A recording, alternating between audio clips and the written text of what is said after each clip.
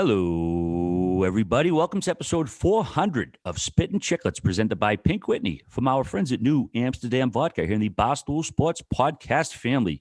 What's up, everyone? As you're likely aware, Chiclets is on our annual postseason break, but we're still going to have an episode each week, starting with the best of today, then followed by, in no particular order, 2 Conn Smythe winners, 2 undrafted Hall of Famers, a cup-winning enforcer, and a point-per-game star of the 80s and 90s. So we got lots of good stuff coming to you.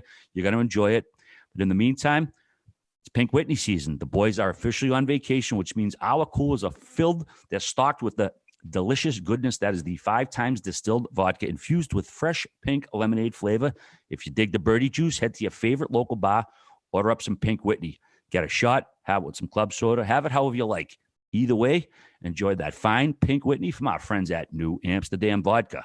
Like I said, we got a lot of good stuff coming this episode. First up, though, is Devils legend and should-be Hockey Hall of Famer Patrik Eliáš and a couple of his many great stories. So now, enjoy Patrik Eliáš.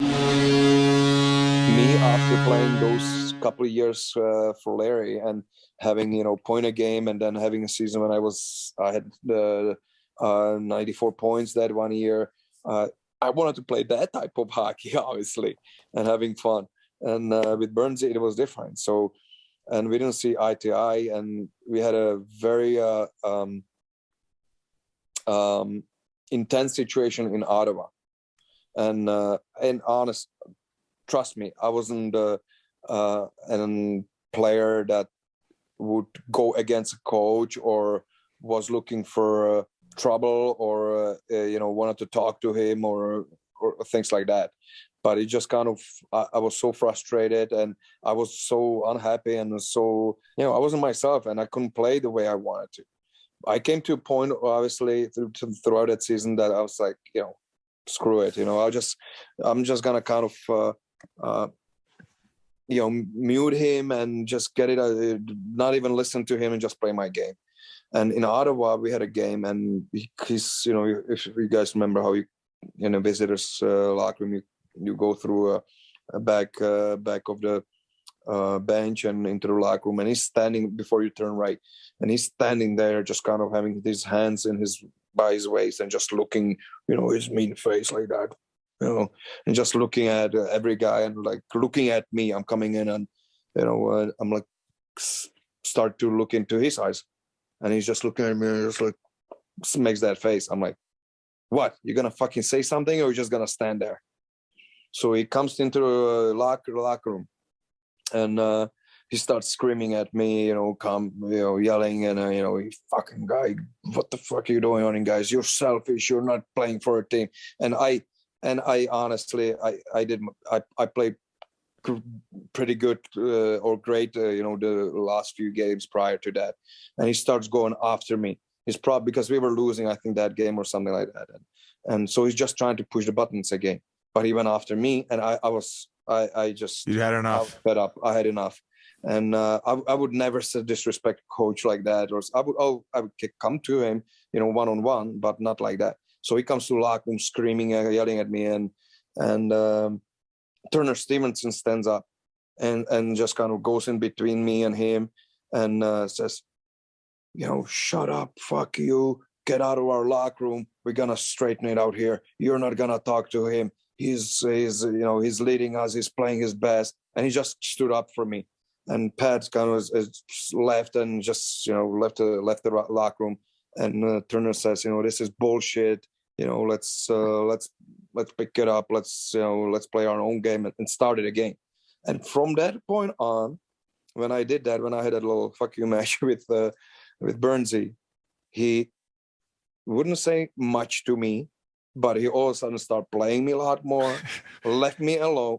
Honestly, left me alone. I could, when I made a mistake or something like that, he wouldn't do anything. And I just thought start playing way better. And from that point on, we had a really good relationship. Obviously, we went out and we won the Stanley Cup. So that was just all of a sudden, it was like Jekyll and Hyde, the way he acted towards me and the way, obviously, our relationship turned and progressed. And obviously, the second year, he found out that he had a health situation and what happened to him, and that was another thing that just changed him totally. He was all of a sudden start talking to us, ask about families. So it was just a person. He became a human.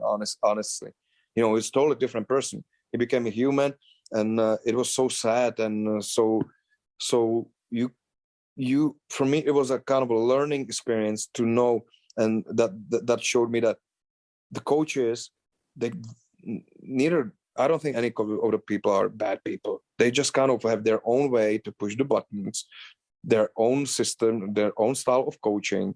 And some guys can communicate better. Some guys don't know how. So they do, they coach different way. Some guys know the systems. Some guys know how to coach. Some guys know how to talk. Some guys are that's why I start appreciating later on in my career coaches like Pete DeBoer. He's a smart guy, smart coach, and if he had an issue with you, he explained it, and I'm like, wow, this is amazing. So it made me appreciate coaches that were a lot more communicative, and but on the other hand, it made me realize that Pat was just it was a great coach. He knew how to push buttons, even that you didn't like it. But you look at the teams that he coached, he was successful as a coach, and it's sad that obviously his life ended the way it did. Was there ever a time where you got to communicate that after the Stanley Cup win about like maybe how sour the relationship was, or was it just kind of like it just kind of sorted itself out and you left it at that? Yeah, we just left it at that. We became. He liked Marty Brodeur and those guys, French Canadians and all those guys. So he had a lot better relationship with them, but he opened up even to the rest of us. So it was fine, and I left it in the past. It was in the past, and I left it alone. And it's funny because his wife, I invited her obviously for my ceremony. When my jersey was retired and all of that, I saw her at the 2000 event and all that. And every time I see her, she does I know Pat was always the toughest on you, but you were one of his favorites, if not the favorite. Oh wow! And it's so it made me. But again, that's the way it is. And I didn't mind the toughness, I didn't mind the hardness, but I just wanted to have. I'd like to get the explanations and. Sometimes you didn't get that because the people didn't know how to communicate, how to tell you that. So you realize that quickly. We're going to ask you, since we're on the topic of the crazy situation with you ended up signing back in New Jersey, or at least there's a few stories behind the scenes. Can you kind of go through that whole situation when you hit free agency and how you ended up back with the Devils? Yeah, well, there's only one true story, and that is that after that season, Luke came up to me and just said, listen, you had a great season. I'm sure you're gonna have a lot of teams going after you and offering you big money, and I honestly don't think that we can afford to match that and afford to sign you. And that's it. That was very short. The season-ending meeting, and I kind of thought that it's just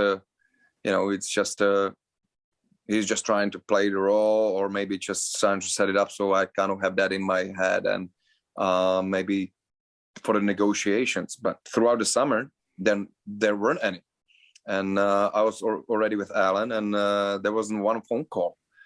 So I start getting ready that I'm honestly gonna sign with someone else.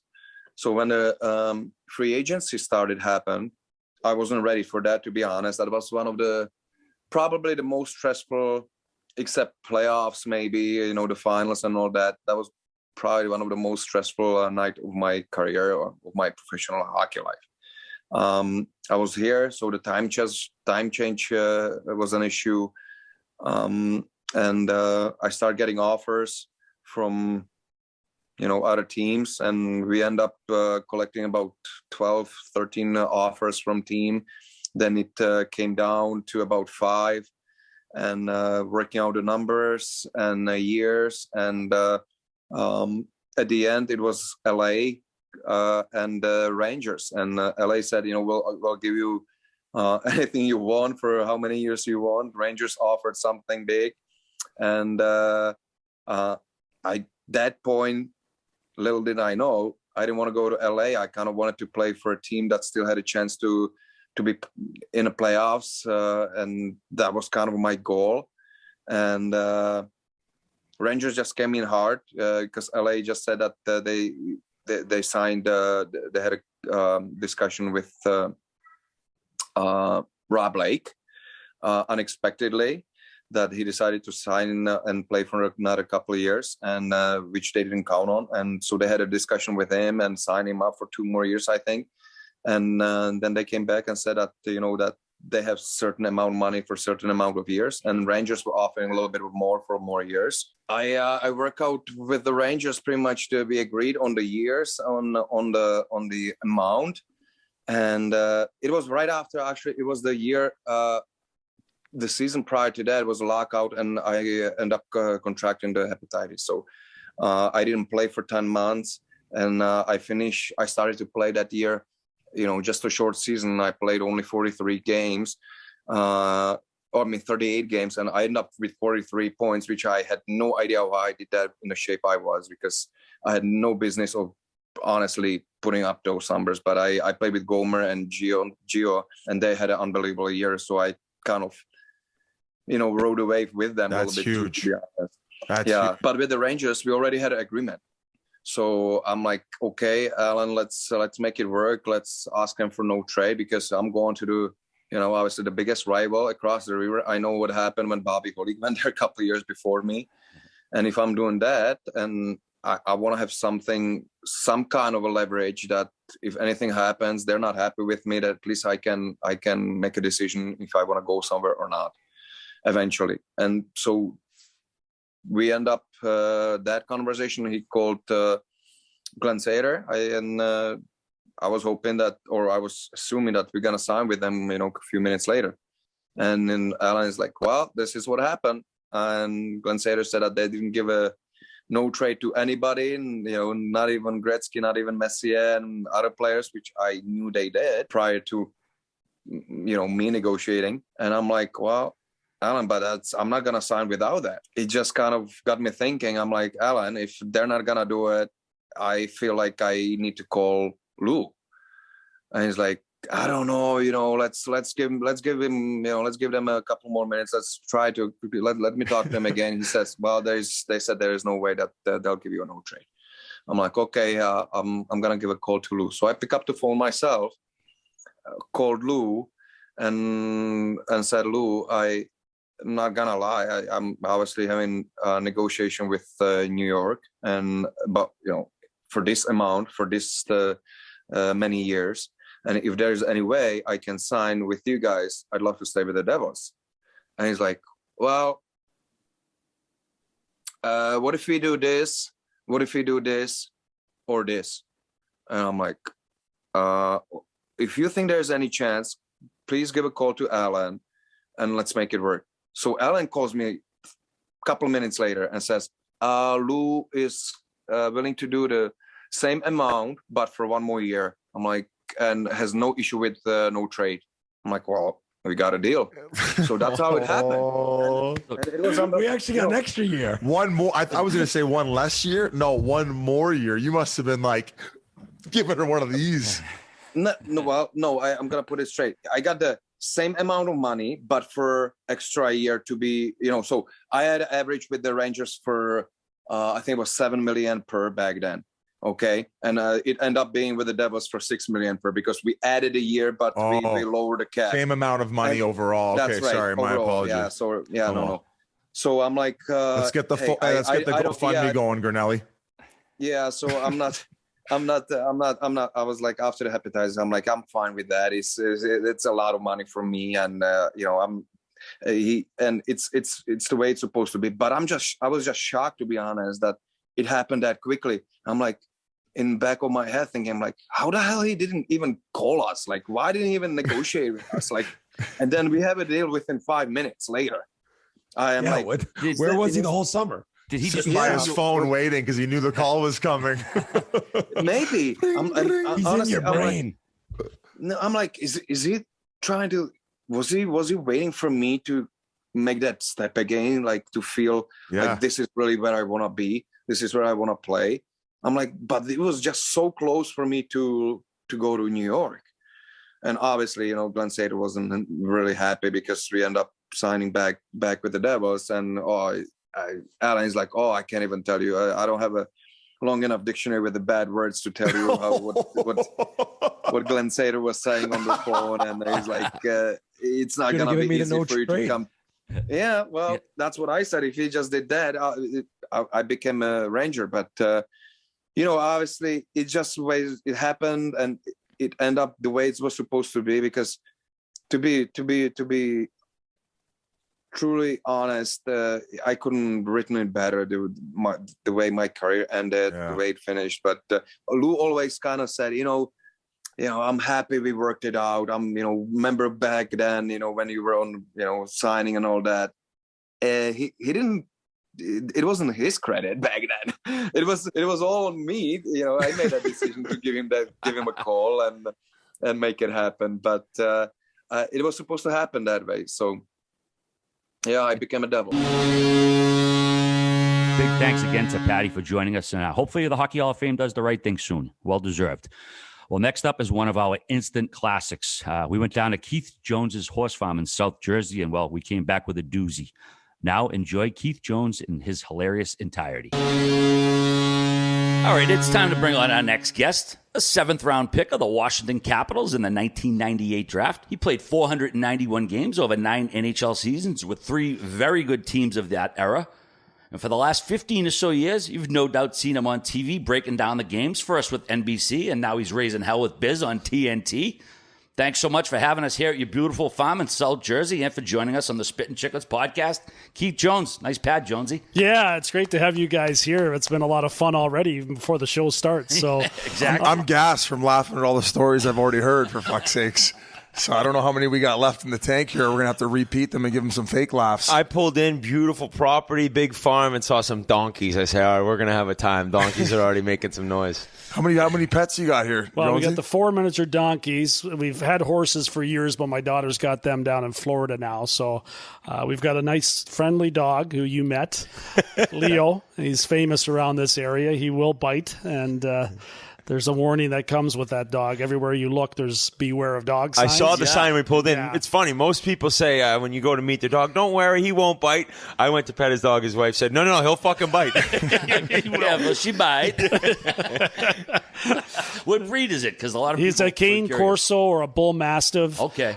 They're extremely good dogs, but very protective dogs. Yes. If you see one and he's not yours, stay away from him. He's got to be over 100 pounds. Like, how much? He's 165 pounds. Nice little that was lap. me freshman year in college. That's a lap dog for Jonesy. He's a bear. Like when he's coming for you, it doesn't end well. That's for sure. Yeah, when you don't want to make eye contact with a dog, it's probably a scary dog.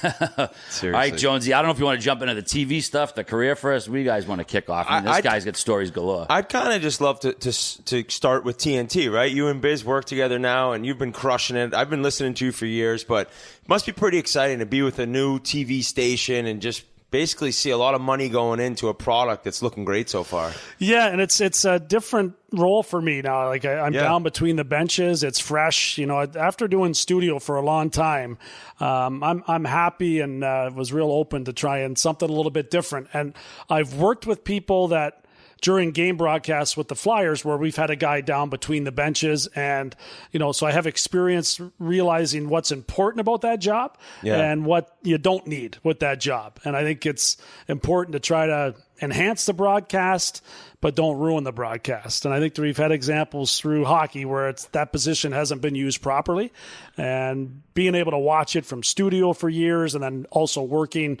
from upstairs, I know what I wanted from that guy. Yeah. And I'm trying to, provide that without overwhelming the broadcast and just having fun with it and getting a different perspective from the players down where we used to sit by the benches. I would imagine the banter is not as aggressive as it once was from bench to bench, It's probably a lot more calm these days. It's interesting. I mean, it's different. There's when things get heated, the guys get angry. There's a little bit more. But when I played, that place was. That was a hilarious place to be. And you were the guy cracking all the jokes. Because luckily I had 7 guys that were tougher than me on my own team. So it was good to be the funny guy back then, right? But it was it's different. There's not as much of that interaction. And a lot of those conversations that we had led to, might not have been me personally fighting, but someone I knew very well on my team was going to have to fight. And that stuff is a little more limited than it used to be, which is, it's probably a lot better. But it was a lot more fun back then. I was going to hop in quickly with working with Edzo. Like I knew that he was really involved with like the horse community, and he knows like any horse that you could gamble on. And he gave us the winning Derby pick. Gave us the winning Derby pick on our podcast. But you have a pretty big love for horses, and your daughter is actually still heavily involved, correct? Yeah, she's an equestrian down in Ocala, Florida. She's not coming back here. She's on her way. She's 23 now. The big reason I have like 4 different jobs is to try to pay for her horse shit. Yeah, they ain't cheap. Anyway, so that's what she's doing. I've had race horses in the past. Edzo and I often talk about the horses. We both had a great love of betting on them, and I've had some good luck with some of the horses that I've owned in the past too. So I had a buddy of mine who passed away, was a billionaire, introduced me to a whole different world on horses. His name was Dan Borslow, and kind of opened my eyes to this world I didn't realize was out there, and was involved in a couple of really good horses with him. And it's a great game. It's the one that is more for older people than it is for younger people. It'd be great for that sport if we could bring in some more younger fans. But the old boys still love it, and I've always enjoyed it myself. Breeders' Cup weekend too. I know. I saw the OT. He's got the OTB bets going on in the backyard, pool set up. It's pretty nice. I know it's not going to drop till after. Who do you like in the Breeders? You know what? I haven't even looked at it yet because I've been so busy doing other things that I'll look at the race right before it starts and come up with who I like. And a lot of times Edzo will send me a text and say, hey, this is who I'm going with. And I usually just insider follow him. Trading. He's like an incredibly good handicapper. Really? He can actually pull it out I'm telling you, I've never seen anybody handicap horses like him. And as you guys know, there's race after race after race.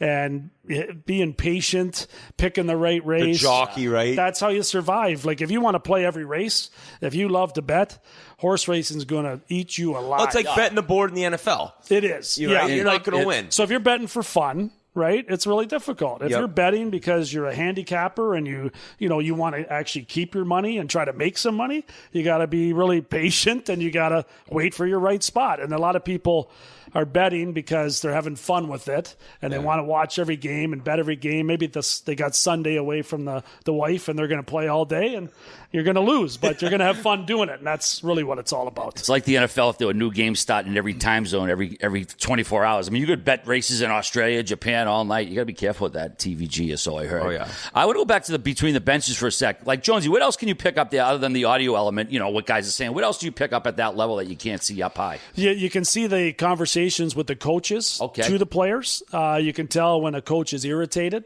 when a coach is happy about something. You also gain a lot of respect for how difficult the job is for the officials. Sometimes you're looking at a puck over the glass play. Well, there's one happened the other night, and I was positive that it hit the other player, the defending player's stick, and went up and over. And after the 4th look, I finally realized that, hey, it didn't. There was a double clutch with Kopitar. Kopitar right? should have got the 2-4 of the glass, but I hear you. He didn't get it? He didn't get the penalty, but like you said, it was so close, and it looked like it had hit the defender's stick or the offensive player, because it was in Kopitar's own end. And like you said, it's just like everybody wants to rag after watching all these replays, but it's like the pace of the game.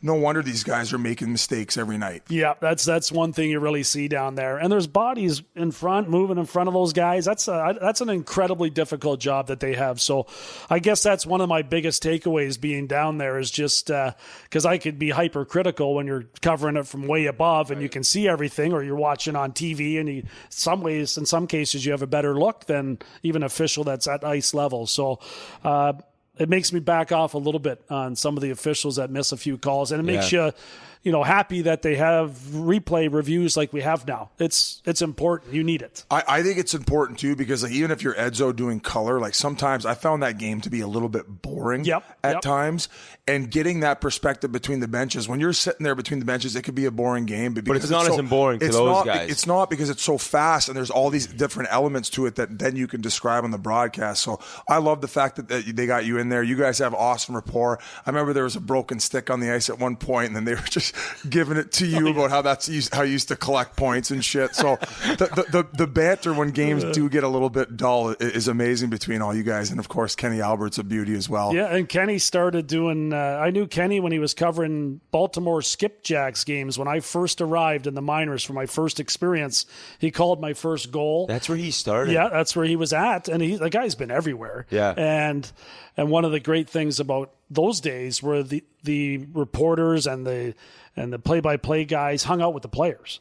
I mean, they were part of the family. You did everything with them. They traveled on the bus. He roomed with Barry Trotz. Barry Trotz was the head coach of the team, and Kenny Albert was his roommate. I mean, that's how it used to be, right? And then, Marv Albert would show up at a game. We'd go to dinner. It was an incredible family type atmosphere that really, at the minor league level, really made you think this is something I really want to do. And fortunately, I was able to do that. Because you have your day-to-day with the Flyers. You're doing the pre and the post, and you're doing the games, obviously. But when NBC Sports was kind of lame duck and you realized that their broadcast was going to be ending, I don't want to say you might have been nervous, but like, how did you get involved with TNT? Did they reach out first and you were like, oh, yes, I got something else coming too? I was nervous. I really was, because I didn't see it coming. I was kind of in the dark about it all. I just thought, the Olympics are coming. Yeah. NBC's got that. It would just didn't see it coming. So it was like, wow, I better get going here. And I always, Brian Boucher is a good friend of mine as well. We played together here in Philly, and he went on to ESPN, right? And I'd always be telling him, bugging him about his agent, who used to be my agent. At NBC, I got rid of him. I can do it myself. I thought it was a big wheel. And I'd always be telling him, you're gonna wait to that day when you're writing those checks. I keep telling him, right? Well, listen, I called that guy. I need you back. That's it. So the first day, Bush is calling me. He's going, how are you going to feel when you're writing those checks? But it was Lou Oppenheim, and I needed him, and he came up big for me. But otherwise, it was a scary moment for me. And I still had the Flyers. I still have radio. I've been really fortunate with all the things I've been able to do in my career and post career, but it's I was real happy to land at TNT. Yeah, you transferred out unbelievably. Okay, so we talked about the American League shtick, but the fact that you brought up negotiating your own contracts, weren't you your own agent even as a player in the NHL? I was, and you would show up to the meetings with an empty briefcase. It's an incredible thing when I think back on it. Like Ben Affleck in what's that movie? Good One. Yeah. Yeah, Suspect. Retainer. Yeah, I was with the Capitals. I was going on my second contract. My first agent was a guy named Gene McBurney, who was out of Toronto. He used to be Ola Nolan's agent, and he was a great guy. He had one eye. He used to take out his glass eye at parties and scare people with it. The Put socket, it in their drink. Yeah, you just have his socket sitting there. It was a scary thing. But anyway, he did a great job. He is a billionaire now. Like he was not suffering after I let him go. I can tell you that. Extremely successful. Cover the dead weight. Yeah, exactly. And so I told David Poyle, for one reason. This was the end of the lockout year, the shortened season. I think I scored like 14 goals in the 40-something games I played, right? So I was thinking I was pretty good, right? And Rob Pearson was on the team. He was traded from Toronto to Washington, and he scored one goal all year. And Rob Pearson was a pretty good player in Toronto, goal scorer. I think he had 25 goals or close to it. And he had the one goal, but he was making $500,000. And I was making $300,000. And I was so focused on this $500,000 that Rob Pearson was making that it consumed me. So I said to my agent, Gene McBurney, I still had another year on this deal. I think at $330,000. And I'm like, I got to get rid of you. I got to do this myself. You're fired. He goes, what? I go, yeah, you're fired. I'm doing it myself. So I called David Poyle on the phone. I go, David, it's Jonesy. I'm representing myself now, and I'd like to sit down and talk to you. He's like, yes. He's loving it. He's loving it. You're going to make less next So he's contract. like, we got it was the unveiling of the Capitals jerseys that turned the blue. Remember, they went from the red, white, and blue, and they turned into the blue, the ugly jersey. Yeah, Ovechkin rookie year jersey. It was brutal. Yeah, that's it. Yeah, so they were making the switch. It's got to be 94, 95, somewhere there. It was after the lockout. So I go to this event where they're doing it. It was at some place down in D.C., one of the bars, Planet Hollywood or something. They're unveiling the jersey. So David's there, and I go, hey, is this a good day to, get together? He's like, yeah, this is a great day. Stop by the office. So I drive over to the Cap Center at that time. Are you nervous? No, I'm excited. I'm excited. Like I went to Western Michigan. I can do this. I can't wait to do it. Like it's just a strange thing. So I've got a pair of flip flops on. I've got a pair of shorts, and I got a T-shirt on. And an empty briefcase. So I walk into his office, and I can just see he just can't wait to see me. And I'm thinking he must like me, right? But he's thinking this guy's an idiot. So I sit down, and he starts bringing his secretary in with notes on different players.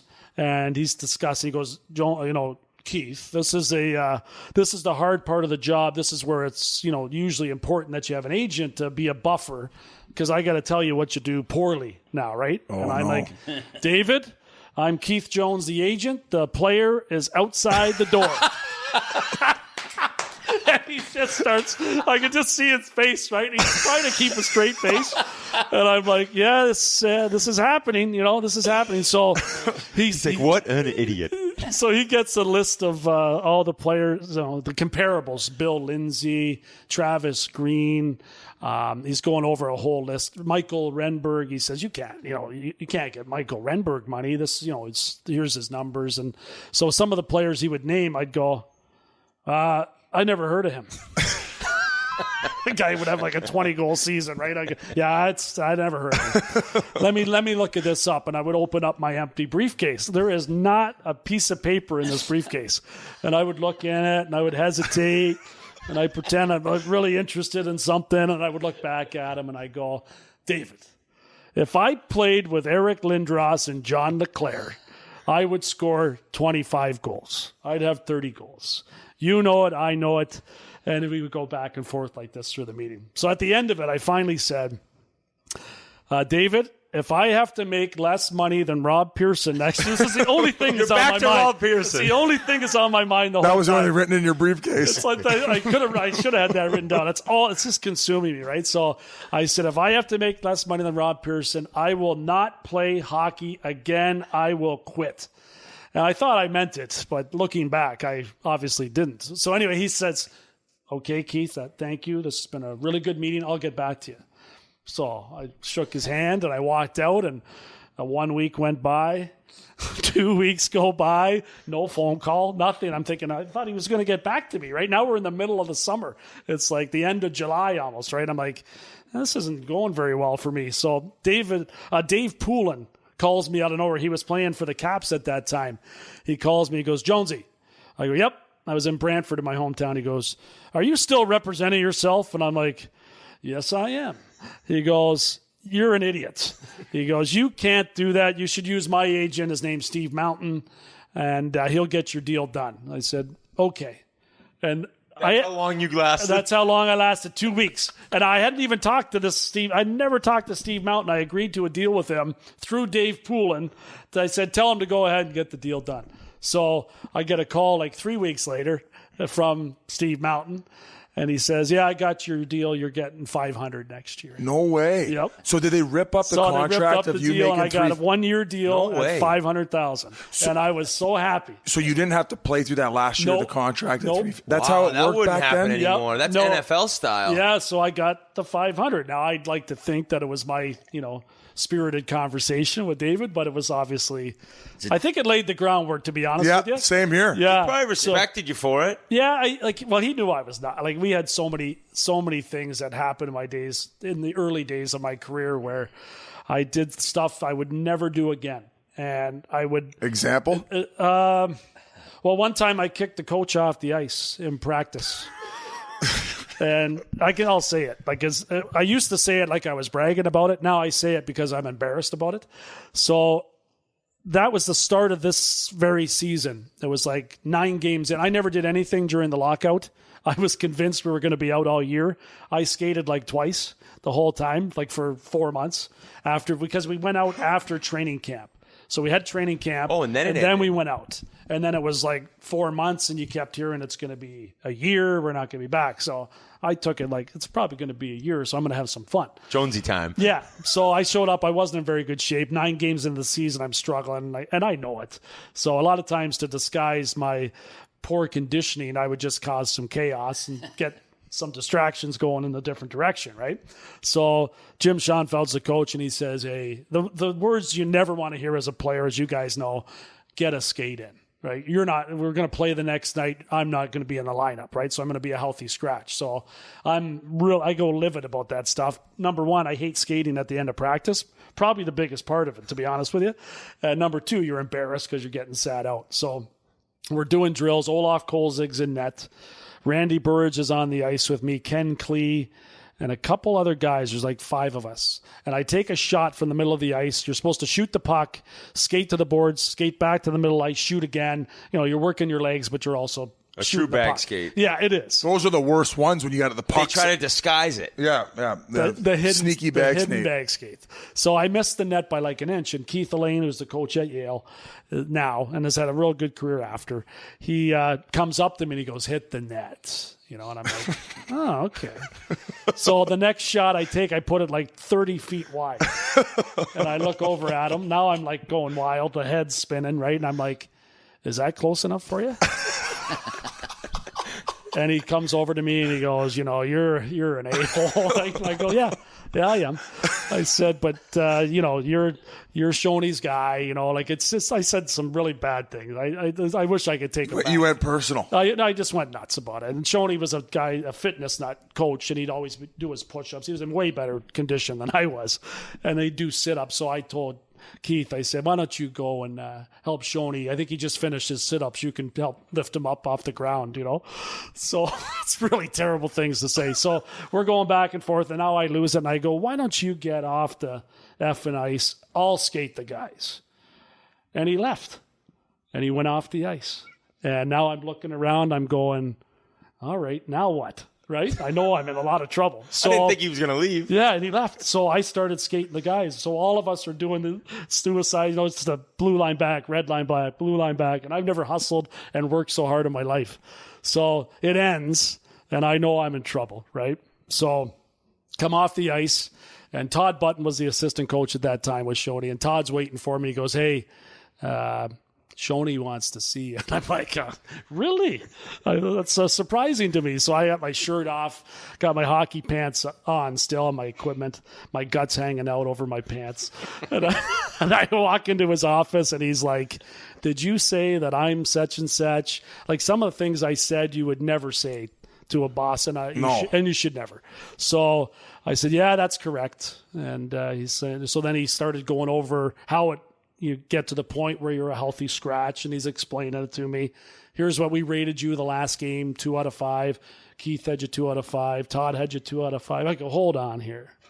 All 3 of you guys came up with the exact same number. I can't believe that these 2 guys have the same number as you have. Right? You don't say.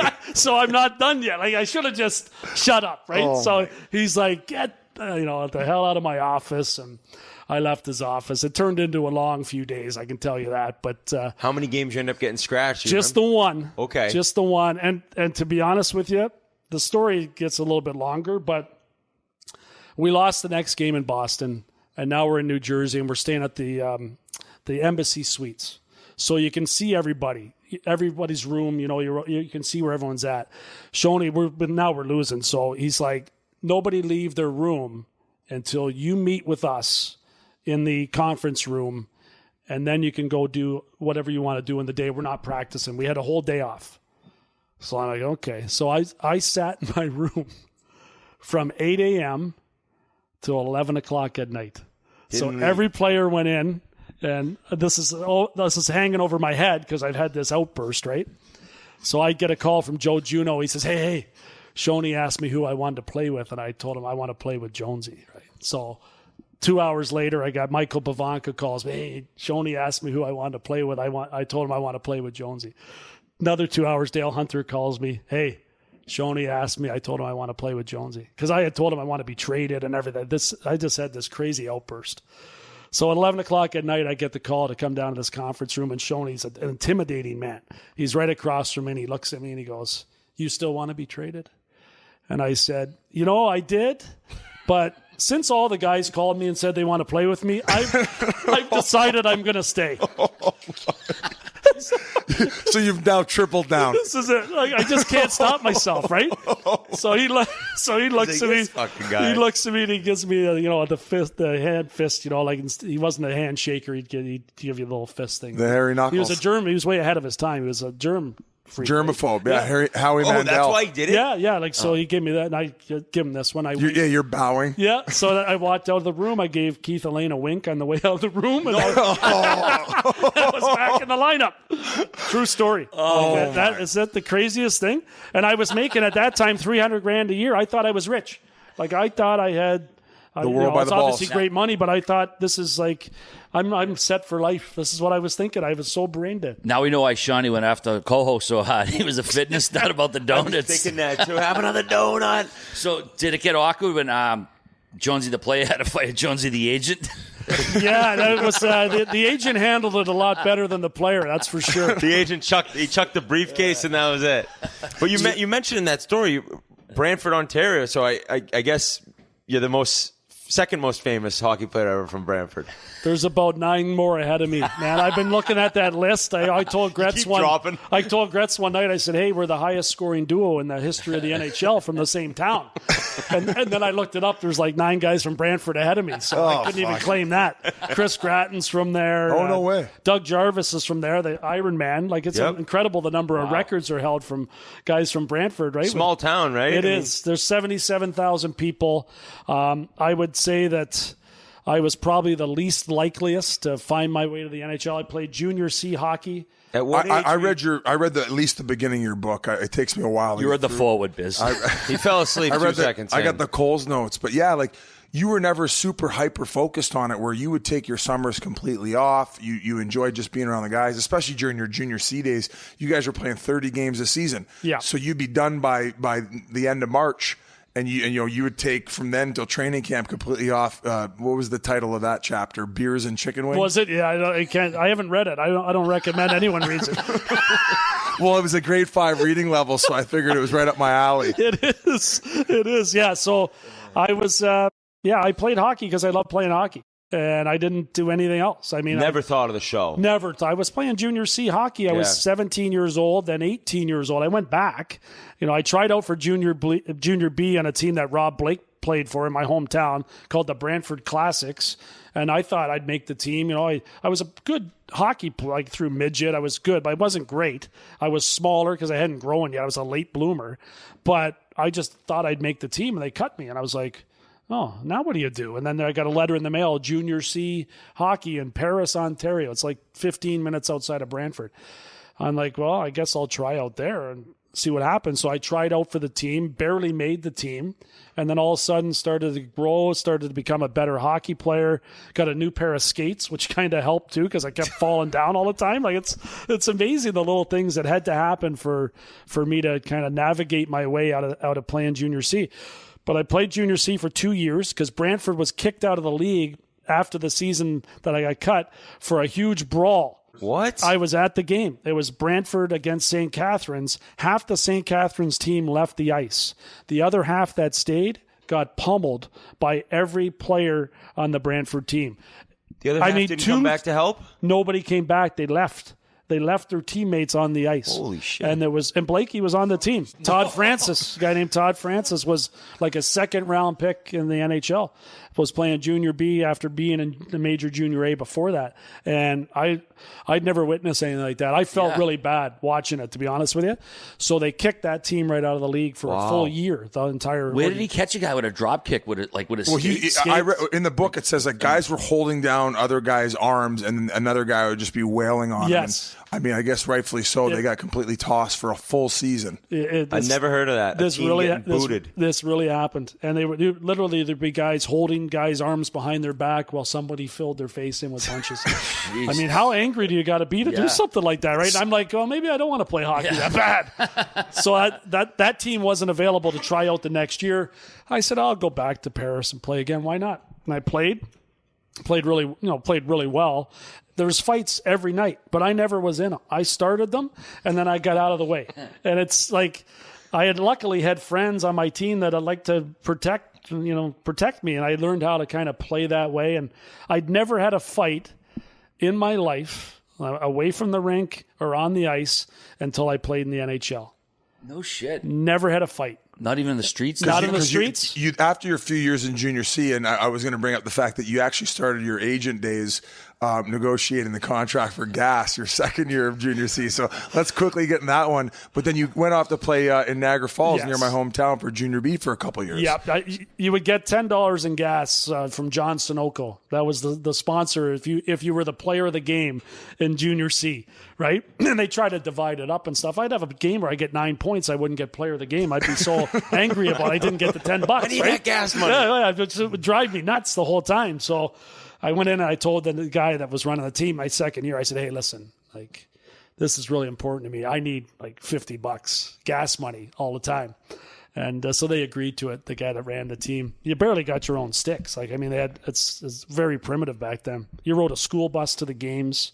You'd wear girlfriends were allowed on the bus. Girlfriends were on the bus. Oh, yeah. Some guys were married. Some 20-year-old guys on the team were married. Their wife would be with them. The beers would be on the bus. You had sweatpants, a pair of cowboy boots, T-shirts. It was unbelievable. What is this, 92? This is 1985. Oh, yeah. 85. Yep. Year I was born, Jonesy. Yeah, there you go. See, that's a strange thing, man. Like, it is as you get older. But looking back on it, it was just an unbelievable experience. Had a great time. And then got a chance. I tried out for Junior B. And Gilbert Dion was on that team. The Niagara Falls Thunder, not Thunder. It was Canucks, the Niagara Falls Canucks. And the two owners were twin brothers, Tim and Terry Masterson. And they really changed my life, to be honest with you. They were awesome guys, real guys. Like, they just wanted you to be a good teammate and play and have fun. So I showed up there, barely made the team. I remember telling my dad, we went out to dinner. I said, hey, this is awesome. I made Junior B hockey. I can tell my kids I'm playing Junior B. So he's like, oh, that's great. That's awesome. So we played the year, and all of a sudden I just caught fire. And I think I had like 140 points, 150 points, played in all situations.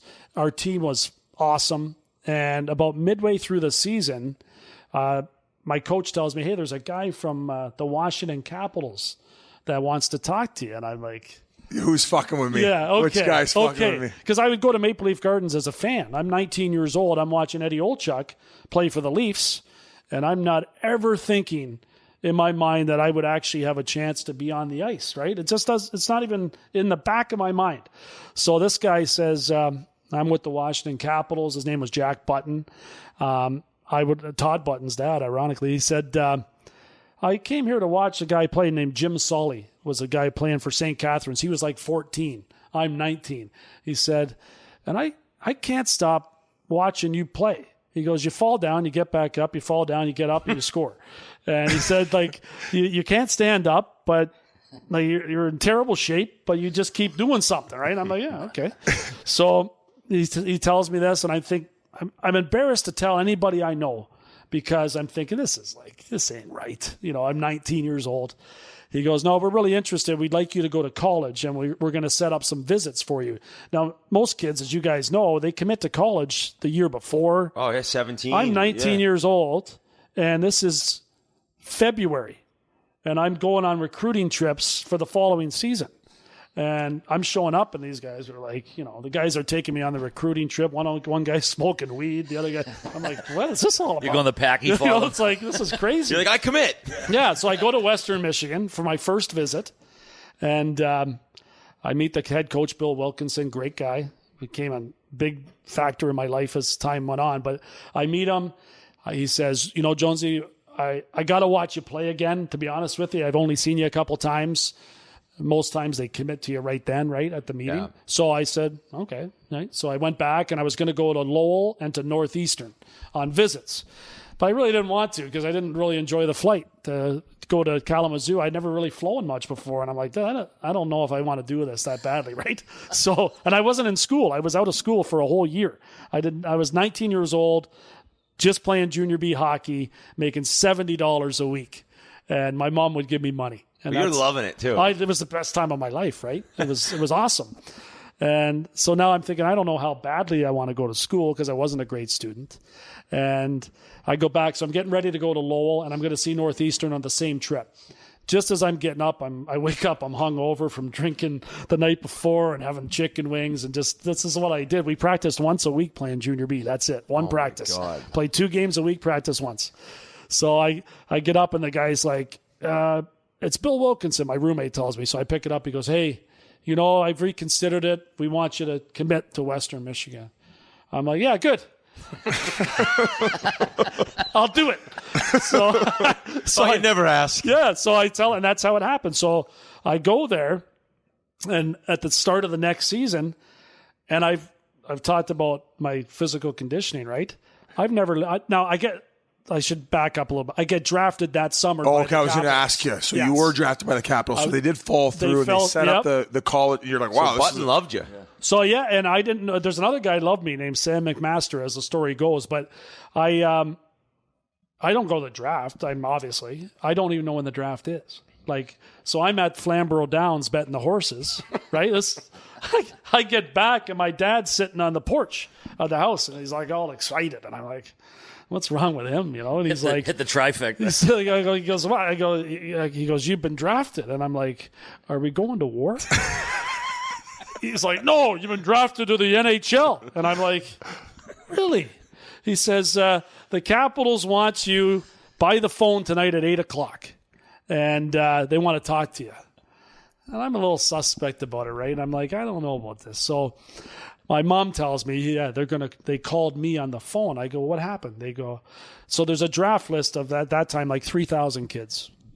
And I'm not on it. I'm not on the draft list. So they call my mother from the draft in the 7th round, and they say, how old's your son? They ask for me, and she says, oh, he's not home. So how old's your son? She says, well, he's born November the 8th, 1968.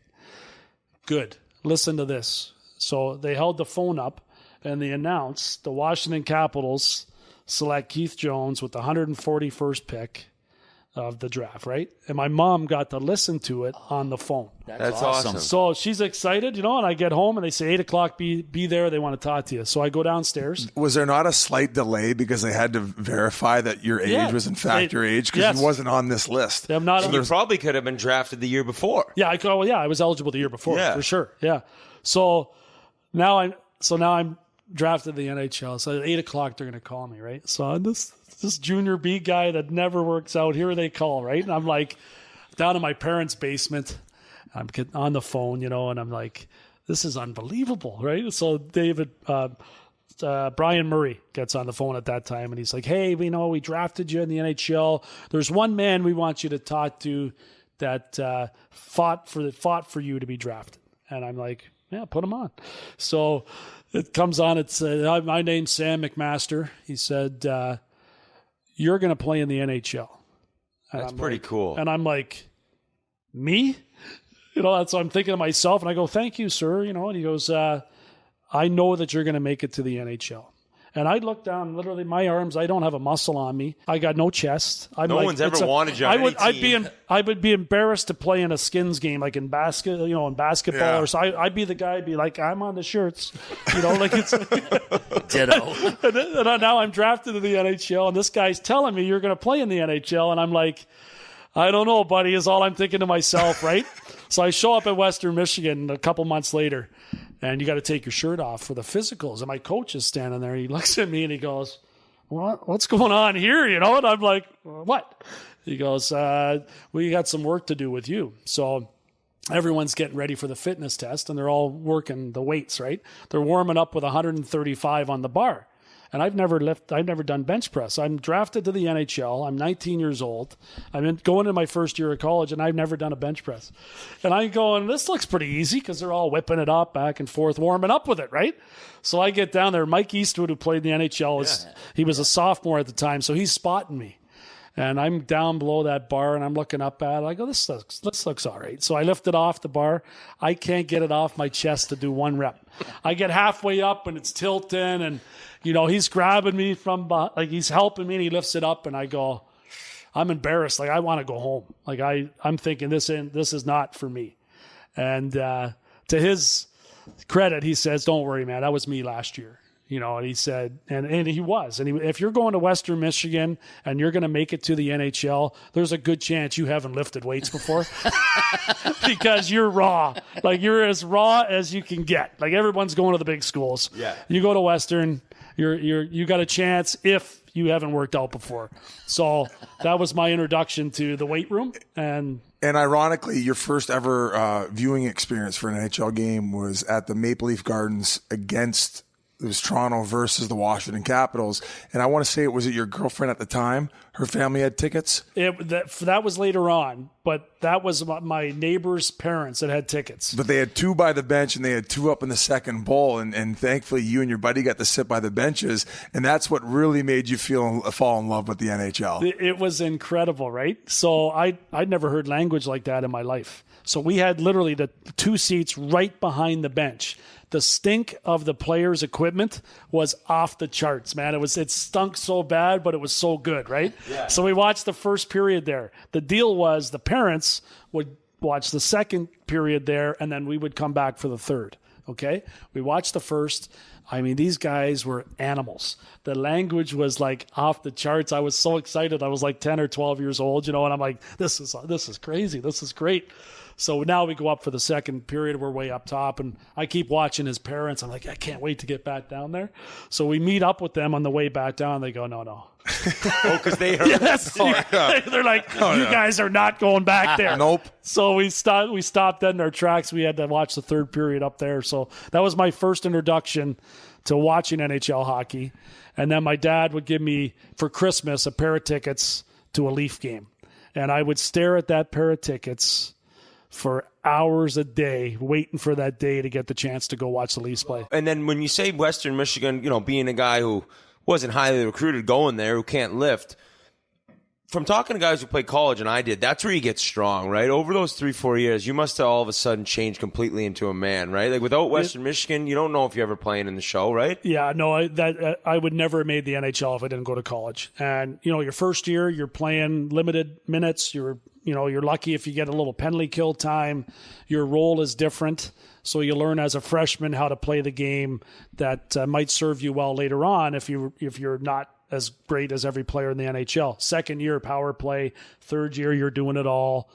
Fourth year, I wanted to leave every year, to be honest with you, but they weren't taking. You didn't like the school. Yeah, but I just didn't like but my coach was great. He allowed me to have the freedom to just get by. Yeah. He didn't push me to get your grade. He just let me be me, which was just stay eligible, Keith. And that was it. And then by my senior year, they came out with a new rule that they said we weren't going to accumulate your grade point average till the end of the year. Okay, we're on a semester system at Western Michigan. So I said, I'm done with school. I can guarantee you that. So I went to 3 classes the first semester. I got a point. I want to say I got a .60. Delta Tau Chi stuff. This is a fact. The second semester I got a .43, right? So I leave. Not all scholastic. No, I could probably have done it if I just never liked to read. So it's a problem when you're in college. I literally I was on a scholarship, of course, and you had a book allowance, right? They would give you your books. So I would go to the bookstore. I would pick up my books. They'd be in a bag. I'd bring them back to the apartment. I'd set them in the closet. And at the end of the semester, I would bring the bag back, and the books have never left them. And I got through 4 years of college without ever opening a textbook. Ever. So what did you major in? This is good. I started in phys ed. I thought we'd run around the gym. And then I realized it's all health and education. Body. So I pivoted quickly. And I went into communications. There you go. And this is the best part of that story is I thought it'd be easy, you know. And then they say, hey, everybody, this is your chance. Get up and talk in front of the class. And I froze. I mean, no, really? I mean, I sweat through my shirt. Yeah. And I just was so uncomfortable. This was just like an easy assignment. Tell us about yourself. And I froze. So now about 3 weeks later, we have a field trip to a TV station and we're all going to get to give the news. So I'm in line and I'm thinking, I don't know, man. I don't know if I want to do this. So it's just a simple project. I got so nervous by the time I got to the front of the line, I looped back to the back of the line and left. I didn't want to speak in front of people. Come on. Yep, swear to God. So I dropped out of communications and I went to sociology. Oh, that was my major. Yeah. Beautiful subject. Beautiful thing, right? Study of humans. Well, all you do is outright the professor to the point where he gets so bored he gives you a C. That's all I did. What a model. Yeah, so I stayed in sociology, but ironically, right, the communication thing was which is bizarre because of what your career has transpired to be. Yeah, and then you seem like such a natural. I would have never guessed that. When I first retired from the NHL and I started at ESPN, I was brutal. Really? And I was one of those guys that ripped everybody. Like I'd watch the guys and NHL. It's way harder than people think. Oh yeah, and I'd be like, look at that idiot, like he's terrible, and just like everyone does for me, right? It's the way it works. But I was one of those guys, so. Now I'm on there, and I know I'm horrible, right? So it makes it worse. I really start to sweat. Yeah. I got this ill-fitting suit on. I gained like 50 pounds like 3 months after I retired. I ate everything in sight. I'm just like a monster on there, right? And I'm like, Job of the Hut. I'm looking you see yourself on TV, and I'm like, it's horrible, man. Hearing your voice. Just everything. You try. It's true. And then they're saying, well, be yourself, right? Be yourself. What, am I that bad? Like have fun out there. Have fun. The worst thing you can ever tell anybody on TV that's just starting after they've done a couple segments is, hey, just have fun out there, because you're telling the guy you're stiff as a board. Yeah, you suck right now. Yeah, you're terrible right now, and somehow you got to make me look good that I hired you, right? So that was my first experience at ESPN, and John Buccigas, who wrote the book, was real helpful to me. Darren Pang came in and saved me and just made me a little more comfortable. I was not ready to do national TV at that time, and luckily I came back to do Flyer stuff just in a real, like Biz started with Arizona. With the Coyotes. Yeah, you're in a more relaxed environment. It's just less intimidating. Even just doing radio for the Coyotes, I was intimidated, and I'll never forget. We were, you're trying to be positive when you're involved with a team. And Rick Tocchet had just started head coach. I don't think we won a game the first 10 or 11 games. And we were playing the Flyers. Things haven't changed in Phoenix. Shut the fuck up. We were up 2-0 in Philly, and then they pulled a goalie, and they ended up scoring 2 with the goalie pulled. And when they scored their second, on the radio, I froze up. Yeah, you're like, I got nothing. I felt like the biggest loser and idiot because I had nothing to say. And those moments were happening a lot in the first probably half a season I started, and it's hard. But then once you stick with it and you break through it, then you find your rhythm. It just it slowly gets better. But there's a very, very empty feeling when you first start that job, in knowing that we know we're not doing good. Yeah. We know it. Yep. And that's why I always thank Bob Heathouse, because he took me under his wing and always made me feel comfortable. And he was the guy saying, just have fun and being supportive, as opposed to yeah, you froze up and you sounded like shit. Biz is like, you want me to be myself? Do you know what I talk about? Yeah.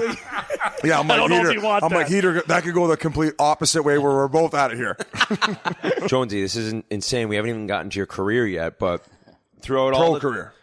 Yeah, pro career, excuse me. You're right, Biz. This is the current career, doing what we're doing right now. But you in college, you didn't work out. You didn't really do much. You get to the pros, you must have thought, oh, my God, these guys are even bigger, stronger than when I got to Western Michigan and couldn't bench 135. Yeah, it's funny. The summer before I went to Washington's camp, at the end of my senior year, I literally was playing about 30 minutes a night at Western Michigan, and I was burned out. I was done. When the season ended, I was done. And I took a month off. Month off turned into 6 weeks. 6 weeks turned into 2 months, and all of a sudden training camp was around the corner. And I literally took the summer off. Now, I've just signed this contract. I've got a I got a signing bonus of $75,000. This is a great story. So I get $75,000. I've never really had a paycheck before. Like when I went home in the summers in Canada, if you're a college student, they don't take taxes out of your check. So I worked for the school board. I cut grass. I had this mower I used to drive around town. I'd race other cars with it. That was the gas card. He used the gas card. He used the gas card from junior. I was in Brantford, so Gretz would drive by in his Get the fuck Mercedes, and I'd be riding my lawnmower around. I'm gonna get you, man. This guy's not playing in the show. Exactly. So anyway, that was so I get this money, $75,000 signing bonus. This is the best. Oh, yeah. So I take the trainer on the hockey team with me to the car dealership. I'm going to get a fancy car because I want everybody to know that I'm going to make it. Right? So I go back to Brantford and with this sports car. But I take the trainer, Hap Zarzor, his name was. He went on to become the trainer at Duke football. So a little tiny guy, and I go, hey, come with the car dealership. Okay, so we go in. I go, that looks like a great car. It was a Mitsubishi 3000 VR4 twin turbo, and I'm like, that's got my name. What color? It was red, bright red. Had a fin on the back. What a donkey you were. Oh, it's terrible. So I don't know how to drive stick shift, right? So I said to Hap, hey, you drive it. So the trainer drives the car. I'm sitting in the back seat watching him drive it. I go, how is it? He goes, it's great. I go, we'll take it. I'd never even driven the car before I took it. It's like Rocky 2 when he pulls out. So I had this red sports car. This is the best. I go to Vegas with my buddies. First time I've ever been to Vegas. And we're having this great time. I brought a few bucks with it from the signing bonus, whatever I had left. Remember, they give you the whole $75,000. I don't know. I'm not thinking about taxes. I can tell you that. So I spend the whole thing. I think I lost $30,000 in Vegas, right? I don't have any. That's the first money I've ever had in my life. I spend it all. So it actually played into why I made the team. So anyway, so I go to Washington. Now I have to borrow money off my sister to get to training camp because I got no money. And someone's telling me you got to pay taxes. I'm like, oh, this is terrible. Right? So she must have been like, what, you so have now nothing left? I've put myself in such a position that I got to make the team, man. Like I got to find a way to make this team no matter what it takes. So I should have done the work in the summer, did not, to the point where I showed up at training camp. My first day, I'm standing there. Michael Pavanka, Peter Bondra are there, and they go, hey, kid, can you grab my sticks there? Right? And I'm like, that's kind of a strange request. So I walk over and I get this Pavanka sticks. I bring him over to him and he says, thank you. And I walk away, don't think anything of it. The next week or so goes by and I'm sitting there on the bench with him during a preseason game. And Bondra's laughing. He looks over at me. I go, what? He goes, remember when Pivo asked you to get his sticks? I go, yeah, what? He goes, he thought you were the equipment guy. Because you got this milk equipment kid. Yeah. You got this milk bag body. So but he's I'd like, be the first, and you're in camp. I'd be the first guy off the ice to practice, and I'd leave. And they're like, "Where's this guy going? Like, who is this guy? Out of nowhere, number 41. He's not supposed to be here, right?" And I'd jump on the trainer's table. I'd get on the massage table, and all the veterans are going, "What's this guy doing?" no, you were tough Summer of drinking. It didn't affect me at all that there was this pecking order of how it was going to work. I'm like, yeah, I'm here. And that's back in the day when it was like you eat last, you get all that stuff used to really matter. Do you think that they embraced the fact that you were so naive to it all that they could sense that you were completely naive to it all? Did they ever end up talking to you about? Yeah. So now I'm trying to make the team. I got no money, right? I'm making $35,000 in the minors, and I'm 140 in the NHL, and I just spent $75,000. So I'm like, what am I going to do, man? So I'm looking around. There's this tough guy was out of the lineup. This guy, and I told you guys earlier, I'd never had a fight in my life, ever. So I'm thinking I better try it, right? So Darren Banks is playing for Boston. He's trying out there, big tough guy, right? And he's skating around. I'm chirping at him, and he thinks I'm joking around. He's like, this guy's not going to fight me. And thank God he thought that because I didn't. And Steve Leach was on the Bruins at that time, and that was my first ever fight. And he punched me in the head hard, man. I'm like, I don't know. I don't know if this is going to work for me, but I'm like, I got to make this team. I need the money. Like, I got to pay back my sister.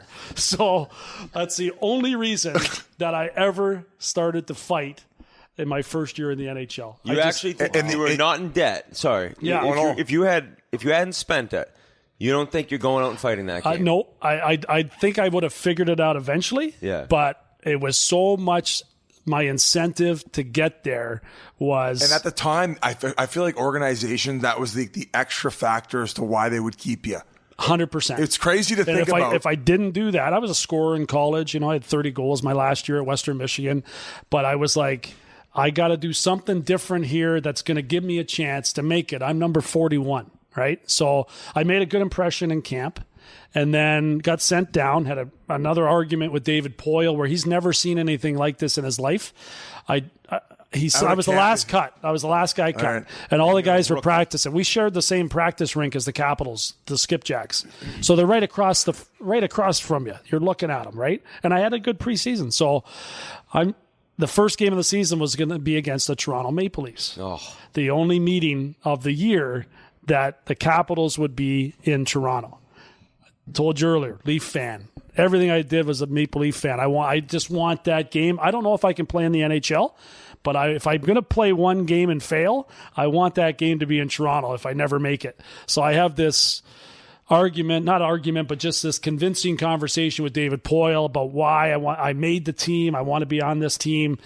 I don't know if I made the team. This is just what I'm saying because I want to play that one game. So I leave the meeting and David tells others later, I hear that he couldn't believe he's never had a meeting with a player that wanted it so bad. But I just wanted to show my buddies that I made it to the NHL. Yeah, it really wasn't that complicated, right? I just want to swear so some kid behind the glass like me can go running up and talk about it. Exactly. Yeah. So I got sent down and I'm thinking, man, I want to get back up there quick because riding that bus wasn't fun, man. I played the first 8 games of the season with the Skipjacks. And, Friday night game, Saturday night game, busing in between, and then busing to an afternoon game on Sunday. I'm like, I'm 23.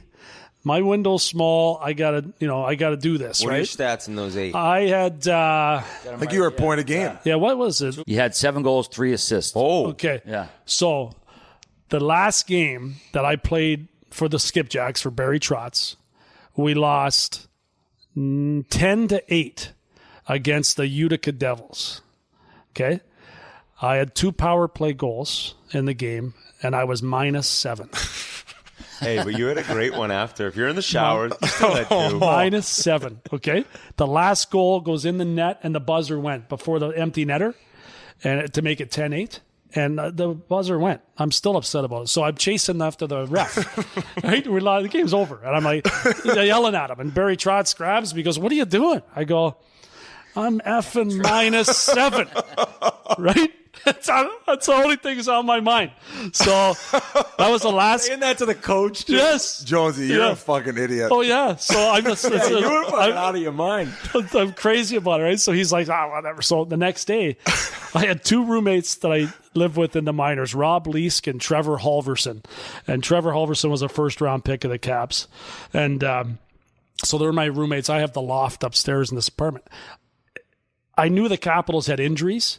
And I'm thinking, I'm getting close, man. I'm arguing with Barry Trotz every day. I got to get called up. I don't know why I was driving people nuts. Just crazy about it, right? Every time I'd score, I'd be looking at him. It's time, it's time.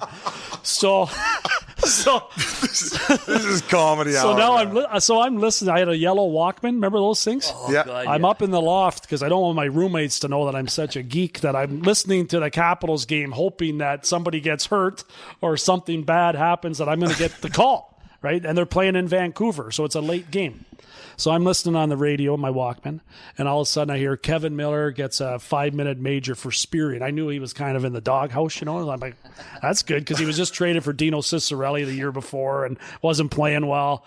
And I'm like, oh, this is all right. So that's good. And then I hear Mark Hunter just leaves the game, Dale Hunter's brother. He blocked a shot. I'm like, oh, this is good. This is good. Still have my Walkman on, right? So all of a sudden my roommate's tapping me on the shoulder. And I'm listening to the Capitals game when my roommate taps me. He goes, "Hey, it's David Poyle. He's on the phone for you." As I'm listening to them play a game in Vancouver, he says, I go, "Hello?" He goes, "Hey, it's David Poyle. Keith, we want you at the airport tomorrow at BWI in Baltimore. You've got a 7 a.m. flight to Calgary." And I'm like, yes. right? This is amazing to me. I can't believe it. So I'm so excited. I don't sleep the whole night, right? I get to the airport. I'm getting there. I go through the check-in. I look over. There's Steve Konowalchuk. I'm like, damn, he's going too, right? I'm like, am I in or is he in? Like, it's like bugging me the whole way on the plane, right? I fly all the way to Calgary. We get there, and Terry Murray's the coach, and he's like, brings us both in. He's like, we're not sure if you guys are going to be playing tonight or not. I'm like, well, what's that all about? He goes, we just don't know. Go get a rest. And I haven't slept all night. I'm not going to sleep now.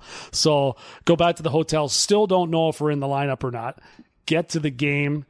And he tells us when we arrive, you're both in, you're both playing tonight. And I'm like, I can't, this journey, like to get here is here, right? So I get my jersey on, and I'm like, I'm so excited to do this, right? So I look in the mirror in Calgary, the little small rink there, and I'm looking in the mirror, and I'm just like, I can't believe this is going to happen, right? Step on the ice, warm up, can't make a pass, drop it. It was embarrassing. Game starts, first shift, go up to hit Theo Fleury. He elbows me, breaks my tooth in half. First shift in the NHL. And I'm like, I don't know about this, man. Maybe this isn't for me, right? And it really hurt. So I just remember chasing around like Gary Roberts and all these guys that would just kill me, right? But I just wanted it so bad. And you're chirping, right? Non-stop. Chirping all night. That was always part of it. And then really? So it was nonstop every shift, trying to scrum it up in front of the net. Yeah, I mean, a lot of it, again, was just to try to gain an advantage and make myself more important than just being an average player. And all of that, I played better when I had fear. And it pushed me to another level. Something to play for. Yeah. Like the money to your sister. That's it. It was all about, like, I have to stay here, right? Same here. I played scared my whole NHL career. Yeah, and it's no fun. It's not a great feeling, not a comfortable feeling, but it brings something out of you. It does. Well, it's the saying, like, you're getting too comfortable. It's just there. I certainly got that way, but you have such an incredible memory. You remember all these. It's great. I wish I had that talent, but you got to tell me about the first goal, because I'm sure it was something that you'll never forget. Yeah, well, it's true. It was a game in Indianapolis. It was a neutral site game. And they had those? Yes, we used to play 2 a year. Trying to grow a crowd in Indy? It was, So they would try to we went to Halifax before. They'd play 84 games in the regular season, not 82. Yeah, they went to 84. So they would add these 2 games, more revenue, and try to build the game, right? So it's in Indianapolis. I've never been back. It's the only time I've ever been to Indianapolis. And my puck actually has like the neutral zone, neutral game emblem rather than a team's emblem that you would have if you scored, in Toronto, Maple Leaf, whatever. So it was my third game in the NHL. I think it was November 3rd, if I'm not mistaken. But anyway, we're playing the Chicago Blackhawks, and in the warm-ups, I have a couple buddies come from college because Western Michigan's not that far away from Indianapolis, and I'm skating around the warm-up, no helmet on. I'm looking at myself in the glass, thinking I got it going on. Like this is cool, and skating around, and my buddy yells over the glass, "Jonesy!" And as he does that, I look up, I step on a puck, and I go head first into the boards. No. And I'm like, oh my God, this night's not going to go well, man. So I get up, I'm okay, and my first shift of the game, I score, and it's against Eddie Belfour. It's a scramble. It's a terrible goal, but it's like it happened. It happened, man. Like it happened. And battling with Dirk Graham all night that night. He was a mean bastard. He was tough. As a coach, guy said he was mean too. Yes, he was, and he was mean to play against. But I had to do that, right? So I ended up getting a goal and 2 assists in that game. We won. I think we won 4-2 or something like that. So I'm like, this is awesome, right? This is like my third game, and then I ended up getting 9 points in my first 10 games. And I remember thinking to myself, like, is this really the NHL? Like, I'm thinking, this isn't that hard. Like, I can do this, right? Who were you playing with? I was playing with Dale Hunter and Pat Eliáš. And, we were the third line. We got the good matchups. He was getting a little older by then? He was, but he was still a great player. And Dale was really influential in my career. Great advice. And I took his brother's job. Mark hurt himself, broke his thumb, and that's how I got the job. When he left that game in Van? Yep. And Dale took me under his wing and just he said, you can play. He just told me, we got a 2-second rule. If someone's on top of me, you got to be there in 2 seconds to make sure, that was the deal. And we both played a pesky style. Oh, yeah. And neither of us really wanted to be fighting heavyweights. So we would just make sure if there was one out there, we would do enough to distract them. And Dale told me a great story, which I'll share with anyone that's listening. When I looked a little hesitant to fight one night, he said, the next day we're at dinner, I'm sitting at his kitchen table at his house, and he goes, "Hey, Jonesy," I go, "What?" He goes, "You want to stay in this league? You want to stay here?" I go, "Yeah, I do, really badly." He goes, "Well, here, I want to tell you something. If somebody walked into this kitchen and there's $500,000 on the table, if they grab the money and walk out, what are you going to do? You going to fight them for it, or are you going to let them walk out?" And I said, "I'm going to fight them for it." He goes, "Good, start fighting." Yeah, that was the advice that what a veteran to sit there and tell a guy who he could probably tell you wanted it. Yeah. And he's like, it's not an easy conversation to have with somebody. No. But something you never forgot. No, and again, I took his brother. I was taking his brother's job, who was still sent down to Baltimore. At that point in Mark's career, he'd already won a Stanley Cup. He had a great career, and all of a sudden he's in the minors, and this 23-year-old college kid out of nowhere is playing with his brother on the same line. And getting massages before me. Yeah, Dale exactly. knows the business, Yeah, already. he's the best. Yeah, Dale Hunter was very influential. Which arena was it in Indianapolis? By the way, That's a great question. I really don't know. It had to be where the Indiana Racers were. Gretzky. I think Gretz played for them. Because when we just had our street hockey tournament in Detroit, the Covington, Kentucky, this crew actually went and got the boards from from the Gretzky arena, the place where he played in Indianapolis. So I was wondering if it was the same arena. It had to have been, right? It was right downtown. I think it was Mar Arena, maybe. Yeah, it rings a bell. But I mean, when you're playing, you show up. Yeah, and you're like, exactly. Where's the locker room? Where's my equipment? Let's go. Were guys like hacking darts when you showed up? You had Eliáš Frankie on the team. Played with Al. The Planet. Al would smoke on the plane. This is when we flew charter flights, right? The 3 rows that could smoke. Yes. Row 14, right? Yep. And the back rows would be able to smoke. And Al would smoke on the plane and was just an incredible guy. I mean, because I was a rookie and Al was a storyteller. Tough storyteller, but have your back and pay for everything. Really? Extremely generous guy. If we went to dinner, he'd know that you didn't have a lot, he'd buy. He'd always carried like a wad of cash in his front pocket and would just give it to everybody. He didn't like any cliques on the team. He was always like, we do this together. He was just an awesome and a character beyond belief. He'd light his cigarettes after the game with a blowtorch. He'd break off the filter. Yeah. He'd break the filter off and he'd smoke it. The All-Star game, he brought one stick with him. They asked him, "Why'd you do that?" He said, "Well, my others would get jealous if I have too many." It's some of the craziest. He's like WWE answers. With the hair too. Yeah. You Yep. mentioned. Al was very conscientious of his hair. And it was terrible. You think? So we were playing. This is unbelievable. We're playing against the Devils, and the long boards there that extend inside the zone on the Devils bench, the barrier there before they put the curve in there. He gets hit, and he's riding the end of the boards on his pants, right? And then he runs into the stanchion with his helmet, his head. His helmet flies off, lands about 10 feet away, right? This guy wore his helmet in the warm-up so people wouldn't see that he was going bald. Like during the national anthem, he would wear his helmet. So the helmet's 10 feet away, and we're all watching. How's this going to play out, right? So he's down on all fours, and he crawls 10 feet, right? He gets his helmet, and he puts it on his head and collapses.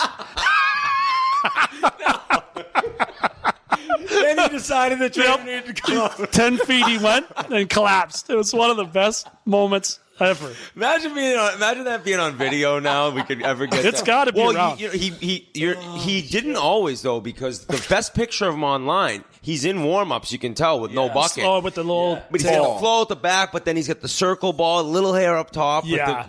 To know he cared that much, he must fuck. Looks like a Rorschach test. He literally would show up for practice about 5 minutes before it started.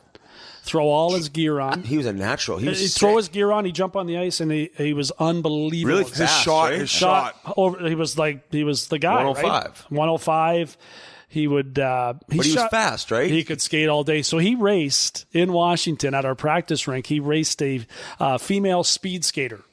They're going to have this race, a Battle of the Sexes race or something back in the day. And he races her. And he loses by 3 full trips around the rink. That's like he gets past 3 times, and he's a smoker, right? He was good for 1 lap. His little feet were going as fast as he could, and it was unbelievable. But he was open and willing to do anything that he was asked to do. So he was another phenomenal teammate that we played with. And they had Kevin Hatcher back in Washington in those days, Eliáš and Sylvain Cote, and all 3 defensemen scored over 20 goals in that season. I think Hatcher first time ever? Yeah, it had to be. Hatcher had 34.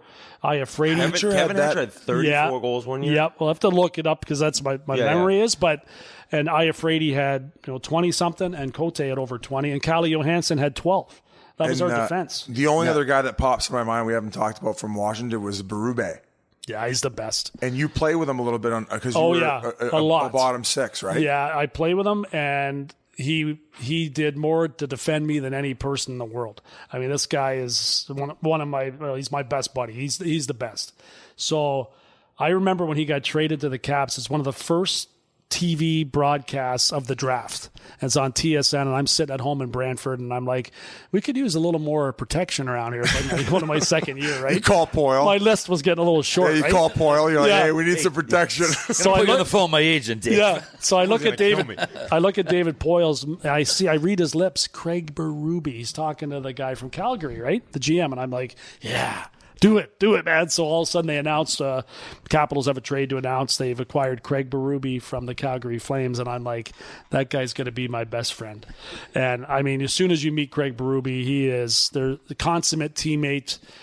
We watched hockey together all the time. Dale Hunter, myself, and Chief. We sat around, grabbing a few chicken wings, drinking beer, and all we did was watch other games. And we'd watch the Sabres a lot when Ray, May, and Barnaby be fighting all the time, and I'd be telling Chief, those guys are going to kick your ass, and it was just everything was just about the game. And it was a beautiful time in all of our lives because that's what we did. And then like Chief, best buddies busting balls all the time. Yeah, and he'd be betting me he's going to score more goals than I am that year. And I got him a suspension for 10 games once playing the Rangers. Nick Kyprios, I was due up. I'm on the bench. I got one leg over. Bondra and Pavanka, my line mates, are already on the ice. And Kyprios kind of clipped Bondra. So I say, Chief, you're up, right? In the middle of the shift. So he gets up, he jumps on the ice, he skates over to Kyprios and attacks him, right? He gets a 10-game suspension for leaving the bench to get in an altercation. Shoney, the coach, gets fined, and they're trying to get him for a suspension as well. It cost Berube like $25,000 in the thing, but the Caps ended up, back in those days, you could make those things okay. You could even things up, not in the salary cap era, right? But that was what Chief would do. Anything that the team needed, he did. And that's why he's, had a great career and is doing such a great job as a coach as well. You must have chatted with him since, like watching him win the Stanley Cup. Like I saw you have the poster with him raising the cup in your man cave outside near the pool. Like just a great friend forever. Yeah, huh? he is. And that was for me as close as I came to winning the Stanley Cup. I was there covering it. Obviously, I was being partial, but I wanted to see him win that thing. And when he did, it was a great thing. It was the only time I've ever gone downstairs in the locker room after a Stanley Cup championship, and just to congratulate him. It was on the road, so there was very few people there, and just share a Bud Light there and then talk about that experience that was a great thing. Very, very great moment for him. Oh, go ahead, Ari. I don't know if you have one more. I was going to say closest to the Stanley Cup might be a good segue to the Colorado trade, unless you had something else. Well, I wanted to hear about how the trade went down because I read that story in the book as well, and like. Of course, knowing you more now through the first half of this interview, I understand why it went down the way it went down. So getting traded from the Avalanche to the Flyers, when you were sick, where you were very ill for a few weeks. Oh, that's the Capitals. That's when I got traded from the Caps to the Avalanche. Well, that's what I want to hear about. I want to talk about. Yeah, so I was. Shoney and I were fighting again because I wasn't playing well, and one day I'm laying down on the ice after practice. I'm counting the lights up in the seal, and I'm just laying on the ice doing like snow angels, and he comes over, what's wrong now, and I said, I'm exhausted. He goes, that's it, you're going to the Mayo Clinic. Or I didn't feel that exhausted, but okay. So I went down the street to get blood work taken. It wasn't the Mayo Clinic. It was like the local guy could stick a needle in your arm. So I get that done. I'm waiting for these results. I am feeling pretty run down, right? So it's on my mind. I'm thinking, maybe, I hope something's not really wrong. I didn't think there was, but maybe. And I don't hear anything. A week goes by. I get to the game against the Islanders on the road. I've got a toothbrush in my suit jacket. That's all I brought. It's a one-night trip. And I wasn't big on packing stuff, and I wasn't a clothes horse. I wore whatever I had, and I would wear it, for a few weeks in a row. So turn your underwear inside out. Yeah, whatever it took. Leave the underwear there in the laundry bag, get it clean, take the laundry, right? Always, all the old tricks. So I'm there, and I'm wondering. I keep asking the trainer, staying long. I go, did you get the results yet? No, we haven't. So the game's getting ready to start. I'm in the dressing room getting ready for the pregame skate. I go on the ice. I come back off the ice after the skate, and I've got one skate on, one's getting sharpened, and Shoney walks in. He goes, "Hey." I step in my office, and I'm like, this is bizarre at this time of the night. I'm just getting ready for the game. I'm sitting beside Huntsy, and I look over at him, and he just didn't know what was happening. So I walk with one skate on, one off. I walk in unbalanced as usual. And he sits me down. And I'm thinking to myself, I'm going, he must have got the results, and they're bad. That's all I'm thinking. This is bad. Like my heart is like dropped right in my stomach. So he sits down, he looks across, I look at him, he goes, I've got some terrible news for you. And I'm like, oh my God, it's happening. Like there's something, I'm dying, right? Oh, so he's like, you've been traded. And I go, oh, thank God. And he's like, well, you're taking this a lot better than I thought you would, right? I'm like, oh, this is amazing. To who? And he's like, you're traded to the Colorado Avalanche. I go, oh, even better, right? He's like, I can't. I thought you'd be a little more upset. I go, no, I'm not upset. I said, I love you as a person, but as a coach, I had enough, and he's just laughed. So I go, who'd I get traded for? We can't tell you. I go, well, I want to know who I got traded for. I want to see what value I have, right? I've been fighting my whole career thinking that I'm a better player than I am. Tell me who I got traded for. So can't tell you. So I call my wife, was my fiance at that time, Laura, and I'm like, hey, I couldn't get a hold of her because this is like payphone times. And prior to that, I had no money, right? And so the team's like, go upstairs in the arena, like walking around where the crowd is, and call the Avalanche, right? I go, for what? They go, well, you got to get on a flight. You're leaving. So all the fans are in the corridor walking around. I got my hockey bag on my shoulder. I got 3 sticks in my hand, and I have a quarter that I borrowed from the equipment guy to call the Avalanche. I call Pierre Lacroix, and I'm like, hi, this is Keith Jones. Hey, how you doing? We got a flight for you out of JFK. I'm thinking, where's JFK? Like, I wasn't paying attention to anything. He goes, well, you need to take a taxi. You need to go there, get the plane. So I go back downstairs, and I'm like, does anybody have any money I can borrow? The teams are already on the ice. They're playing. The game started. So the trainer gave me like $50 to pay the cabbie. Took the cab to the airport, walked up. They're like, here's your ticket. And I look at it. So this says coach. And they're like, no, that's a mistake. This is first class, right? And they're like, going to the Avalanche. Yeah. Come on. So they're like, no, it's first class. Okay, so put me in first class. So I'm sitting there. I'm stopping in Atlanta. I still don't know who I'm traded for. That's all that's on my mind now. Who'd I get traded for? So I'm having a cocktail on the plane. And I land in Atlanta. I haven't got a hold of my fiance or wife now to tell her, I've just been traded. So we've been traded. So I get there and land in Atlanta. I call her and I go, hey, I've been traded. She goes, yeah, I know. I go, well, how'd you know? She goes, I saw it on the bottom line. My dad saw it on ESPN2 on the bottom line. That I go, well, who'd I get traded for? She goes, Chris Simon and somebody named Curtis Lecision. I go, well, that's pretty good. Those guys. 2 guys from yeah, those guys. And a first rounder went with me, right? So Simon, toughest guy in the league at that time, or one of them. And Lecision was an alternate captain. They just won the Stanley Cup. I'm like, that's pretty good. I like that. So I don't know if the Avalanche liked it by the end of it, but anyway, I land in Atlanta. So I get on the plane in Atlanta, fly to LA, show up there. Next morning, it's an afternoon game at 1:00. Like, I don't even know what time I got there. So I go down to breakfast. They just won the cup. They've got Patrik Waugh, Joe Sakic, Peter Forsberg, Adam Foote, Valerie Kaminsky, Adam Deadmarsh, Scott Young, Mike Ricci. I mean, this team's awesome, man. So I walk in, they're all eating breakfast. It's the first time I've ever been traded, and I'm really excited, right? So I come in there, I sit down, and they're all talking to me. I go, don't worry, boys, I'm here. Cup number 2 is on the way, right? And they're just like start laughing, and immediately welcomed into the locker room because I had bothered so many guys in that team for a long time, especially when they were in Quebec, Forsberg included. So they were like, all right, this jerk's on our side, and then they, I think, came to like me as a person. Well, they had 2 now. They had you and Claude Lemieux. Yeah, and Pepe was there too, and he was hurt at the time. So, So anyway, it was just an incredible start. I had like 3 game-winning goals in the first 4 games, and had my best season ever as far as goal scoring went, and all the rest of that. But it was awesome. They what? Oh, go ahead. I'll have to. No, I'm just thinking of that team. 96, they win it, and Lemieux buries Draper from behind. So then you get there the next year. Detroit goes back-to-back. What did that playoff end like? Because one of them, Biz and I were saying on the way out, was 7 games, 7-0, right? Yeah, that was that year? Was. So or was that later? So that it could have been that year. So what happened with me is the Detroit thing is an incredible story. So I arrive. I'm not part of that, right? Because I wasn't there. Yeah. Right. So you're thrown into it. You get in the midst of it. You're thrown into it. And the first 3 games against Detroit that year, we beat them every time.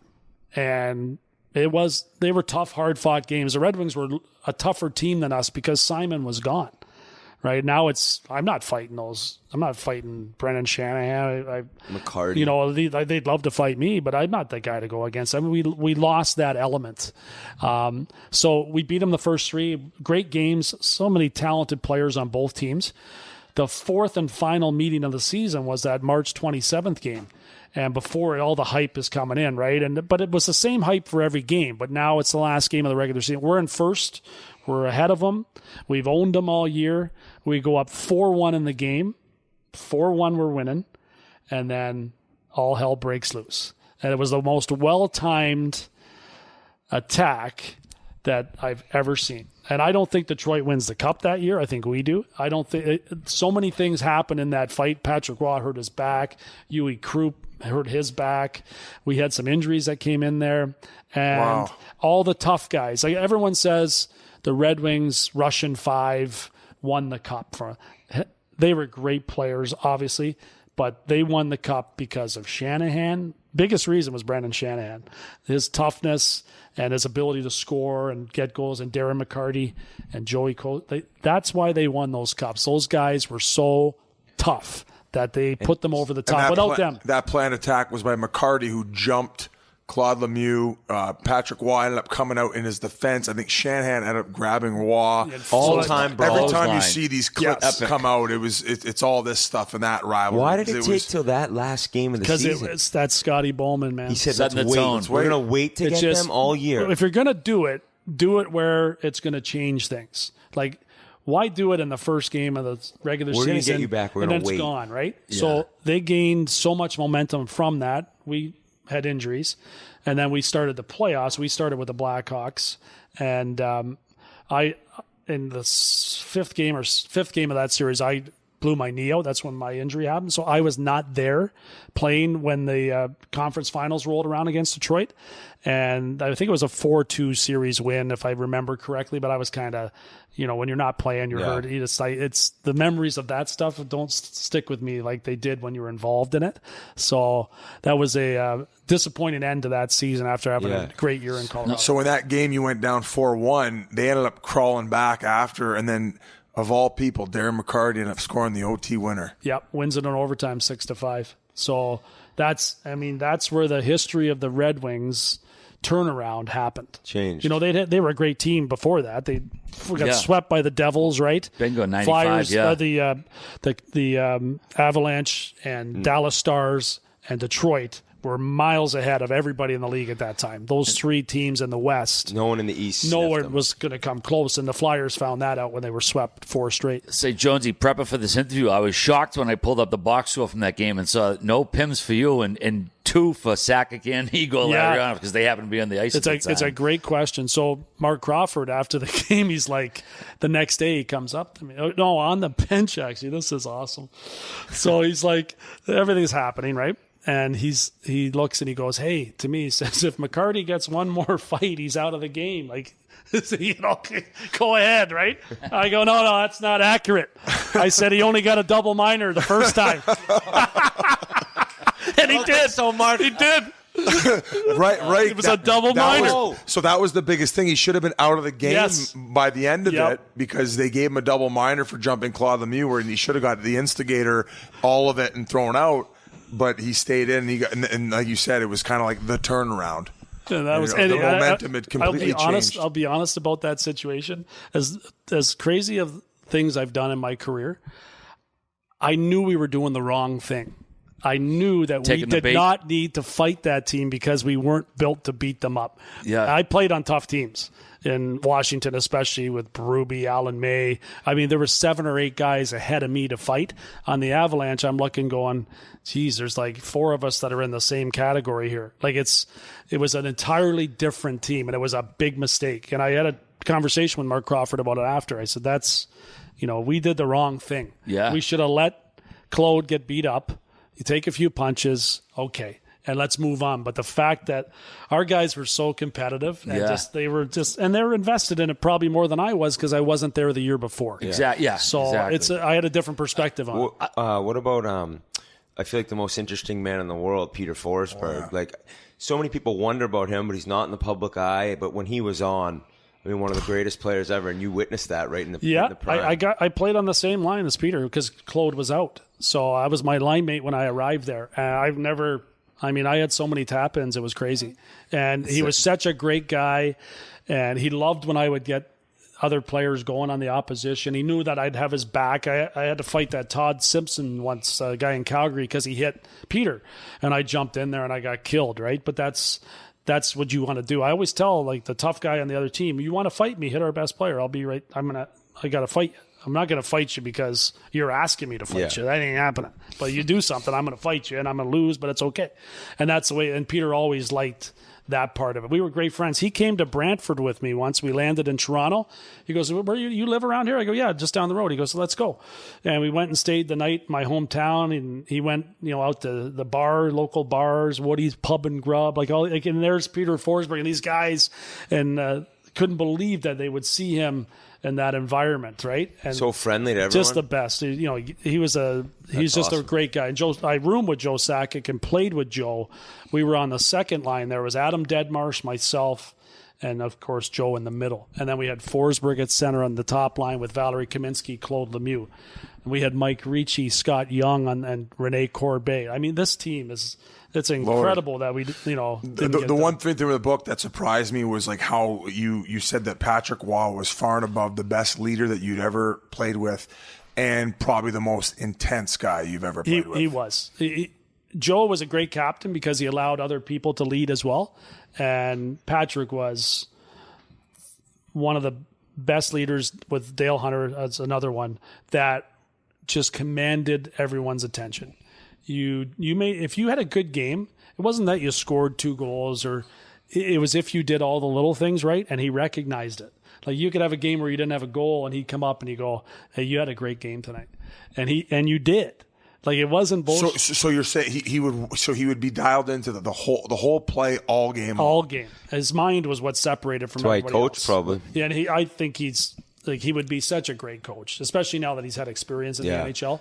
He was phenomenal that way. I have the utmost respect for the way that he handled a locker room, penalty kill he was in charge of. He'd bring the guys in and draw stuff up. I'd never seen that from a goaltender. And, if I know they've pasted a few C's on goalies before in the past, but he was a true captain. And Joe was a great captain because he allowed other people to lead, and he didn't have to be the only voice. And that's a great part of leadership as well. Is that because guys of who they are or how they say what they're saying? Is it a little bit of a combination? It's about how they say it. Like, it's just the fact, when you've done a small thing really well that helped the team win. Right. And maybe it's a block shot. Maybe it's a simple play along the wall, getting the puck out of the defensive zone. Or maybe it's staying disciplined at a time where you may have retaliated. He saw all of that, and I hadn't seen that before. Like, especially from a goalie, right? And I've always felt like I was a smart enough player to know what was needed at a certain time, and he took that to a whole nother level. Actually, one part of that ESPN game, the Detroit-Colorado game, the replay of that night, remember ESPN used to replay the game later that night? They actually edited out the whole fight sequence, because I was in college at the time, and we all watched it live. Of course, we didn't know what was going to happen. This was pre-internet, pre-whatever, and we all put the replay on at 3 o'clock in the morning because we were still in college, and they edited the game, and they took that whole fight sequence out of the game, and they replayed it later that night, which is kind of crazy. Little fun fact. All's forgiven. Little RA high at 3 a.m. fun fact. Yeah, I like it. I like wake and baked. It's only 3 in the afternoon. No, he actually bet the game, but he forgot who won, so he had to watch it again. Well, there you go. Boys, I don't know if you want to move to the reason we're here in Philadelphia, if you had any more Colorado questions, but again, it's a shitty one, but you guys had a 3-1 series lead to Edmonton the next season, where you guys are still a cup contender. You blow that lead, and you're out in the first round. I mean, I have a lot of those memories, actually. Thanks for bringing that up. So I was both sides, yeah. I was on 3 teams, 3 different organizations that were up 3-1 in a series and lost. Shit. Yeah, wow. It happened to me in Washington. It actually happened. The reason I think it happened is because my first year in Washington, when I started in the minors, I got called up for the playoffs, and I knew I wasn't going to get in the lineup, and we're just skating every day. Barry Trotz is skating us, and the Capitals are up 3-1 over the Penguins. This is in 92. And I'm like, man, I don't know if I'm enjoying this a whole lot. Like, I'm not really part of the team. I wouldn't mind like this thing ending sometimes so I can go home and enjoy my summer. So I'm basically doing a little low 5 every time the Penguins score, So they come all the way back, Pittsburgh, and they win this 7-game opening round series and go on to win the Stanley Cup. That's how close the Capitals were. They're up 3-1. Dino Ciccarelli scores 4 goals in Game 4. They win 8-4. They're up 3-1 in the series, heading home, and the Penguins come all the way back, win that in 7, and go on and win the Stanley Cup. Did Mario take over? Yes, he did. And I think they won 1-0 the last game. They had a new scheme. Anyway, it was amazing to watch. So I'm thinking I hexed myself forever, because three other times I had it. Once with the Capitals against the Penguins. They came back and won. And then it happened in Colorado the second time. We were up 3-1 in Edmonton. I had missed a lot of time after my knee injury, so I was not at 100% health. And I got ran over by Mike Greer as well. He hit me from behind, and my shoulder went out. I just remember I could barely get out of bed. I actually talked to Mark Crawford going into Game 7. I'm like, Crow, I'm okay if you want to use somebody else because I can't move. And he's like, no, I want you in the lineup.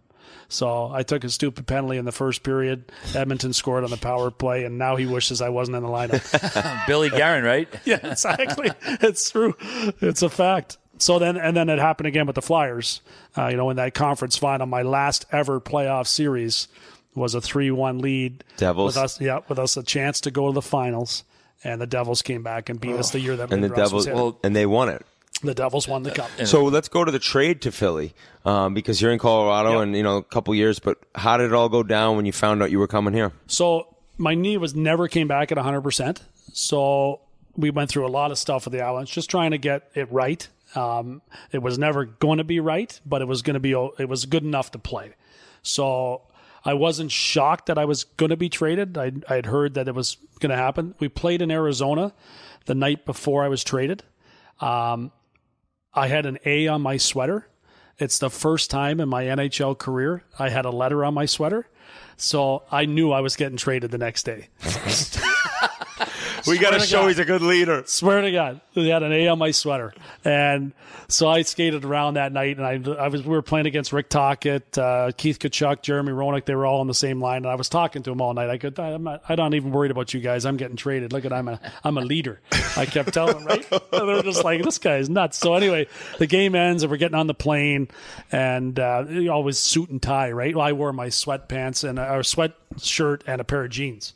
And I walked on the plane. Everybody's on the suit. And Patrik goes, what are you doing? I go, don't worry about it. I go, I wore an A tonight. I'm a leader, and you guys can follow or not, right? And it's just like I knew it was going to happen. So the next day, I'm at the practice rink, and I open up the newspaper, and I said, Keith Jones traded to the Philadelphia Flyers for Sean Podine. I'm like, really? So no one's told me. This is a newspaper. So I walk into the practice rink and I go, hey, I've been traded. Hey, guys, I've been traded. No, you haven't. I go, it's right here. It's in the paper. No, you haven't been traded. I go, what's right here? I'm reading it. You want to see it? Look, it says right here. No, you haven't been traded. So I go to the training room. I got traded to the Flyers. No, you haven't. I go, well, why is it in the paper? We don't know. So 2 hours goes by. They're checking all my knee stuff, like x-rays in Philly and stuff. Like, it's not official. So I don't know. I'm just sitting there. And so I start getting my equipment on again, like I did against the Islanders when I was traded the first time. So I'm starting to put my gear on, and Patrik was sitting beside me. He goes, why do you want to be traded? I said, Patrik, I don't want to be traded. I've been traded. It's right here in the paper. He's like, I don't think so. I go, no, it's here. So then Johnny Martineau, the PR guy, comes down. He's like, Pierre Lacroix wants to see you up in his office. I told you guys I was traded. So you're probably smiling at Patty and saying, hey, told you. I'm thinking Lindros and Leclerc, right? Like I was telling you guys earlier, like if I played with Lindros and Leclerc, I'd get a certain number of goals to David Poile.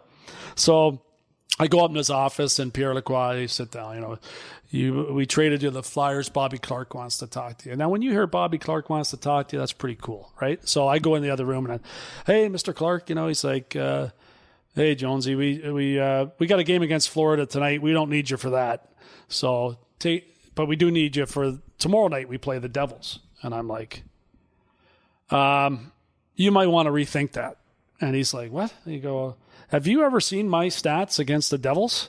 He goes, what are you talking about? I go, I played them 23 times. I have no goals. And he's like, what? And he goes, no. I go, I don't know. You might want me to wait a couple more days before I arrive, right? And he just laughs. He goes, no, we need you here for that game. Get in here. And I'd played Brodeur so many times when I was with the Capitals, I could never score on him. So I arrived. Roger Nielsen's the coach.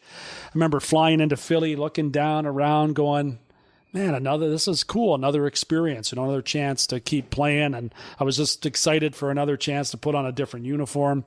And I look, and I don't know much about the city. And, 25 years later, here I'm still here, right? So as I pull in, talk to Roger Nielsen, he goes, we're going to try you with Lindros and Leclerc tonight. I go, what do you mean, try me? He goes, well, we'll see how it works. I go, Raj, it's going to work just fine. He's like, what? And he's like, yeah. I go, yeah, just don't worry about it. So the game starts, and it's like, it wasn't working fine for the first two periods. Third period comes around. I end up scoring my first goal ever against Marty Brodeur. Picked up a couple assists along the way. We beat him 6-1 with this great third period comeback. I end up getting, I think, 12 points in the first 5 games playing with Lindros and Leclerc, and everything's great, right? It's you're loving it. Incredible. And the season kind of went like that after, because they were struggling at the time. I never practiced. Like they would put a big lounge chair out for me, and I would. Why? Because the knee was so bad. The knee was shot, but it was just, and they just thought I was goofy. I would just tell them, don't worry. Like I got away with stuff that a normal human being would not. And I would sit there with a cigar in my mouth during practice. They'd all be skating, and I'd have the Gatorades. Get the fuck there was a picture in the paper. And it didn't bother guys. No, because the guys in the team, Rod Brindamore, right? Workout fanatic. He would laugh so hard because we were the polar opposite. He'd be lifting every weight known to mankind, and I'd be lying underneath the trainer table taking a nap, as all this is going on. So it was a real contrast, but had so many great leaders on that team as well. Brindamore being one of them. Berube came in. Tocchet came in. A lot of these guys, Luke Richardson, a lot of those guys became coaches. We're going to skip to golf quickly. You told us an unbelievable golf story. It involves Rick Tocchet. Let's hop into that quickly so we don't miss it. Yeah, so this is post-retirement, and Tocc's got a buddy who was a good golfer, and Toc loved to golf, and we would be betting on the course. I'm not a great golfer, but I didn't mind betting a few bucks with a handicap. Why not? So we're playing. Al Morgani's with us as well, and I'm struggling. I'm all over the woods, and his buddy starts giving it to me verbally, during this round. So by the 13th hole, I had enough, and I said, hey, buddy, I'll bet you $1,000 a hole, and I'll play with my putter the rest of the way. And he's like, yeah, that sounds good to me. You can't back down. I haven't hit a drive all day. Okay. So I grab my putter, I tee it up, I stand over the ball, I take my swing back, and I crush it 250 yards, middle of the fairway. I hadn't hit the fairway all day. And you've never done this. Never done this. And Al Morgani's like, and I left my leg up and farted after I hit the shot. Really loud. Really loud. And Al Morgani's losing it. So I say to Toc's buddy, and you ask Toc this, Biz, when you see him at TNT. Oh, I'm going. I said, you're up. So he comes up. This guy had been just all down the middle, just killing me all day. He slices it so far into the woods that you'll never find it, right? I walk up to my next shot. It's a par 4, hit with my putter in the fairway, roll it up, tap it up onto the green, and I get my first par of the day. First par of the day, right? And this guy's losing it. Next hole is a par 3. It's over water. I tee up high with my putter. I take the shot with the putter 130 yards, and it lands on the green.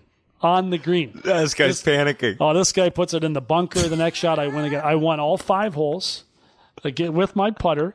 The guy owed me $5,000, and I told him, hole you beat him. It's the best part. Beat him every hole. I told the guy, just keep it, buddy. You buy dinner tonight, and that was it. I just owned you though. Yeah, that's probably more rubbing it in than anything. He didn't even want his money. Just pick up the mail. Yeah, that was it. And then and Toc will laugh, and it comes up a lot. Like it's one of those things. It's probably 15 years ago that it happened. So the you putting your leg up and farting kind of reminded me of the story of when you did the roast for Rick Tocchet. Oh yeah, and you got to talk before he went on stage, and there was another story with that. Yeah, we would always rib Toc about that. He loved those protein shakes, right? So he had the farts. Yeah, so I told a couple fart jokes that were funny. I wouldn't.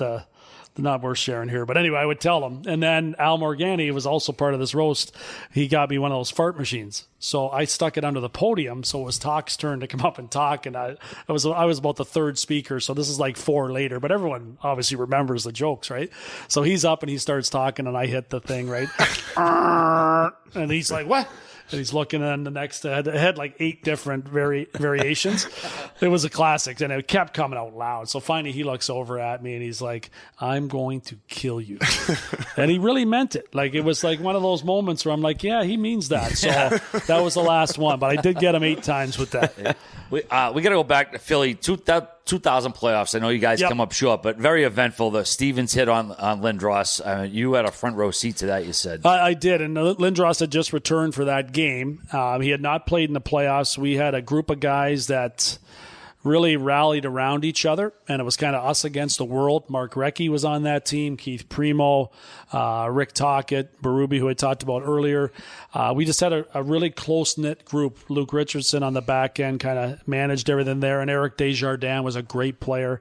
Leclerc. It's a long list of talented players on that team. So we just kind of had this thing, we're going to get this done. We were up 3-1, bringing it home. We lose in game 5, and Lindros was not available in that game. And that's the one, that was the game we should have won. And we didn't. We played poorly. They beat us easily.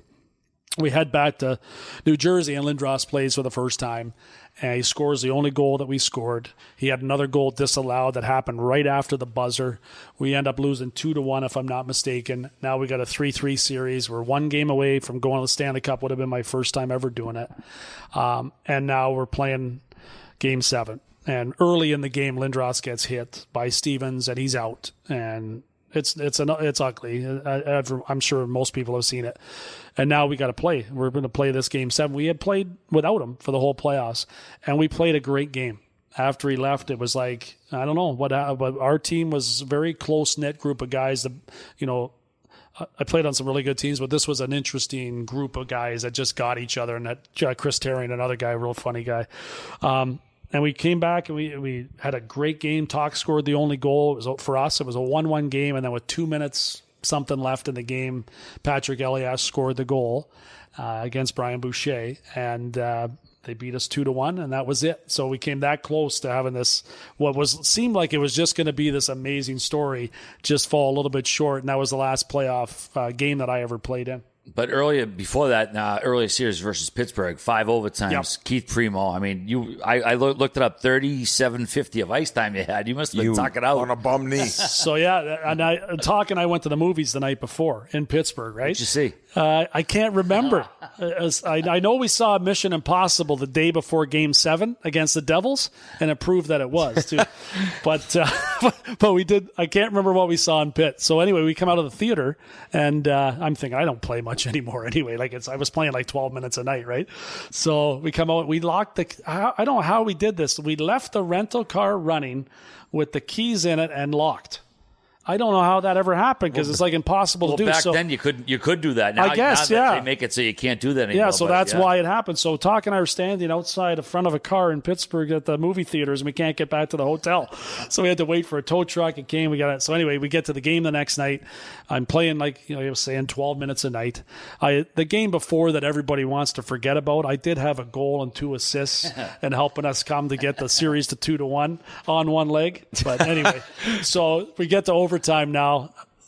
That game sheet is in my basement, actually. It was a gift to everybody on the team.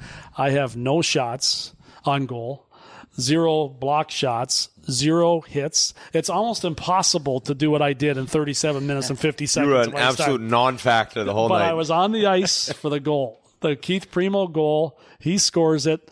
I'm actually on my way to the bench. I never saw the goal till the next day. I was staring right at the bench at center ice, cutting across, looking, and Rick Talk is jumping on the ice for me. And all of a sudden, they're all celebrating. And all I could think is, we're going to get too many men on the ice. Why is everybody leaving the bench? And sure enough, Primo scored this incredible goal, and we all had a great celebration. Now, that tied the series at 2-2. We were down 2-0, lost the first 2 games at home, and won the next 2 in overtime, one being in 5 overtimes, and then won the next 2 rather easily and beat out the Penguins 4-2, and then headed to the conference finals against the Devils. Great stuff. Now, I know you're retired November. We were talking before we interviewed you here, how all your career milestones seem to happen around this time of year. 2 trades. And, of course, you retired in November of 2000, and Bobby Clarke had a very succinct announcement when you retired. Yeah, so remarkably to me, I had a press conference, and I'm like, I didn't know this was going to happen, right? So we were at the practice rink, and Clarke sits everybody down. All the players came up, which was great teammates. And he sits in front of the microphone. I'm sitting beside him, and all he says, okay, guys, Jonesy's done. Questions? That was it. That was the end. Everyone gets up. That was the end of my career, and that's how for your career. Yep, Jonesy's done. They used to play it on the radio. He's got away with words, Bobby Clarke? Oh, he was the best. He didn't need a lot of words from Clarke. Just utmost respect for him. But it was something they played on the radio here for weeks after. Jonesy's done. So. I want to ask more of a generic question. You played such a great era, the 90s NHL. Of course, the video game explosion happened then, but Mario was still around. Big E. Who was the toughest guy to play against or defend in that era for you? I would say Lindros. And yeah. I mean, Forsberg and I, when I played with Peter in Colorado, he'd say to me, you take the draw. Like, he was the centerman. Lindros would plow you over every time. Like, he would bull you over. And so I would end up going in there to take these face-offs. And we were talking earlier, I actually fought him when I was playing for the Capitals against the Flyers in a preseason game. Lindros. And I went on the ice with 2 minutes left in the game. I had Alan May on one wing, Craig Berube on the other. And I'm at center. I never played center. I'm like, why am I out here? Right? So it's Lindros, and Lindros is thinking, I'm not fighting Berube. I'm not fighting May. I'm going to fight this stiff. And I end up having to fight him. He hits me with like 18 rights in a row. And then at the last second, I kind of pop out this little left, and the linesman kind of trips him, and he falls down, and I skated off the ice. I had my arms in the air at the Spectrum like I won it. It was the best, man. Gets pumped. Oh, yeah, I lost it.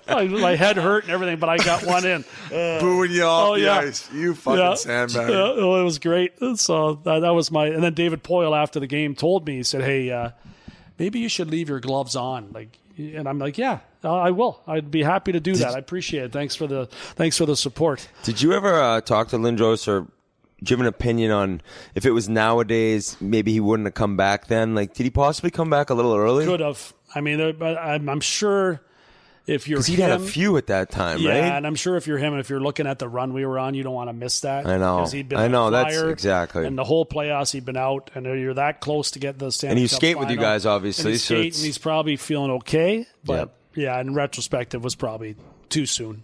Did you know that 22 of your 117 goals were game winners? Almost 20% of your goals were game winners. Yeah, that's fluky, though. I mean, some of them were probably made the game. I'm like, trying to pump your tires Yeah, here, Jones. Some of them, Jonesy, come on. there'd be a couple late goals. I'll tell you my best game-winning goal story. Playing for the Avalanche, Patrik Waugh's return to Montreal. Big night, right? Oh, yeah. So this is when you could put money on the board. It didn't go up against the cap. There's $30,000 on the board. $25,000 from Patrik. Mike Keane had a couple grand. The GM had a couple grand. It was like $30,000. And when I was in Washington, you score the game-winning goal. That's your cash, right? So I'm excited. So I get on the ice and I tip a goal in that made the score. I want to say it made it 3-1 at the time. We extended the lead. Now we're up 5-1. And there's like 8 minutes left. Montreal scores. Now it's 5-2, right? I'm sitting on it. I got the game winner, right, if it ends. So I've never blocked more shots in my life. Like I was diving. I would have bit the puck with my mouth if I had to, right? You think you're getting the whole 30K? Yeah, I'm fired. So I'm like, this is awesome, man. So buzzer goes, game over, right? So I'm the first one in the room. I'm up there taking the money off. They go, what are you doing? I go, game-winning goal, boys. It's mine. No, it's not. I go, what do you mean? They go, no, this is a team fund. We share it with the team fund. I'm like, that's not how we did it in Washington. They're like, well, that's how we do it here. So I lost out on that. The next night was my return to Washington. It was like your signing bonus. You'd already spent it. I was thinking. Between periods, you'd spent it. I was in my mind. I'm like, yes, I'm going to the casino. So the next night is my return to Washington, my first game back, right? Back-to-back games. So I put $1 on the board. I go, there you go, boys. You can fight over it after at that team party. Oh yeah, we lost. Like everyone's so fired up for Patrik. My first night back, they're like, yeah. No, okay, fuck still. Jonesy. We wasted the good surprise on Patty. I'm like, thanks for the help, boys. That is such a good way to end this thing. You got to get going. You got to game. Seriously, We'll have to. thank you. I think that we can just do this again. I mean, just catch up more. Yeah, absolutely tremendous, Jonesy. We can't thank you enough for having us here. It was nice to change it up, boys, the venue and everything. And awesome interview. Everyone's going to enjoy it. And thanks for the hospitality. Yeah, thank you, guys. Keep up the great work, man. Same to you. Same to you. Man, what an absolute riot that Jonesy is. Thanks for being a great host for us as well, Jonesy, and also for the Western Conference Final shutout. That was good stuff. All right, well, before we get to our next segment, here's a word from our friends at Roman. Guys, testosterone affects a lot of aspects of men's fitness and health. From sex drive to muscle and bone mass, the experts believe testosterone plays a huge role in our body's natural function. But men's testosterone starts to deplete with age, which is why it's important you support it early. Roman T Support is meant to help men maintain their body's natural testosterone production with the proprietary supplement formulated by Roman's in-house doctors. Roman T Support contains a blend of 6 nutrients, including ashwagandha to support healthy testosterone levels, magnesium to support muscular health, vitamin D3, a fat-soluble vitamin that plays a role in bone health and supports several cellular processes, zinc, an important trace mineral in the body that plays a role in muscle development. Roman T Support is not testosterone replacement therapy, and it is not meant to treat people with testosterone deficiency syndrome.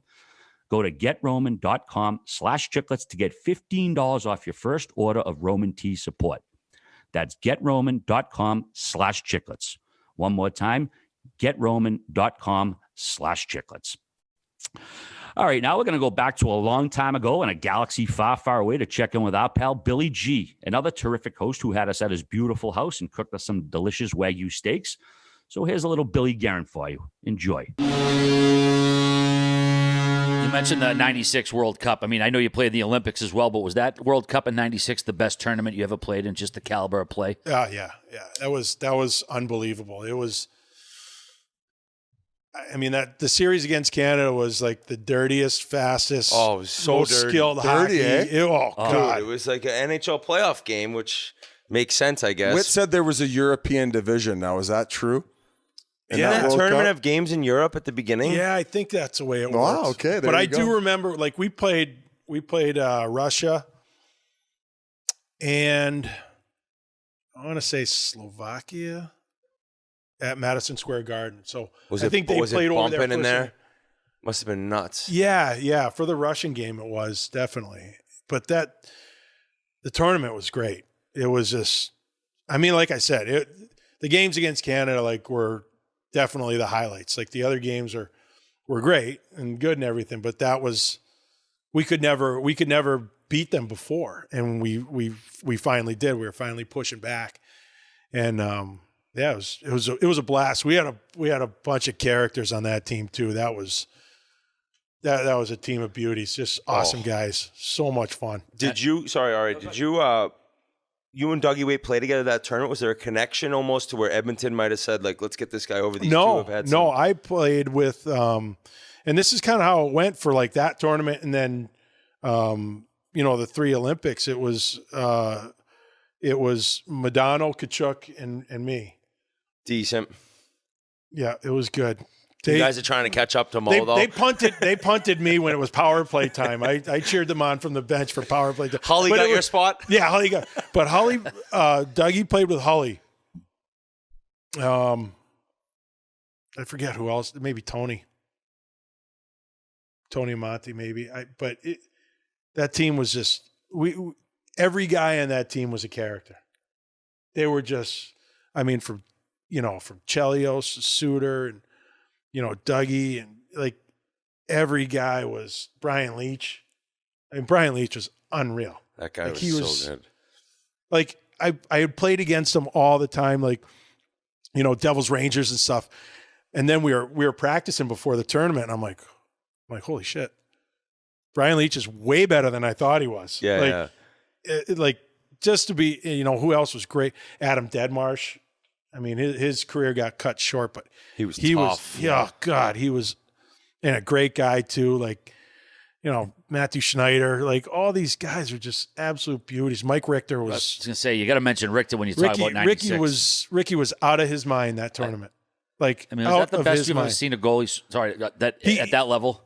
Yeah. That was the highest level of goaltending I've ever seen. He was that save on Vincent Damphus. Was just I don't know if you guys remember. It was just crazy. Did you feel a little bit different after you guys had pulled that off? Like when you would walk around Boston, did you feel like you like everybody's name had just grown even bigger, and the game had gotten bigger as far as at least American eyes were concerned? I felt like we did something. We knew we did something special, because if you look at Canada's roster, that was a wagon. Oh, everyone. They were stacked. Were you partly intimidated, or were you like, no, fuck this, we're going in there, we're going to punch him in the jaw? We couldn't be. That was our, for guys like me and Keith and Darian Hatcher, Kevin Hatcher, Johnny LeClaire, Deadmarsh, Joel Otto. That was why we were there. We were there to push back. So, yeah, you're a little... I'm like, oh crap, I got to go fight Keith Primo again. Get my head pounded in. All right, I'll do it. It's for the country. Yeah, for the country. America. Yeah. Oh, man. It was worth the black eyes and all that stuff. It was great. We knew it. That was, and we had a good feeling for right off the bat. The team got close. That. And we're so close. A lot of guys. You mentioned Hall. Was he the guy in the locker room who was that superstar who really created that levity in the locker room? Holly, the one-liners, right? It's this funny cockiness that just a lot of people can't get away with. He's the best complainer I've ever heard in my life. Oh God, the bus times at this, and God, that's stupid. So kind of Phil Kessel like. Yeah, they are very much alike. And then Hollywood he was so confident. He'd walk in the room and be like, oh, all right, I got to start acting like that a little more. I got to be that. And then he was scoring the biggest goals too. And Chelios, I think he came late. Somebody was getting married in his family, I think. So he was like, I'll be there in a couple days. I'm like, wow. That's power. I'm scared. I went a night early on my own dime. Like it was, but yeah, like I learned a lot there too, because like first of all, the guys, like, don't let them fool you. They worked really hard. Like all these superstar players, like they worked hard. But just the confidence that they had was unreal. Did Hull in the locker room joke around at all about people insulting him for the fact that he was Canadian born, but then playing for an American team? Like, was that at all talked about through the tournament? No, we knew he made the right choice. Yeah. Shit. Okay, there you go. Yeah. No, he's Holly's a good friend, and God, he's just so funny. Well, the reason I say that is because the last 2 games moved back to Canada, and you're upsetting him on Canadian soil. So I know that he dealt with a lot of criticism. Fans, they were media. nasty. Yeah, weren't God, they were nasty. Yeah, they were brutal. Like we were walking. We stayed at the Marriott right there, that Chateau Champlain, and we walked over to the Bell Center, and it was like carloads of people, like hanging out the windows at us, like screaming at you. You're gonna die. You're gonna get your ass kicked. You're gonna do this. We're like, oh my, wow, this is a big one. It's like Primo on his way into the ring. It's always great to break bread with our fellow original trilogy OG, especially when he's a beloved 2-time Cup winner. All right, next up is a man who needs no introduction. We were very appreciative to get an hour or so with him back in Atlanta a few months ago, and he was absolutely incredible. And now enjoy the full interview with one of the greatest passes the NHL has ever seen, number 99. Guys, we did it. We got the white whale. We got him. We tied him down. We have him hostage here at the Four Seasons in our room. But on a serious note, Wayne, you're so generous with your time. It's been a pleasure working with you at TNT. Yeah. And obviously, I also got to thank these guys, because without the Spittin' Chiclets podcast, I probably don't even get the chance to get to meet you and now work with you. Folks, the great one. And normally we start out, Wayne, by listing all the accomplishments, but I think that would waste about half of our time here. We get to we only got an hour. We'll miss our flights home. The way it's going, will be one less in about a year and a half. We can revisit it.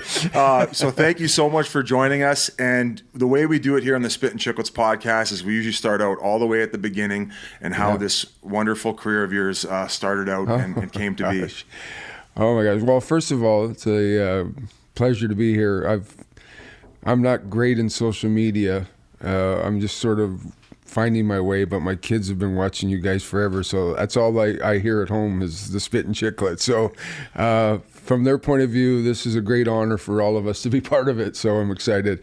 For me, I was like everybody else in Canada. It's one of those things. We all sort of grew up with a hockey stick in our hand and a pair of skates, and you start playing because you love it, and I was no different than any other kid that was in Canada who loved the game. And I started playing at a young age. I got a pair of skates from my uncle that were hand-me-downs, and didn't look back. And greatest game in the world, and I was lucky enough to have a great passion for it. At what age were you on the pond in the backyard? Was that the first time you ever skated? Yeah, 2.5, but it wasn't in my backyard. It was actually... There was a river that went through my grandfolks' house just outside of Brantford, Ayr, Ontario, and it went through their backyard, the Nith River, and it would freeze, and that's where I first started skating. But we only went there on weekends because my dad worked at Bell Telephone 8 to 5, so it was Saturdays, Sundays, I would skate all day.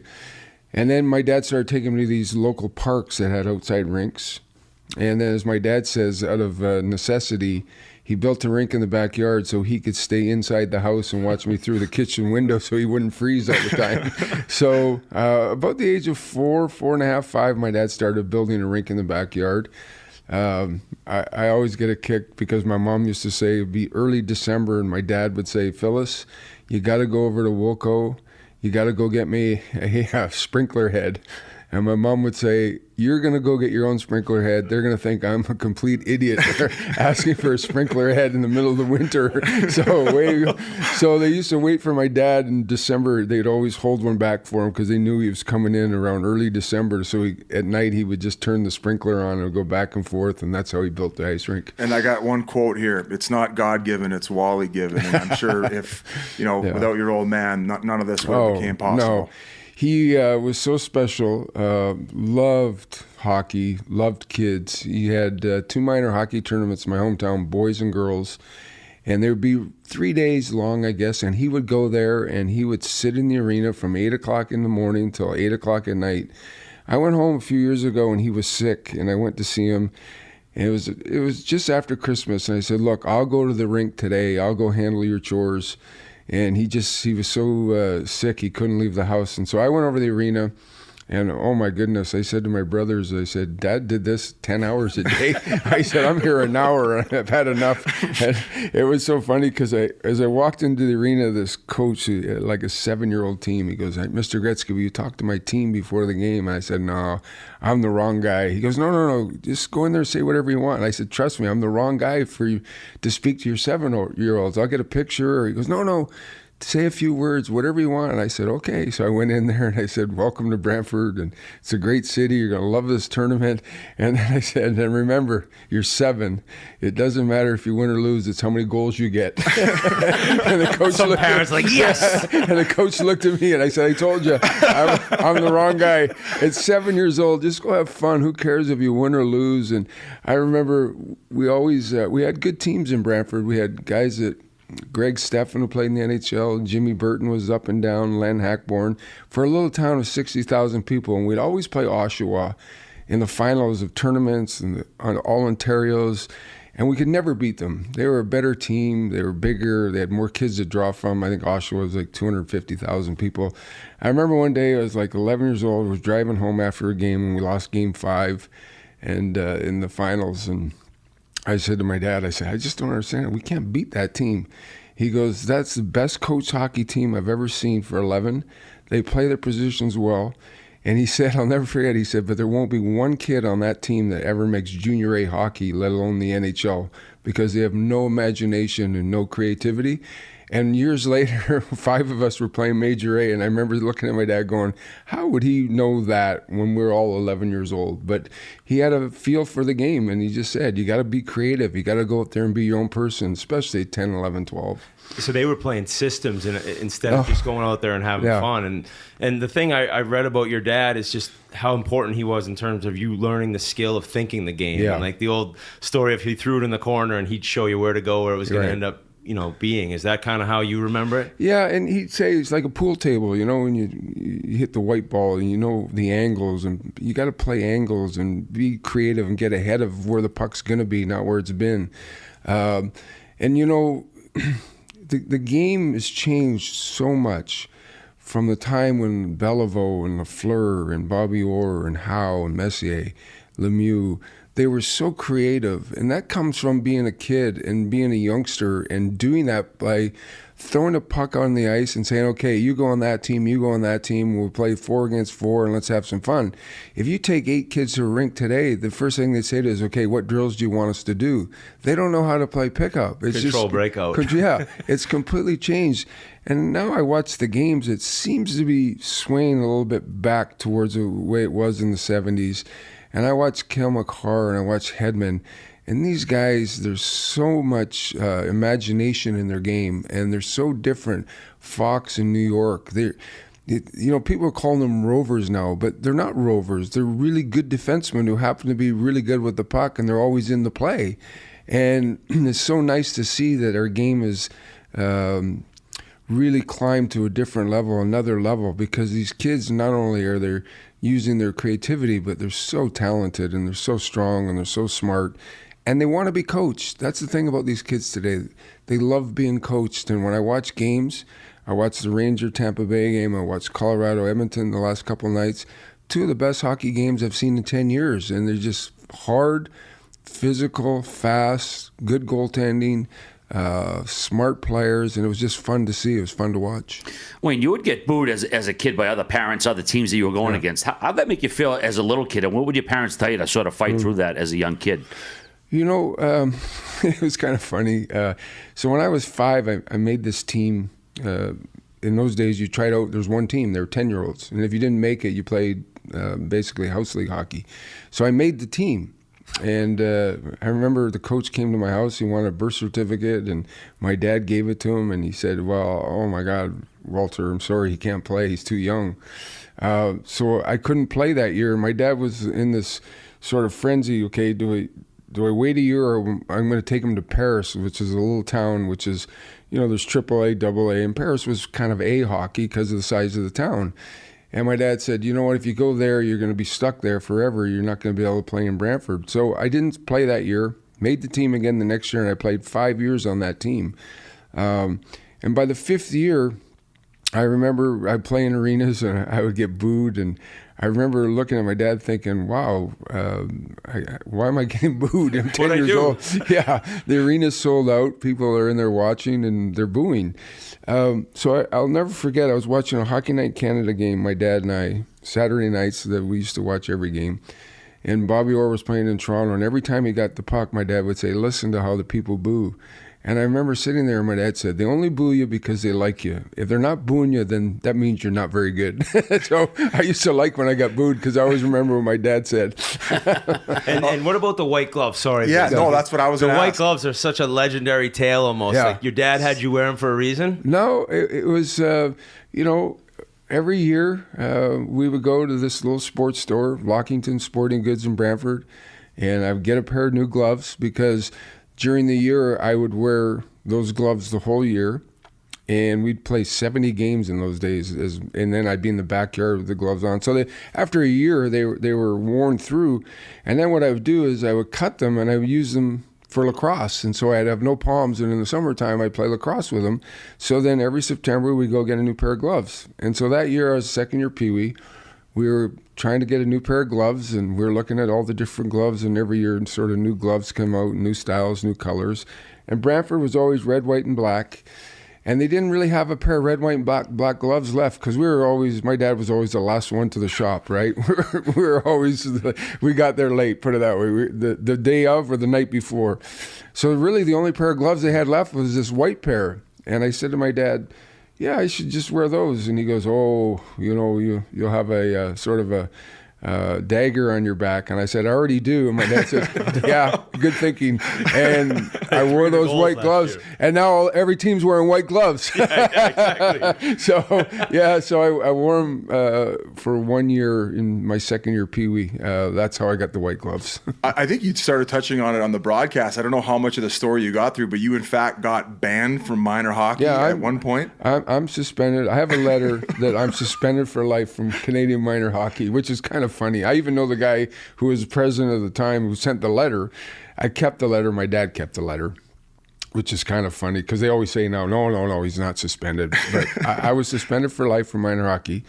And the ironic thing about it was when I became Wayne Gretzky in the NHL, I did so many charity events for minor hockey across Canada, not just Ontario, but all across Canada, whether it be donating equipment or sticks or raising money or going to dinners or golf tournaments. So, but every time I'm there, I always remind people, you know, I am suspended for life for minor hockey. Can you guys renege that now? Have I done my due here? I kind of like it. It gives me a one-up on them. Not the great one from behind. Hey, not the great one, the bad boy of hockey. Yeah. And you know, it's funny, when I went there, kids had done it for years. And so I went there to live with legal guardians. And there was a kid came from the other direction, I think Coburg, a kid named Brian Rohrbeck. Him and I both went to court, we lost, and I was tired. I was done of all the fighting. And so I had 3 decisions: go home, which I wasn't going to do, play high school hockey for Upper Canada College. And for people who know me, my high school skills were good enough to play, go to Upper Canada College. And the hockey wasn't, at that time, as good. Or play junior B. And so I went to a junior B practice, my dad and I. Coach sat us down and he said, you can play here. I'm going to play you. And my dad was like, listen, if you're not going to play him, if he's just going to sit on the bench, it's a wasted year. You know, we're not expecting anything. He goes, no. If he plays and practices hard, he's going to play. And I ended up playing that year, played 2 years of junior B, and stayed in Toronto, and the rest is history. And the rare event that you maybe had an off night with like 2-1 instead of 7-3, would your father like give you shit at all, or would he get on you, or was he always pretty laid back in terms of how you played? My dad was tough. He was a hands-on father. I remember the end of my fifth year as a 10-year-old. We were done the year, and I was one of those kids that when hockey was done, I threw my equipment downstairs. Couldn't wait to play baseball and lacrosse. I loved it as much or more than hockey. And the coach came over to our house. I'll never forget. We finished on a Saturday or Sunday, and it was like Wednesday. And he came over and he said, there's a team in Milton, which is now the John Tonelli Arena. They would like to play us an exhibition game on Saturday. They think they can sell the arena out, and they're going to raise money for minor hockey, but we can't go if Wayne doesn't play. So my dad said, well, what do you think? And I said, oh, yeah, I'll play. So we drive down there, and this arena is packed, and it's one of those old arenas, wooden seats, and it's not that big, and they jammed about 800 people in there, and it's loud and crazy. We get beat 8-1, and we're riding in the car home, and it's about an hour drive, and I'm sitting there, and my dad turns around and he goes, what do you think? And I go, about what? He goes, the game. I go, I don't know. We lost 8-1. Well, who cares? He goes, he almost stopped the car. He goes, what do you mean, who cares? He goes, I don't know why, but these people all come to watch you play hockey. And if you don't freaking get your shit together every night, you have to perform every single game. And I remember sitting there going, I didn't even want to play today. I had my baseball glove on, Dad. And I learned a good lesson right then and there that, okay, I have to perform. So it was a great lesson for me because playing in the Oilers were a little bit of a traveling roadshow. We played a lot of exhibition games in like San Antonio and that time Dallas and Phoenix. We didn't have NHL teams, and we'd sell out. And of course they wanted to see myself and Messier and Coffee, and we all would play. And I treated that game pretty much the exact same way as I would treat game one of the Stanley Cup playoffs. So it was a great lesson for me. But on the other side of things, he was very sincere. There'd be games where I didn't play well, or in my mind I didn't think I played well, and he'd say, that was one of your best games tonight. I remember I got 3 goals and 3 assists one game. He said, I don't know what you're so happy about. That was a horrible game. So he had this whole reverse psychology thing, right? But Glenn Sather was pretty much a genius, and he knew this. And I can remember we'd be playing in Edmonton, we'd be tied 1-1 with Calgary or Winnipeg and go to that city for game 3, and I come out walking out for the morning skate, and I look up and my mom and dad would be sitting there, and I turned to Paul Coffey, I go, well, I guess Lass doesn't think I'm playing very good right now, because he always knew if my mom and dad, if I wasn't playing good, he always flew my mom and dad in, right? And I'd be going, okay, I guess I better get going here. So Glenn had it figured out real quick that I seemed to be more motivated when my dad was sitting in the stands. I texted Jonesy before the interview, and he said about 95% of your time, at least through minor hockey, was spent on the pond. And he also said that you trained quite a bit with a tennis ball. What was the significance of the tennis ball? In 72, when the Russians come over to play in the Summit Series, they came over and we were so intrigued by things that they were doing and the different sort of sequences of their power play and how they would go up the ice, and then if they didn't see anything, they didn't dump it in, they'd come back and regroup. And so their puck possession was really something we hadn't really seen other than guys like Bobby Orr. And so when I was in the backyard and I'd be doing drills, he had these pylons set up and he put sticks on the ice and he'd have me make passes over the stick to make sure they land properly and backhand passes, and he would have me do it with tennis balls, and he would say, listen, if you can handle a tennis ball on the ice because it's so bouncy, then you're going to be able to handle the puck so much easier. So I did 90% of the drills I did were always with tennis balls. And, I used to sit there and think, okay, and now I look back at it and go, wow, my dad was so ahead of his time. He was so smart. And, obviously, I watch these kids today, the stuff that they do, the one-on-one drills and through the pylons and through pucks. I mean, I can't do that. Going behind the net and lifting the puck up and throwing it in the net. Those are things that those kids practice now every day. And good for them. I just, I probably can't do it. Wait, as a kid, you always played against older opponents. I think you were 14 playing against 20-year-olds. When did guys start taking shots at you on the ice, starting to get real physical with you? So I had this agent, Gus Badali, when I went to Toronto at 14. Of course, when you go to Toronto, everybody's got to have an agent, right? So I got an agent. I don't know why, but anyways, but he was a wonderful man, and he was very good friends with our family. As a matter of fact, the second year I played junior, Gordy's youngest son, Murray, moved to Toronto and played on our team. And Murray lived with him and his family, and just a really tremendous young man. But so Gus used to say to me all the time, listen, I have all these guys in the junior A hockey, I have guys in the NHL, I have guys in the WHA, and I'll tell you this honestly, Bantam hockey is rougher than junior B is rougher than junior A, and junior A is rougher than WHA, and WHA is rougher than the NHL. And I used to think, wow, really? And as I went along, I really found that out. There becomes a respect factor for each other as athletes, right? Especially when you get to the NHL. Look, it's physical and it's hard, but guys know that guy has a family, he's got kids, he's got a wife. They're not trying to hurt people. There's too much respect in the game. So I guess what I'm saying, the higher you go, the more levels you play at, the more respect the players have for each other. And so it's physical and it's hard, and you better have your head up, but it's not as... Bantam hockey was much dirtier than playing Major A hockey, I'll tell you that. And what year... So you wanted number 9, but it wasn't available. What year was that? And that's when 99 became your number? So Sault Ste. Marie, I played 2 years of junior B in Toronto. I wore number 9, for obvious reasons, Gordy. And that second year, Murray came to our team, and we had 11 16-year-olds on the junior B team. I think 10 of them made Major A. We lost in the Ontario finals to Stratford, which we got slammed pretty good, but we were a young group of kids. We were a midget team. And I said to Murray, I said, listen, Murray, your dad wore number 9. I'll switch my number to 16. You can have number 9. He goes, no, Wayne, keep number 9. He goes, I want to be a doctor. This is my last year of hockey, and I'm going to enjoy it. And so we had a great relationship. We used to get on the bus, and he had books and binders, and he was such a great student. Went on to be a great doctor. And he'd say to me every time we got on the bus, Wayne, where's your books? And I'm like, oh my God, I never took books on the road. So one day I got on the bus and I had like 4 books, and I sat down beside Murray, and he goes, oh my God, Wayne, you got some books today? I said, yeah. He goes, let me see, what do you got? Math, English, what do you got? I go, Gordy Howe, how to play hockey. Gordy Howe, hockey my way. I said, you want to be a doctor? I want to be a hockey player. He just started laughing so hard. So anyway, I got drafted by the Sioux, and I'm up there. And I got off to a really good start. In the first 6 games, I had like 21 points or something, and I was playing really well. And I didn't like my number. I think I was wearing number 19. And I went into the coach, or 14, might have been 14. I went into the coach and I said, listen, can I switch my number? Because I got some guts because I was playing pretty good. He goes, yeah, what number do you want? He goes, you want this number or that number? I go, no. And he's getting frustrated because the number I wanted was number 16, but Arthur Rutland, who went on to play in Vancouver, wore 16 the year before, and I'm not going to take his number, nor did he want to give it up.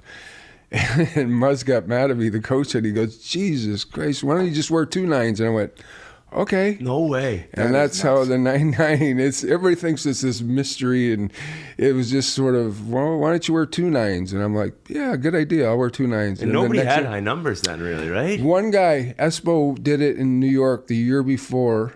He wore 77. I remember everybody thinking, God, that's a silly number, right? Like if you went to training camp and they give you a number 42, you know you're not staying on the team. Au contraire. 67. I had 67 and somehow made it, man. And we used to sit there and go, oh, just don't give me a number between 1 and 29. You didn't want 30 either. 30 was a bad number too. So you wanted something between 2 and 29, and then you had a chance. But so that's silly as it sounds. So people don't know this. So I go to Indianapolis. And I wasn't ready for Indianapolis. Nelson Skalbania signed me. I was a 17-year-old kid going to a city that knew nothing about hockey.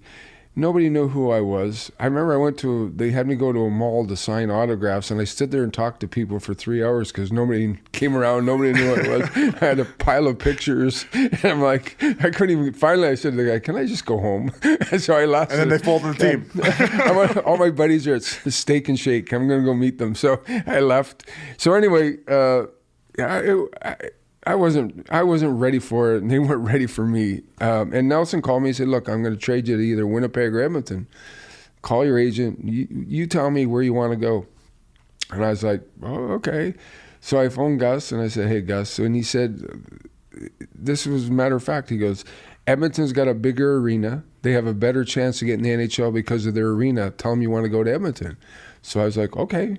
And then he goes, and the owner owns a car dealership. Maybe he'll give you a free car. So I'm like, perfect. I get a car and maybe we're going to the NHL. So I get to Edmonton and Sather took me under his wing. I lived with him and his wife, and at the time, 2 kids were 5 and 7, Shannon and Justin. I lived there for 2 months with them. He goes, I want you living with me. And so I did that. And the first game, he called me in his office and he said, look, one day you're going to be captain of this team. We're going to go in the NHL. We're going to win the Stanley Cup. And I'm thinking, geez, I went skipping out of that office, right? And he goes, but we're going to get rid of this number. I don't want you wearing 99. And my heart sank and I went, oh my gosh, okay. Well, I'm not going to argue. The guy just traded for me, right? And I'm 17 and at that time, I'm just surviving, trying to hang in the league. So that night we played against Winnipeg. I'll never forget. I got a goal and 2 assists. We won 4-3 in overtime. And for whatever reason, I got some courage. And I was never confrontational ever with coaches. Or I'm like, okay, I had a good game. I'm going in. I go, Glenn, can I have 99 back? And he goes, yeah. So I played 1 pro game without number 99. It was my very first game in Edmonton. To this day, we're trying to figure out. I think it was number 26 I wore, but we can't really get any. Back in those days, we were only drawing about 8,000 people, and there was no TV, so I don't even know. I think it was number 26 I wore. Wow. Was it true at the time that there was an offer to play a backgammon game to get your rights as a player, or is that a complete urban legend? I don't know. There's so many stories out there. Nelson and Peter say that's not true. Okay. Bobby Hull was wooing me. We had played in Winnipeg, and I think my 6th game, because I think I played 8 games, so it was about 6th or 7th game, and the stick boy came running over to me after the game. He goes, hey, Wayne, Mr. Hull wants to meet you. He wants to take you for dinner. I said, yeah, of course. So Mr. Hull invites you for dinner after a game, right? You go to dinner. I'm in. And so we go to dinner, and Bobby's telling me, I'm going to make sure you get traded to Winnipeg. You're coming here. I want you on my team. You remind me of Alfie Nielsen, who was my center. You can prolong my career 2 or 3 years. I want you here. And I'm sitting there, you're 17 years old, and thinking, yeah, okay, I'm coming to Winnipeg, right? So, and what happened was, the bottom line was, Edmonton wanted Driscoll and Eddie Mio. They wanted a tough guy, and they wanted a goalie to go with Dave Dryden, who was their number 1 goalie, but a little bit older. And so I was kind of a throw-in in that deal. Winnipeg didn't want Driscoll and Mio, and Rudy Pillis at the time, who was the general manager, told Bobby Hull that I couldn't play pro. I was too small, and I'm not trading for him. So Winnipeg basically backed out of the deal, and I ended up in Edmonton. And like I said, I really was the 3rd notch in that trade. If Driscoll and Mio weren't part of that trade, I don't know if Sather and Pocklington would have traded for me. Nobody really knew me. I'd played 1 game against the Edmonton Oilers, and that night I got 2 goals. So Sather knew I had something. But at the end of the day, I was really kind of a throw-in in that deal, which was fine by me. I loved going to Edmonton. I remember I was so excited about going there, and I remember sitting with Eddie and Peter, and they were devastated because they loved Indy, and they'd been there a couple of years, and it's a great city, and they're both from Ontario. They're close to home. And it was a big change for all of us once we got to Edmonton, but I loved every minute of it. I got to be friends with Bill Flett and Ace Bailey and Paul Schmier and Dave Dryden. Really good guys. So were you guys actually on a plane not knowing where you were going at some point, or is that just a myth, a mythical story? No, that's true. Okay. We had to make a stop. I think we had to stop in Minnie. We were on this little 8-seater jet.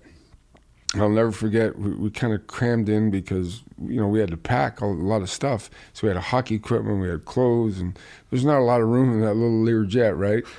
Sticks on the floor. And I remember Eddie and Peter were so mad. They were sitting there, and the pilot came back and said, hey, who's paying for this? And, no, I'm not old enough. I don't have a credit card because I'm not old enough to have one, right? So I go, I don't know. I don't even know. I got no money. Eddie goes, well, you have my credit card. It's got a $600 limit. And the pilot goes, I'll take it. I said, we're in trouble. They want that $600. I said, we're in trouble, guys. Wow. So we land in Minnesota, And the pilot comes back on the plane. He goes, "We're going to Edmonton." And so they got the deal finalized somewhere in that hour flight from Indy to Minnie. And then when we got there, the Oilers reimbursed the pilots and ripped up Kid Eddie's receipt. So poor Eddie was like, "I got a $600 limit." Do I get the air miles still? Trust me. Playing in Edmonton, we got a lot of air miles. Which is wild. So the greatest player to ever play was never technically drafted to the NHL. And you were not eligible for the Calder. Oh. Is that you? That's nice. Rick Tocchet. That's Wayne's ringtone, everybody. That's as hockey as it gets right there. Tell Rick Tocchet we're busy. I never got drafted. It was interesting because when we went into the NHL, each WHA team was allowed to protect 2 players. And this is really something ironic. So Winnipeg protected Preston and Morris Lukowicz and somebody else, and Quebec had Real Cloutier, and I think Hartford had Mark Howe. Anyway, each team had 2 players. And Sather was torn between, he wanted to build a team like the Winnipeg Jets of the WHA. So he had this kid, Bent Gustafsson, that he was really high on. He loved him. And Bent only played a little bit at the end, came over from Sweden. So he protected me and him. And Sather was torn because we had a kid, Dave Langevin, who had just really come out of nowhere and excelled and became the best defenseman in the WHA the last year of existence. And in the end, he decided to go with more of a flow freewheeling team, and we protected him. And, of course, the Islanders took Langevin, which really was a heartache for us because Langevin was such a good player. And then the NHL stepped in and made a ruling that somehow we got Gustafsson the wrong way, and they awarded him to Washington. So we went in the NHL. Wow. We were the only team of the 4 cities that only had 1 player, and I was the guy. And we went on to win all the cups, and all the other teams didn't. But I think we surprised teams at how fast we sort of improved as a group. We were a young group, my goodness. But Sather's philosophy was, I'm going to play these young guys, and that's fine. I'm going to let them learn how to make mistakes and how to get better. He was a great coach. But more importantly, he wanted true professionals around these guys. So he got guys like Colin Campbell, Ron Chipperfield, Dave Dryden, just consummate pros who worked hard and understood their place in this organization, which was going to be, I'm going to teach these guys, but one day I'm going to be moved out. Paul Coffey's going to play here, and Kevin Lowe's going to do this. And that's exactly what happened. But those guys were so unselfish. And then we had our godfather of the organization was a guy named Lee Fogelin. And Lee was sort of he was everything to our team. He was so well respected in our locker room, so well loved. I remember one time he was sitting across from me. He used to sit across from me in the locker room, and he was going like this, and he's holding his jaw, and I go, "Fogey, you all right?" He goes, "Oh, I got an abscessed tooth." And I go, "Fogey, go to the dentist." So I said, "We're 22 points in first place. It's like February. We're good." He goes, No, I can't miss a game. And he took a coat hanger, and he straightened it out, and he took it, and he put it up into the tooth, and he knocked the filling out, and all the blood came gushing down all over his shirt. And he goes, "Okay, I'm good now." And I said, "And I'm not. I can't play tonight." So he ended up being our guy. And so I remember he came into Edmonton. He got traded to Buffalo after, I think, the 2nd or 3rd cup. Anyway, he goes to Buffalo, and he was an Edmonton guy. His family lived there. His wife and kids stayed when he went to Buffalo. Hard-working, blue-collar carpenter, built houses and he would build the equipment racks for the trainers that they would put on wheels, and they take them on the road. Fogey was one of the first guys to build those, right? Wow. So he comes in the morning skate, and he can hardly walk, and I said, "Fogey, you okay?" He goes, "No, this is my last game." I go, "What do you mean it's your last game?" He goes, No, I got to have surgery on my knee, but tonight's my 400th game, and I got to play tonight. And in those days, the way the union worked, you got like an insurance policy after you played 400 NHL games. And I believe it was like $250,000 that you got at the age of 55. And he goes, no, I got to play this game. And he can hardly walk, right? And so we're sitting there, Mark and I and Kevin and Paul, we're sitting before warm-up, and I say, hey, you guys, Fogey's got a bad leg. So tonight, when you get the puck on the left side, everybody throw the puck to the right side. We're not going down the left side the whole game. Nobody's going near them. So all the guys were like, yeah. So we're up like 4-0. Guys are getting the puck, and they throw it across the ice. And finally, Sather's going, what is going on here? we told him nobody wants to go around Fogey. And he played that game on one leg. He retired after that game, stayed in Edmonton, and retired from hockey. But he had so much respect, nobody went near him. So a true warrior, like this is the guy who really taught you guys how to become not even a pro. A question. Yeah, he was such a professional, never missed a practice, never missed a game, so unselfish. And Sather, when he built the team, he said, I'm going to build this with guys who have character, guys like Colin Campbell and Lee Fogelin, Dave Dryden, and on, and Ron Chipperfield, Blair McDonald. Those guys all sort of passed the torch to us to not necessarily how to win, but how to be a professional athlete. Show up every day and practice hard. Show up for games and be ready to play. And that got passed on to us. And Sather's success came quicker probably than a lot of people thought, but a lot of that had to do with the people he put around the young guys. Speaking of toughness, is it true when you first turned pro that you were going to go no helmet? But Walter said absolutely not. So in those days, right, you cut the training camp and guys would say, hey, take your helmet off. I mean, that was kind of... Like, what are you doing, kind of? What are you wearing that for? Yeah, you should take your helmet off. I mean, I remember we had this kid named Dennis Sobchuk, who was a WHA signee in the 70s out of, I think, Regina or Saskatoon. Great player. And he jumped to the WHA, or he would have been a first pick overall in the NHL at that time. And Sobby, we're sitting there, and I go up we were doing an inter-squad game, and my dad had driven down. It was a Saturday afternoon.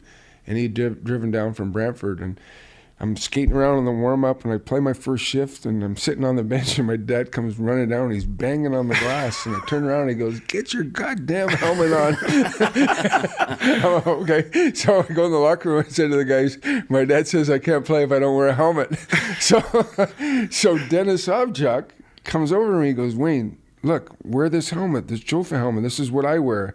My first year, I didn't play with a helmet. And then one of the guys said, here, wear this. He says, it's like not wearing a helmet. I'm like, okay.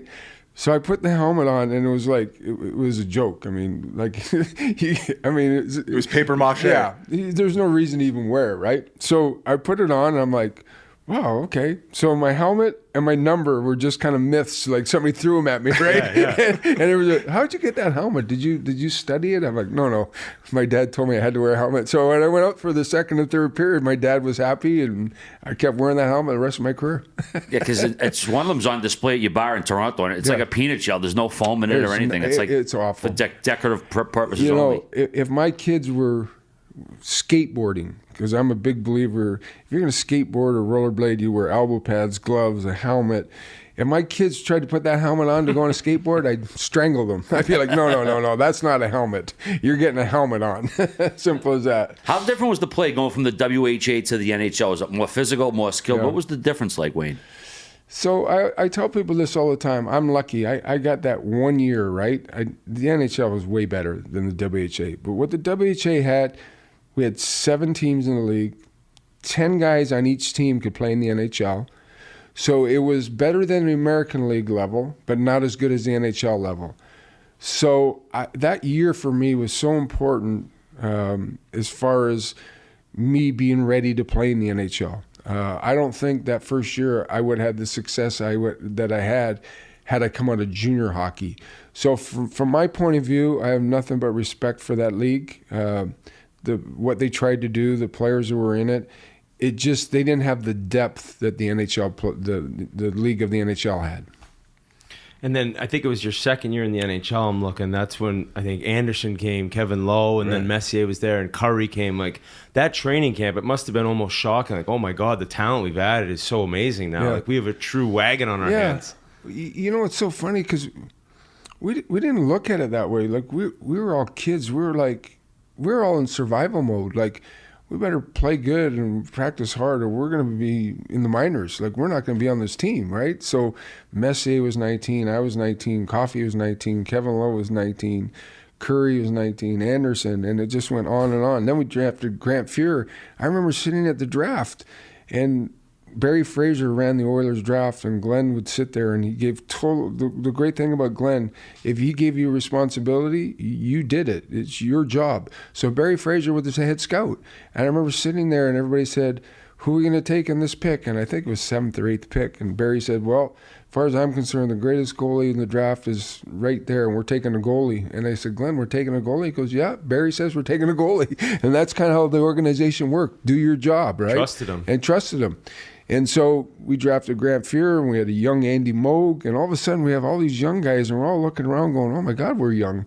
Glenn was always funny because he'd have a Christmas party and a Christmas skate. And we had no rules. We had one rule in the Oilers: don't embarrass the organization. That was the only rule Glenn had. There was no curfew.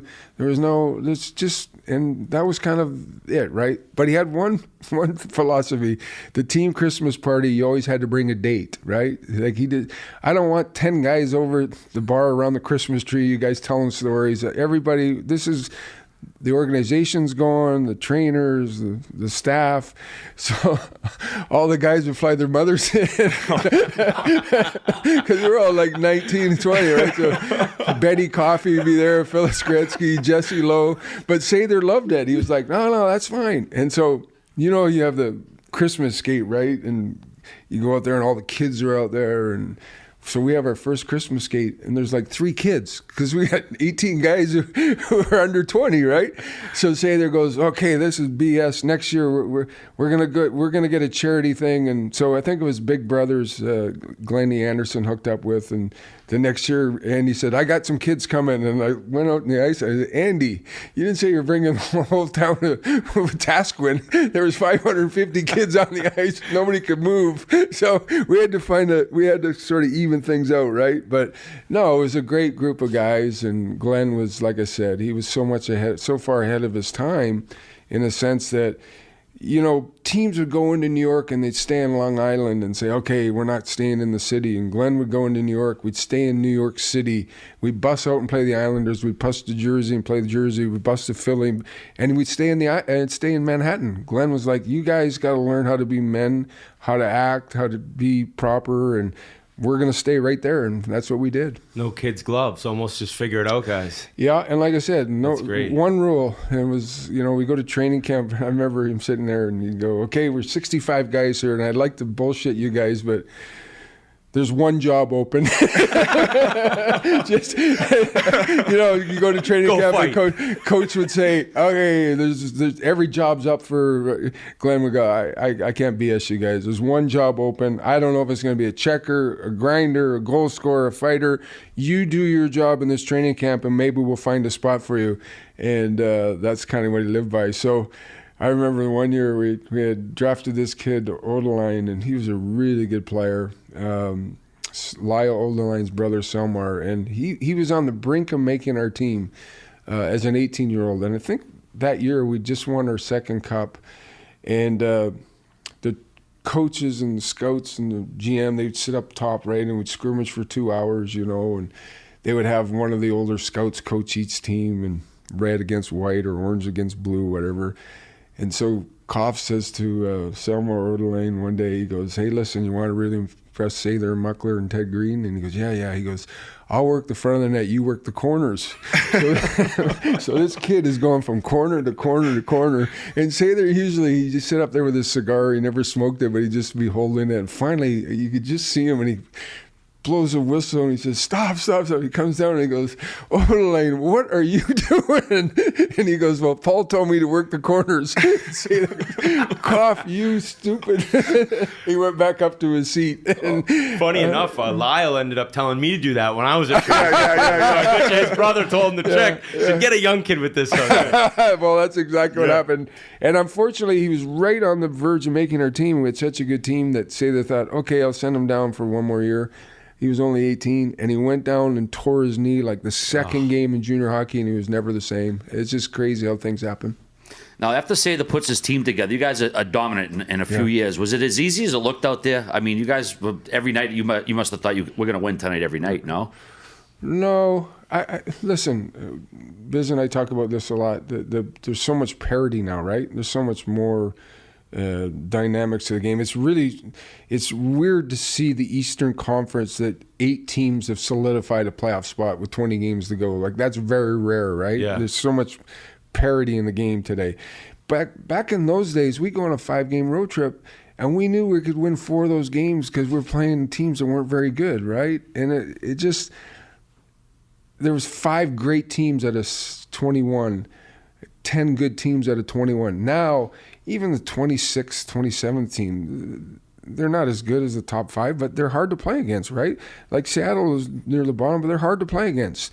So it's changed in that sense. And yeah, there was times where, but on the other side of it also was you got into this playoff mentality of, okay, if we're going to win the Stanley Cup, if we're going to go to that next level, here's how we have to play. And so I think that mindset came into play for us at an early age, and we were able to adapt to that, and obviously became successful because of it. I mean, we could probably spend an entire podcast just talking about Edmonton. Like, I guess to summarize it all, and the 4 cups and the legendary teams. Like what would you just say about your time there before it came to an end? Well, it was incredible. I was saying, first and foremost, when I was sitting on the bench, I could look around the stands and I would see the same people at every game. And so when we go out on town, and in those days there wasn't cameras and cell phones and all that, but we got out and we met all the people. We became friends with the fans. And, like when we won the Stanley Cup, we were the first team to actually, I remember sitting there, he goes, Glenn, we won the cup. What do we do with the cup? And he goes, you guys won it, take it. And that's how the cup started going out. Because in those days, the team would take the trophy up to the office and set it down, and that's where it went. And I remember standing there with young Joey Moss and my dad, and Glenn said, you guys won the cup, take it. So we took it. Oh, yeah, all right. We had a reunion, I don't know, 30-year reunion for charity, and they sold out the arena, the Coliseum, and we had the Stanley Cup, and we're doing this chatting and talking. So I took the Stanley Cup, and I started to walk down the stairs, and they had taken the glass off the boards, so it was just the boards, right, all the way around, so people could actually see. And I remember right about the face-off dot, I handed the guy the Stanley Cup, and I said, just pass it up and over. And the NHL, they were like, what are you doing? I said, trust me. So the Edmonton people, they're passing the Stanley Cup up. They pass it over, come all the way down, pass it over, and we went all the way around the arena. No, really? And I said, see, this is people in Edmonton. That's how nice they are. They have too much respect for the game and the cup. Don't worry about it. That cup's, it's kind of like a yo-yo. It's going to come back. And then on top of that, from the fans' point of view, on top of that is the players themselves. We talked about Lee, Kevin Lowe obviously was such a huge part, and so many Hall of Fame guys. And then, so many special players like Mark. The thing about Mark was, and I tell this to kids often, he was one of the first guys I played with that I can honestly say that if him and I walked out after a game and I scored 3 goals, he was genuinely happier than I was, and you would think that he got the 3 goals. So his unselfishness was so infectious through the locker room and throughout our organization. And then we had characters, guys like Dave Lumley and Dave Semenko. Glenn wanted us to be our own person. He didn't try to mold people. He didn't try to change them. And like I said, we had one rule: don't embarrass the organization. I remember guys, we used to practice at 11 o'clock. Guys would get to the arena 11:15 and get on the ice. And I'd be sitting there going, oh my God. And Glenn would go, as long as you're on the ice by 11, I don't care. Whatever it takes to be out there by 11. And then, like I said, sometimes guys would be a little bit late, and I go, Glenn, what time's practice today? He goes, around 11. We've won 8 in a row. Yeah, so he was very, he let the guys be themselves, right? And one time Andy was late for practice, and Slats was really hot that day, and we're skating around. We're all trying to hide, right? Because, so many guys out there were trying to think, maybe he's going to miss Andy here. We'll get away with this a little bit. Maybe he's going to get here on time. 15 minutes later, Andy jumps over the boards and Slats doesn't say anything. We finish practice. We go in the locker room, and after practice, the trainers go, Glenn wants to talk to you guys. And Slats is up against the wall, and on the wall it says, practice 10 to 11. So he goes, Andy, where were you today? What happened? He goes, I thought practice was at 10 to 11, 10:50. So Slats has got a stick, and he's up against the wall, and he's going like this, and he's hitting the wall. And he goes, what's the last thing that we do when we leave this locker room? And Glenn Anderson says, say goodbye to the guys. And Glenn just threw his hand up and said, I got nothing. As long as you guys are winning, good for you guys. So everybody, and then it was such a diligent group, because Andy was one of the hardest practicing players we played with, and Mess, you didn't want to practice against him because he was like a bull out there, and Kevin Lowe would bear down. It just, they had the right group of kids that loved playing in Edmonton. And I say this all the time. You got to love playing in Edmonton, and we loved it. Most of us lived there in the off season. We had homes there. That was our life. That was our home, and we all enjoyed it. And going a little bit off the rails, we were chatting about this earlier, but a legendary YouTube clip, and I got to hear the backstory, but it's you, Pele, Bjorn Borg, and Sugar Ray Leonard, I think it was, and you dusted these guys in like a 40-yard dash. What was that games? What was that event you were doing? Where was that? Stephen Pearson. Oh my God, you look like Usain Bolt there. So I was sitting at the World Championships in Finland, and this guy comes over to me. He said, "Hey, I work with Bjorn Borg," and I'm sitting with my dad and one of my dad's friends, Charlie Henry, and it was a day off, and we were at the World Championships that year, and he said, "Hey, I represent Bjorn Borg, and we're going to do this charity event, Swedish Superstars, 6 events. It's going to be in an arena. It's a charity dinner. It's all for charity. What do you want?" I go, "What do you mean, what do I want?" He goes, "Okay." He goes, I'll send you 6 Concord tickets." I go, "What tickets?" He goes, "The Concord." I go, "Okay." So I'm thinking, all right, take my dad, and took Ace Bailey and his wife Kathy, and I'm like, this is a great trip. So we go over there, and so they have all these different events, right? I think there were 6 events, and I'm looking at these events going, oh gosh, I can't do that. I can't do that. I'm going to be bad at that. And then I saw the 40-yard dash, and I'm like, okay, I got to win one event.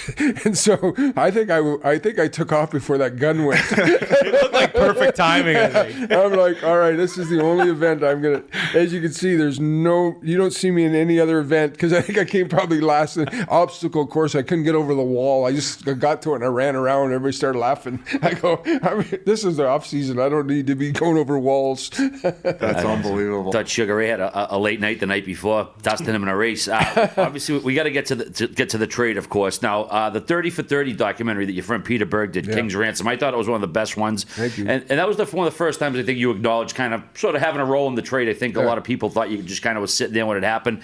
Like, when did LA first come up as a destination? How did you end up settling on getting to LA? Well, let me back it up a little bit. Yeah. First of all, that year, I probably played as good as I had played in the playoffs, and that was the year we beat Boston with the night the lights went out. Yeah, I know. Came back and won supposedly Game 5. And so we're sitting there after the game. I don't mean this to be egotistical, but when you win the 4th time, you kind of like you're sitting there. You're so tired that the celebration is a little bit different. It's not as chaotic. Like, we were able to control it. Like, keep the room closed. Don't let him in. Don't let them in. So it's more family and friends, right? And I remember sitting there, and my dad, and I'm having a cold beer, and my dad says, they're trying to trade you. And I go, who's they and who's trading who? And I go, oh, Dad, you just don't believe anything you hear. And he goes, no, I didn't want to tell you this. And so we went home. There was an event, I think, at the convention center or something. I can't remember exactly. And all family and friends, and we obviously were there late. And my mom and dad were staying with me and Janet. And we get back to the apartment. In those days, there really was no cell phones, right? You had a house phone. And so on game days, I just unplugged my house phone. Nobody could call me. And I wouldn't get woken up. So my mom was making scrambled eggs at about 6 a.m. and we're sitting there, my phone rings. I'm like, who's calling me? It's 6 o'clock. And then it was Nelson Skalbania. And I'm like, oh my God, Nelson. I figured, well, he's calling me to congratulate winning the cup. And he goes, how would you like to be a Vancouver Canuck? I went, what? I go, what are you talking about? And he goes, no, Edmonton's gonna trade you. I'm gonna buy part of that team. I'll pay you a salary and you can own 25% of the Vancouver Canucks. I was, Nelson, I just finished hockey 4 hours ago, 6 hours ago. I'm too tired. I'll call you later. And I hung up. So I'm sitting with my dad sitting there and I'm going, geez, maybe you're right. So obviously this whole thing sort of started to transpire.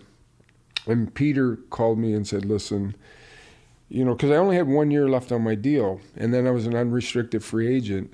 And basically we sat down and said, listen, you can trade me wherever you want, but I'm not going to re-sign or I'm not going to sign up.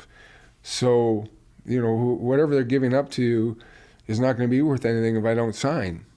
And so we kind of got to a point where I knew they were going to trade me, but I was able to control where I was going to get moved to. And it came down to LA, Detroit, New York, and Philly. And then New York and Philly kind of went away. And we had sat down and we decided I was going to Detroit. And I remember sitting there going, okay, this is great. I'm going to go play in Detroit. I grew up a Red Wing fan and Gordie Howe and everything that goes with it. And my dad called me and he said, listen, I'll give you a little bit of advice. And I said, okay, what's that? He goes, there's only one Gordie Howe. And Detroit's Detroit. You don't need to go there. Why don't you do something different and go to L.A.? And so everybody thought sort of it was my wife that steered the train or the bus. But it was really my dad who said, there's only one Gordie Howe. You need to go do something different. So that's really how I ended up in L.A.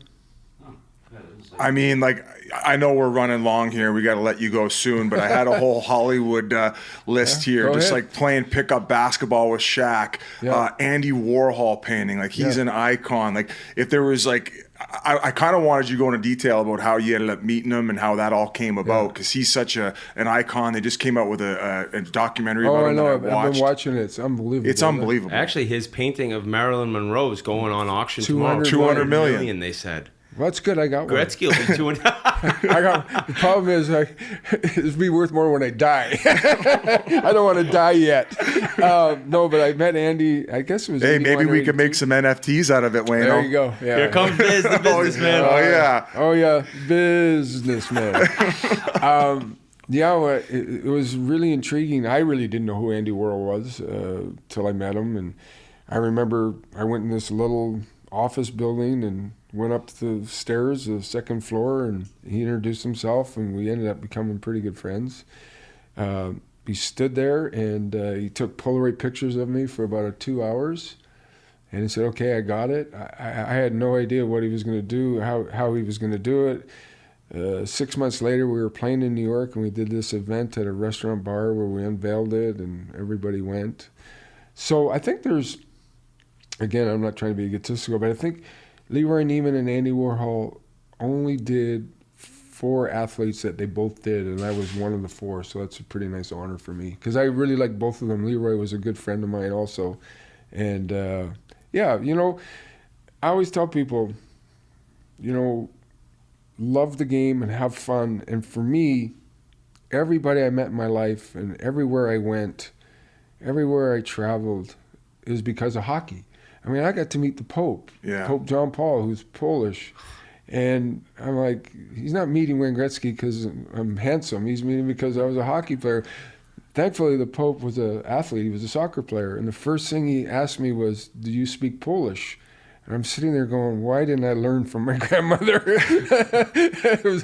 So, the game of hockey, it's the greatest game in the world. I encourage parents and kids. I mean, love it. I have meeting Muhammad Ali down here, being in the Rockstar video with Nickelback. I didn't realize that you were in the MC Hammer Too Legit to Quit video as well. I didn't even know that. Oh, okay. Well, maybe that was completely made up. That was a long weekend he filmed that one. I didn't know I was in it. Okay, well, yeah, well, apparently that's what it said online, so maybe that's a lie. Well, maybe they used a clip or something. Okay. But my singing skills was only Janet directed me in the video I did for Nickelback guys, but that was fun actually. And then I guess the one funny story about how you ended up getting on SNL. And the reason I'm bringing all this up is because, like, fortunately you ended up going to LA, because I even said today, like, I don't, if you don't end up there, I bet you there's no team in Arizona. I probably don't even get a chance to play in the NHL if it's not for you. So, well, I'll tell you this about LA, and this is true. When we went to LA, I remember saying, okay, we got to change the culture or the sort of what people think of our game. And so I got in a lot of trouble over this. I came out and said we should ban fighting.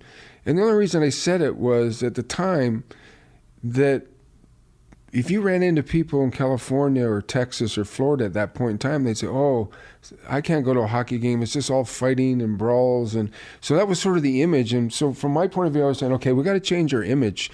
It's an art to be a hockey player. It's an art to take a hit. It's an art to get hit. Like, it's a physical game. And so we started to sort of preach that. And then we got really lucky. Michael Eisner became a huge hockey fan, and he had a young son who loved hockey. And his young son wanted to play hockey. And the gist of the story was that Michael, after all these games, said, I want to own a hockey team. And so he said to me one night at dinner, I'm going to do a movie, The Mighty Ducks, and I'm going to have an NHL team called The Mighty Ducks. And I remember looking at him going, I know you're Disney and I know you've done well, but The Mighty Ducks in the NHL? He goes, I'm telling you, it's going to be huge. So timing was everything, right? And so Michael Eisner coming in, and then a guy named Gordon Gund, who owned Minnesota, moved them to San Jose and said, okay, I'm going to make hockey work here. And then Mario was in Pittsburgh, and Brett Hull was in St. Louis, and Yzerman was in Detroit, and Mark Messier went to New York. And so there was just this perfect storm of not only these guys were great players, but they had personalities and they knew how to sell the game, and people wanted to hear what they had to say. And so the game just started growing. So I was one piece of it, but everybody had a hand in that, and that's what's great about our sport. Wow. Did you ever feel like you were carrying the game, not just the LA market, but like, were you cognizant, okay, man, this could lead to like future franchises in these spots? Were you aware that might be a possibility? Yeah. No, I didn't really think that much. Although I will tell you this, I had a clause in my contract that if there was an NHL team within, I can't remember, 300 miles of LA, that I got a piece of it, or I got a compensation for it. And I waived it when the Ducks came in the NHL. I said to Bruce McNall, I said, I'm not going to do that. But I did have it in my contract. I don't even know why. In those days, you could put anything in your contract, right? Yeah, it was the wild west back then. No, I never thought that way, because Bobby Orr and Gordy, who I idolized, both of them, and Bobby Hull, they would always say, hey, there's not one guy bigger than the game. The game is the game. Nobody's bigger than the game. So I never felt just that total responsibility. But as a collective group, like Messier and Yzerman and Lemieux and so on, Hully, we all understood where we fit and what we had to do to try to even take the game to another level. I remember one All-Star game in Philly, Hully said to me, okay, we're not going to wear helmets in this game. I go, Hully, I don't wear a helmet anyway. Do you see my helmet? He goes, no, we're not wearing helmets. This will be good for NHL. And so Hully played the whole game with no helmet. I said, I'm not taking my helmet off. I'm going to wear that thing. And I don't need my dad coming down and yelling at me. I don't need my dad yelling at me, right? We've taken a lot of your time. And Thank you, Wayne. I know, these long sit-downs can get even longer. Whit, if you got one more maybe, and then hopefully we make a rule here, the amount of years that we spend together at TNT, maybe each year we can get you for 1 hour. Oh yeah, I'm fine with that. Hey, that's fair. My wife says that I'm like a garbage can. You step on my foot and my mouth opens. So I'm good. I don't get a chance to talk at TNT. Biz carries exactly. Workload. He's the show. I know. Hey, that was actually in my notes here. I said we're going to do things a little different, and I'm going to keep it short and sweet. Completely unlike TNT. No, that's okay. But are we going to talk about my lacrosse team at all? Yeah. So that was the last thing that we need to We wanted to drop the team name and drop the news at the end. Oh, we got a team name? So I thought we did. I don't know. You mentioned how important it was in your development, and like once hockey would end, you would play lacrosse and baseball in the off season, and you had the opportunity to be part owner in a Vegas lacrosse team. They have not announced the name. We're going to announce it right now. Oh, we are. And I'm dying to know what the name is. Yeah. You know before I do. Come on. And I paid. See, this whole job we do business is getting worse. So So you own the team with Steve Nash. Dustin Johnson's also a part owner. Any other names that we should? Joe Tsai. So Joe Tsai, when Joe Tsai calls, you take the call, right? He's a wonderful man, and he owns the Brooklyn Nets. Loves lacrosse. Grew up playing a little bit of lacrosse. I think at college he played. And he has a passion for the sport. And he called me, and I said, absolutely. He really has a belief that this sport is going to sort of be like soccer and that we can take it to the next level nationally in Canada and U.S. It's a great game. It's a wonderful sport, and I'm so proud to be partners with Joe. And Dustin and I and Steve are going to have fun. I'm not sure. I think next year is our first game. I honestly don't know the name of the team. You know before I do. What do we got, Jake? So it's ironic because this is how I refer to the Coyotes sometimes. It's going to be called the Las Vegas Desert Dogs. Oh, I love that name. The Isn't Desert it nice? Dogs. Ow, ow, ow. They let Biz and Can I be your hype man? Are they going to send you guys a bunch of stuff? You can come in and be like our Vince McMahon in between periods. I'm sold, Wayne. I'll do anything you ask as long as we get that 1 hour every year. Okay, it's good. Well, I'm glad I got to do this. I'll tell you one final real quick story. When I started talking to TNT and about coming on TV, and I was like, oh, okay. And my kids were like, Dad, you got to do it. And then finally I said, okay, I think I'm going to do it. And my kids were like, okay, you got to get Paul Bissonnette on that show. Yes. So I Come said, on. Yes. Oh, yeah. So I said, okay. So I called them, and they go, we already have him hired. So I told my boys, I said, that's awesome. Paul's already been hired. And my two boys were like, Dad, he's going to revolutionize hockey on TV. So there you go. Wow. You What guys a are killing it. compliment. You guys and Talk and Ace is doing great. So Yeah, it's fun. It's a pleasure to meet you, and thank you so much for coming on. It's a true honor. I'm so happy to be here. And Biz, you can have mine. I thought it was going to be the Las Vegas Waynos. I was going to go with Las Vegas Waynos, Mr. Wonderful. Thank you so much for this. The thanks fans so are going to much. go Oh, nuts. thank you guys. It's been an honor, my friend. Thank you. Just a huge thrill for the boys, and Gretz did not disappoint. Thanks again to Ty and Trevor for helping us make that happen. Huge thanks to our buddies there. All right, this next one was a blast for me as well as the resident Bruins guy in the pod, and he got me on the scotch for better or worse, but have some laughs with Bruins folk hero, PJ Stock. Before we get to more of the post-career, I got to hear the Bazooka Joe story. If there's one story that kind of sums up my career, this is pretty much it. I'd love to give you Cole's Notes version. I'm going to try my best, and I apologize. I'm a little long-winded. Yeah, so Gone my with kids the never Wind, let me here we speak come. at home. Yeah, so back in the we're playing New York Rangers, New York Islanders first year. We had that team, the old 85 Oilers team, but it's 97 in New York right now. And we're like, there's no salary cap, but we're expected to do pretty well. But we're about to lose to the Islanders and not make the playoffs. Huge New York rivalry, and we're in Long Island. And if we lose this game, we're pretty much done for the playoffs. And the crowd goes crazy because we have Gretz there anywhere we went. And we get down, they score a goal to make it 3-0, and their building is rocking. Crazy.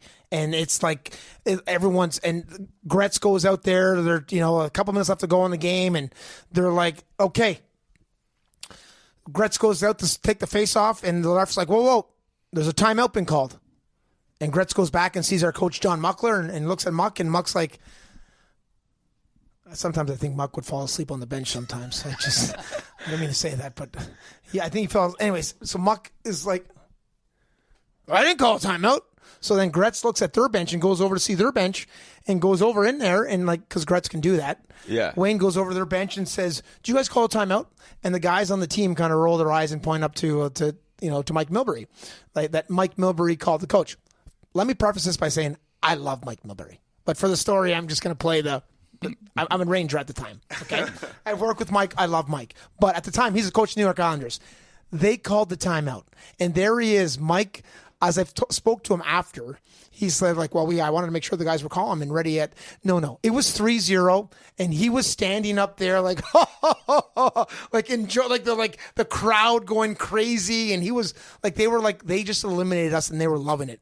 And now Gretz yells at them, then comes back to our bench and goes to Muckler and Mucks, and I think Mucks might have taken another nap at this point, but he's like, Mucks! And he's like, they called the timeout, and he's like, what?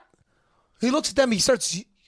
This is where there's going to be a little bit of swearing, and it's not me, it's everybody else. So he looks at everyone on their bench and says, what the They start yelling back, coaches, and Milbury's not saying anything. And Muckler's like, you want to play that fucking game? You want to play that fucking game? Stalker, get your lineup. Stalker, get your fucking lineup. It's fucking 3 minutes left to go in the third period. I haven't played since why am I getting punished? 3 minutes since the first period. So now, for regular people are thinking, well, whatever, that's 17 minutes in the first, and then, another 20, and then another 17. It's not that bad. No. That's like 2.5 hours since you touched the ice. At least 90 minutes. No, like 2 hours, man. I haven't touched the ice. And now the one thing in the NHL that you get into an abundance of is tape, and back then, Bazooka Joe gum. Everywhere. Everywhere. Like, it was lost its flavor in 3 seconds. It's lost it 100%. And they tear hard as a rock chewing it. So much tape and Bazooka Joe gum. So we're in Long Island, and we're sitting. The Long Island bench is like the other team's there. Glass, a little photographer, then their team. But there's 2 seats, and then the door, and then the team. Or the rest of the guys. I call them the team because I wasn't allowed to sit over. Yeah, I would always sit on the end, too. I'm sitting on the end because we didn't play. Yeah. Right? You have everyone's way. I just want to be comfortable, not to keep moving. So, again, 2.5 hours of me not playing hockey. And I tried my ADD, ADHD, YMCA, NBA, trying to keep it all going on at the same time. I play games. So, I'd spy with my little eye with the backup trainer, the goalie, anybody. Another game's a fun one to play is for people watching. You guys can thank me or get some Pink Whitney. Plug. Appreciate that. Send you some. Thank you very much. A blackjack with the clock. So whenever the clock stops, let's say RA, Whit, and Biz and I are playing, and I'm house. The first whistle, the last number. Let's say it starts at 1959. RA would get a 9.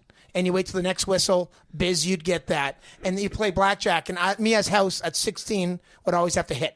So, whatever, $20 a hand, and you just do this throughout the game, and it's 5-2, your team's losing, but you just hit blackjack, and whoa! And the coach will look down at you, and you're like, so this, I had all kinds of stupid things to keep myself. I wouldn't play for hours. This particular night, I'm sitting on the Long Island bench, and it's just me and Darren Langdon, who's one of the best human beings ever.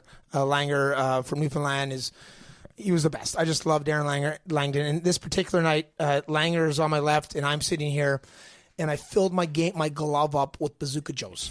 There's 3 colors of Bazooka Joes. There's grape, there's like a red. Cherry, right? The cherry, and like a pink. And the traditional, original, yeah. Yeah, 3.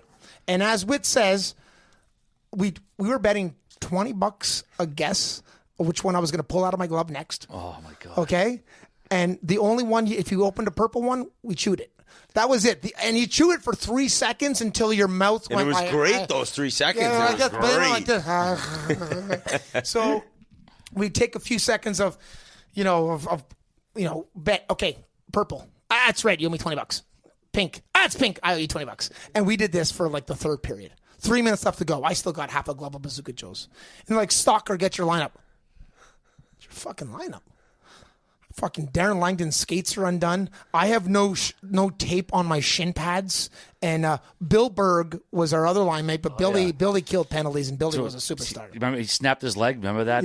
Yeah. I think his career ended with a compound fracture, right? But not in this story, RA. You just jumped in. That's RA. That's RA. That's another story, RA. That's my hockey memory. Yeah, sorry. Go Scotty Gomez, Spiderweb, choose your own ending, Goosebumps, Errol Stein. Let's go. So, anyways, we end up, Stalker, get your, so I'm like, get your lineup. I fucking quickly tape around here, and I used to put water on myself to wake myself up, like water on my head, water on my arms, water on my hands, everywhere. And I quickly, there's like, Stalker, get out there. Langer's tying up his skates, trying to get ready, and we put our line out there, and it's myself, again, and we're nothing from tough guys whatsoever, but we were our fourth line. Darren Langdon, super tough guy. Myself, Bill Berg. We had Erik Cairns and Bruce Driver. Our goalie was Danny Cloutier. They decide to put their most offensive line out there, thinking that they're not going to do anything. It's Tchaikovsky, Zygmunt Palffy, Trevor Linden, Jean-Jacques Daigneault, and a young Zdeno Chara. Their goalie's Tommy Salo. Well, I'm at center ice and I haven't played and I'm fired up and everyone's swearing and the building's rocking and they go to drop the puck and I take my stick and I don't know why. I never did this. I decide I'm going to slash Trevor Linden across the chest, just like right across his belly, like right here. The problem is when I went on the ice, I tried to shake all the Bazooka Joe gums out of my glove. And when I went to take the face off and finally put my glove on, because I had a really big mouth guard, I put my mouth guard and put my glove in. My fingers still couldn't fit into my glove because there were still Bazooka Joes slammed in the bottom of my glove. So I'm holding my stick with like 2 fingers, and I slash Trevor Linden like this, and he looks at me and he's like, "What are you doing?" But again, I have such a big mouth guard in, and I can't because I work for fighting, and I'm like, I wanted to tell him, like, piss off, and I take my stick and go to hit him again. It's like a wet noodle, like this, and hits him like this, and it's just kind of like the puck goes. Trevor was a right-handed face-off, won it back, went to Zdeno Chara. Zdeno Chara is now at the red line. I get there as fast as I can, which was probably 3 minutes later to get there, and I jump up and I freaking, for Bruins fan, I elbow Zdeno Chara like there's no tomorrow, and I jump so high, I got him right here. I got him right in the sternum, and he looks down like, "Is you okay, kid?" And then before you know it, Darren Lang, our goalie's Danny Cloutier. Danny Cloutier stops the puck behind the net, so they blow the whistle because I have a penalty for like half slashing and then like kind of jumping on Chara. Darren Lang, the only guy who can go after is Chara. It's a young Chara. It's not a Bruins Chara. So it's not an Islanders Chara. So Langer comes and jumps on top of me to go after Chara. And then Brukaboom comes and jumps on top of Langer to go after Chara. Anyways, we end up, a fight breaks out, and I get stuck with Tchaikovsky. And he's like, I think he was dating a Bond model at that time. Mariusz Tchaikovsky. Polish I wanted kid, to right? talk to him about that, but he wouldn't talk to me. And I didn't want to hit him. What are you doing? Yeah. Well, he has a visor on, and I go to punch him, and he just doesn't move. So I'm like, okay, here's the deal. Let's just stay here, and nothing happens, and let's be cool. Let's be buddies, get me Bond tickets, whatever. And he's kind of no one's moving, and that's it. Until Billy Guerin's fighting Trevor Linden, knocks Trevor Linden to the ground. Trevor falls down, and then Tchaikovsky pushes me off to go save his, Trevor Linden. And as he goes to save Trevor Linden, it's like a comic. I grab him by the back of the jersey. It's like that stretch thing, like he's about to get there and his feet stop, and I'm holding him back and I pull him and I start punching him a bunch of times. Their goalie, Tommy Salo, comes after me. Danny Cloutier's our goalie, who, if you guys have ever seen Clouch. Oh, he's tough. Real tough. You got to watch this video. Another hockey fights. Yeah, I've seen him. Clouch goes down and takes off all of his upper body gear and goes after Tommy Salo, then challenges their bench, and it's a big brouhaha of everything. It's Islander Rangers brawl that it was great. It was our goalie is sitting there with his turtleneck on and a neck challenging their bench. That was hockey back then. Anyways, I'm sorry. So everyone gets kicked off the ice, and as they're about ready to start the game back up, and they're like the new goalie that's in for Tommy Salo. I forget who it was at the time. He has to hit the ice because as we were fighting, my gloves got kicked around and everything, and all the gum got loose, and now there was Bazooka Joes all over the ice. So the game was like delayed another 3 minutes, as every time they went to start, they had to pick up. So that pretty much sums up my hockey career. Big thanks to PJ for coming by the Omni Parker House with some nice glassware for the boys. And now a word from our friends at Shopify. Shopify is the all-in-one commerce platform to start, run, and grow your business.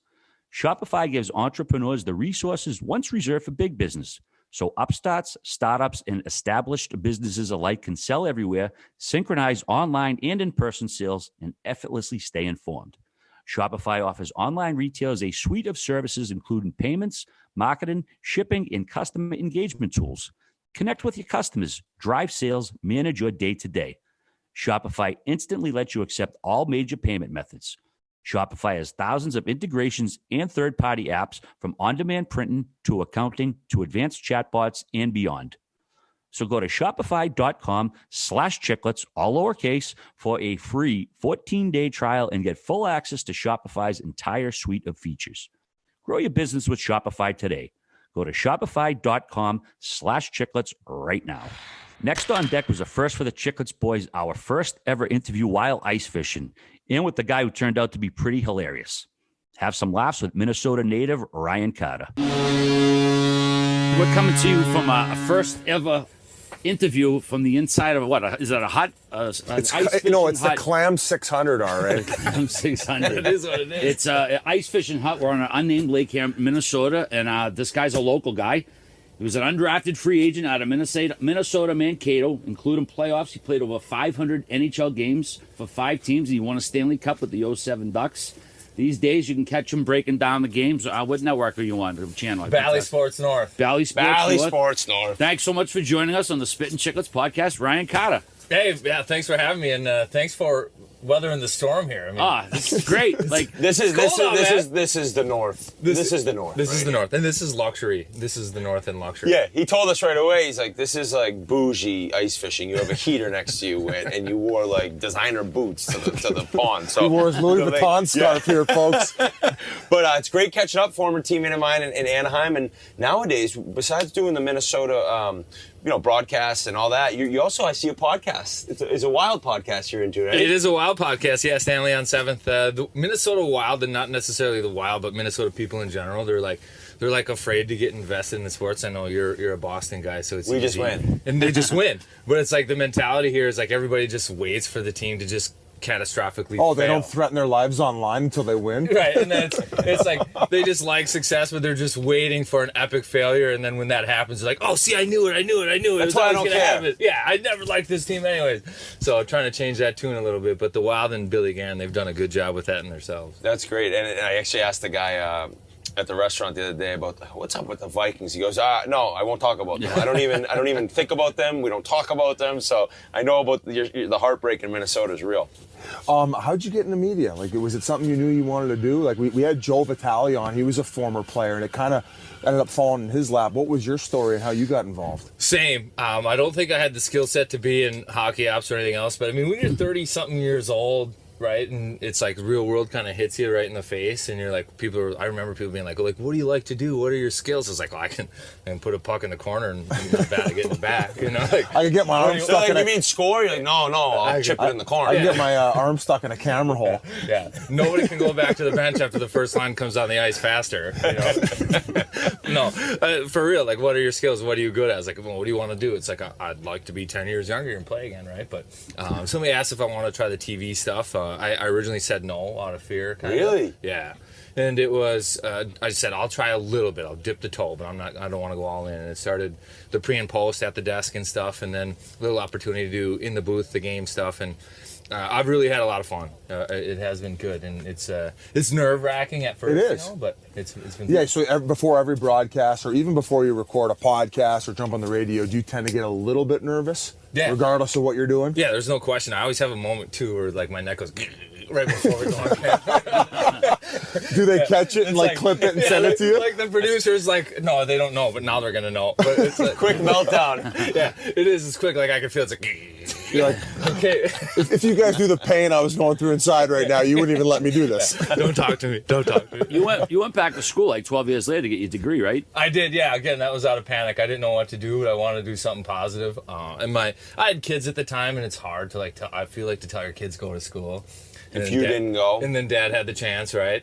But it was good to... You're speaking to my soul right now. I think I got to go back to school. To have something positive to do, and some responsibility when I got done playing. So I went back to school. I was lucky I could do it kind of remotely without having to go down and take classes in person, and got some help wrapping that up. But that was that was huge for me. Were you on scholarship? Did they honor it all those years later, or did you have to I guess pay? I'm not being nosy, but I was just curious. I know some schools let you do it. No, thanks later. for pointing out I wasn't a big time player. I wasn't Big Ten or one of these big college programs. No, I was on scholarship, but they didn't. Okay. And it wasn't part of the process. I wouldn't have wanted that anyways. That would be taking money from the hockey program. I think it's the opposite now, where you'd like to provide for the program and so many kids coming through. Yeah, you said you weren't like a well-known name. I'm saying like undrafted and even getting to Mankato. Like what was the whole route? I mean, if you were always kind of a guy that everyone looked past, I mean, you had to really grind even to play D1. I'm guessing. I think I was probably bottom tier of good players. Like never like anywhere near like playing for the national team of the World Junior or anything like that. But always decent enough. I went to play junior in Green Bay. Decent after high school, sorry? Yeah, after high school. So older, too. Yeah. Older. So I was probably 17, 18 my first year in junior, and then played 2 years there, so 19, 20 going into college. So a little older. But, yeah, that's kind of how it went, and just decent enough to be and mature enough to figure it out on the fly, Yeah. So lucky in that regard. Well, I mean, good skater, and then at some point you're like, I just got to bang bodies every night in order to survive. Right. Well, so I think I got really lucky with my path too. So I went to Green Bay and I had Marco Siki, and it was great. I still remember he showed us his highlight package one day. He wanted to teach us how to play, and he showed us, and it was all cross checks behind the net, just putting guys on. He's like, "This is how you have to play." Oh yeah. Yeah. So and he wanted us to play tough, and we played hard, and that's where I learned that sometimes you have to fight, like a Minnesota kid. Some guys they're not into it, or they're labeled as maybe not the toughest. So had to figure out how to fight, how to play mean, kind of, and that was going to have to be the way it was. It was fun scoring goals back in the day. You could play on the power play. I know. Too, it was The Green Bay Gambler days. Yeah, exactly. That's when you're late. So you're from Minnesota. You go to Green Bay. Were you going to Packers games all the time? Was that a little bit awkward? Are you a Vikings hardcore? Yeah, so I do like the Vikings, but this is going to get me in trouble. I'm probably more of a Packers fan now. I work for the Packers. What? Yeah. So when you play junior USA, you got to get like you an got to get internship? a job.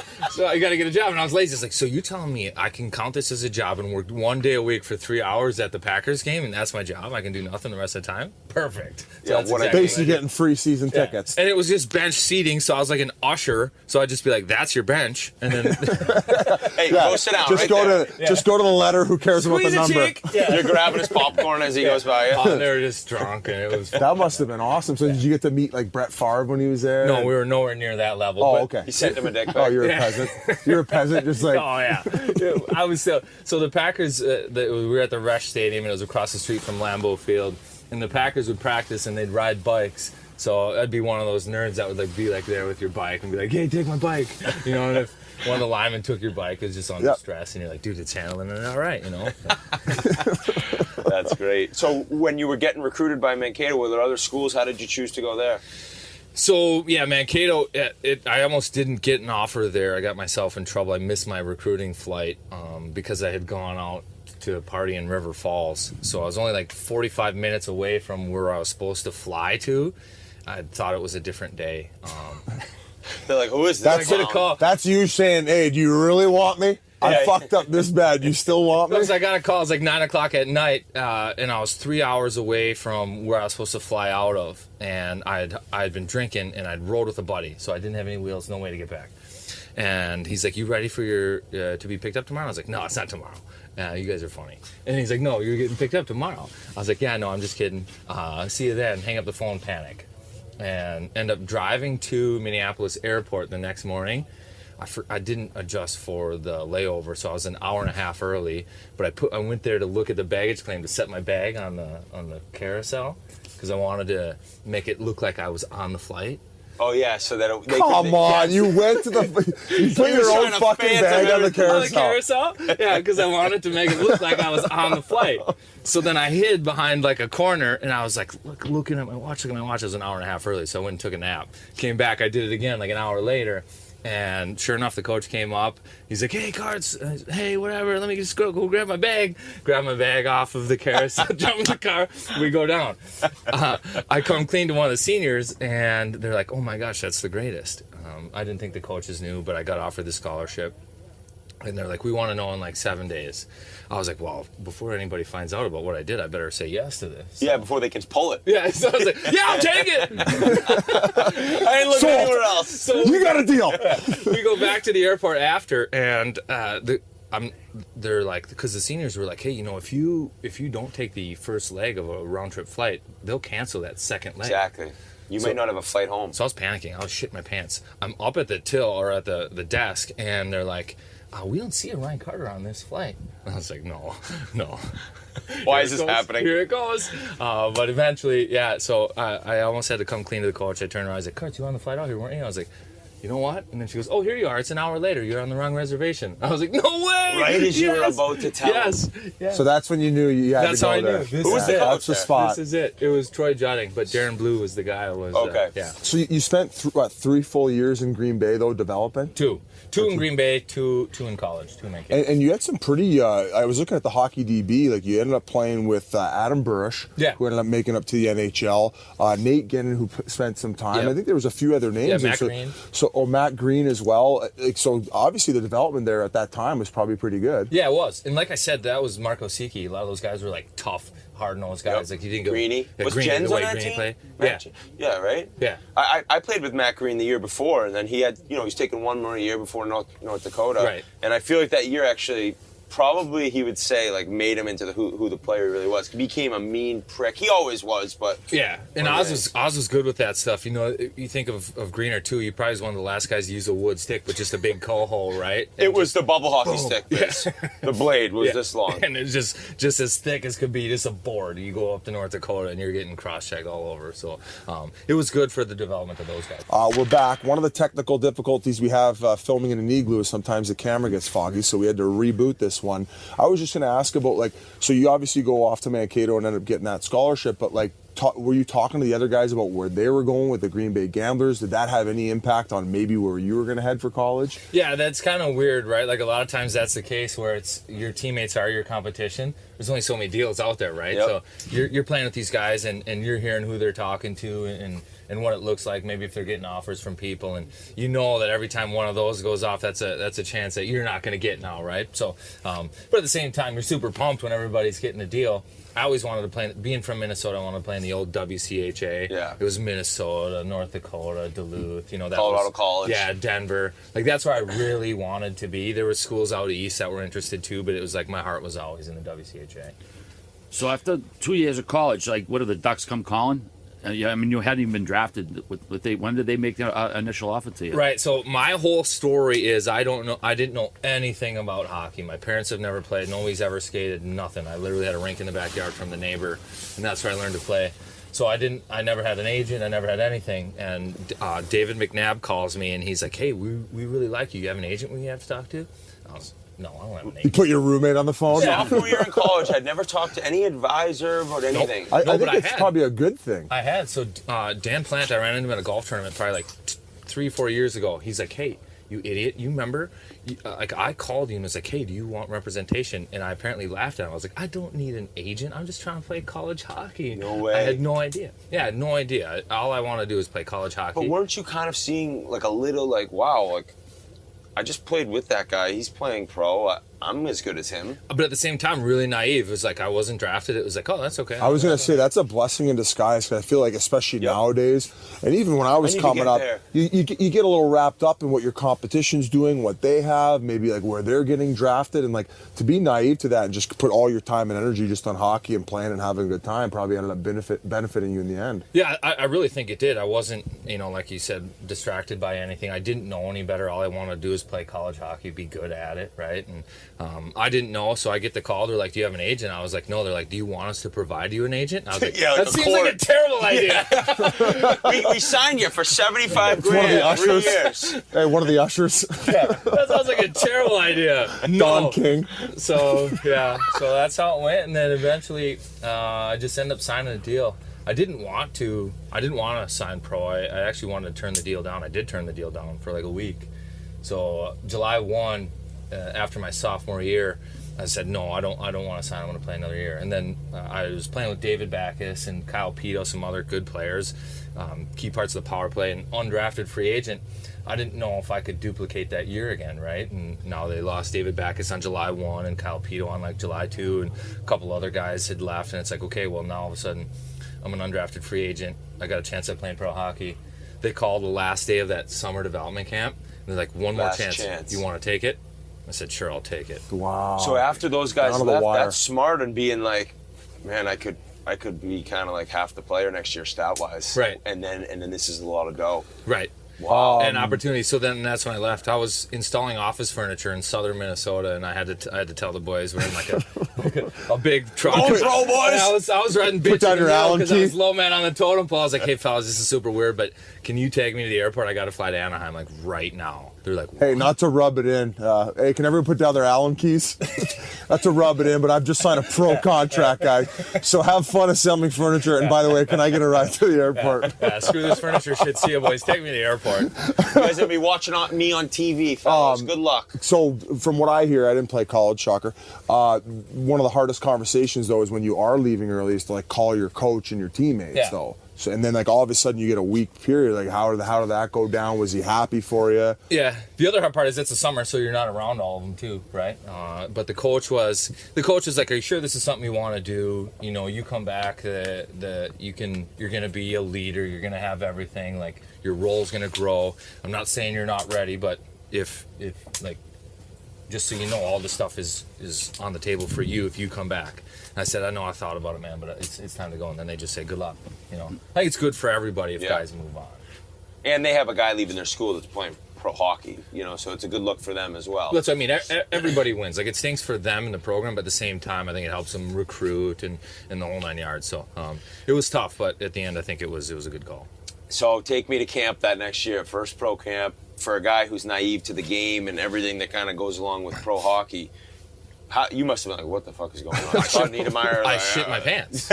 I shit my pants. So again, like, I don't know anything about hockey. We didn't have formal forechecks. I walk in there and they're like, Randy wanted like to control everything, right? So Randy it was like, Carlisle. It was like we're running a 1-2-2, a 2-1-2, and all these other things, and I was like, I don't know what the fuck this is. So we go out there and I'm butchering every single drill because I just don't know what's going on, right? And you're already American, so he can't stand you. Right, exactly. Yeah, U.S. college guy, his favorite, that's for sure. Yeah. So no, I think it was actually Shane O'Brien too. Just popped me right early in because you know, remember training camps were.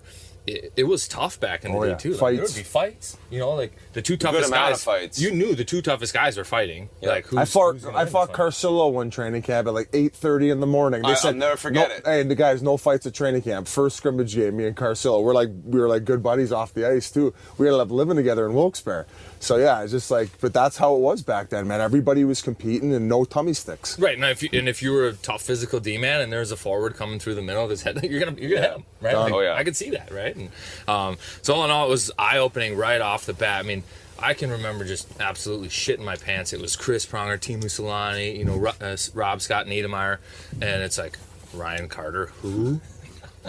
Number 52 on the jersey. I was going to say, what number were you? Just send me down.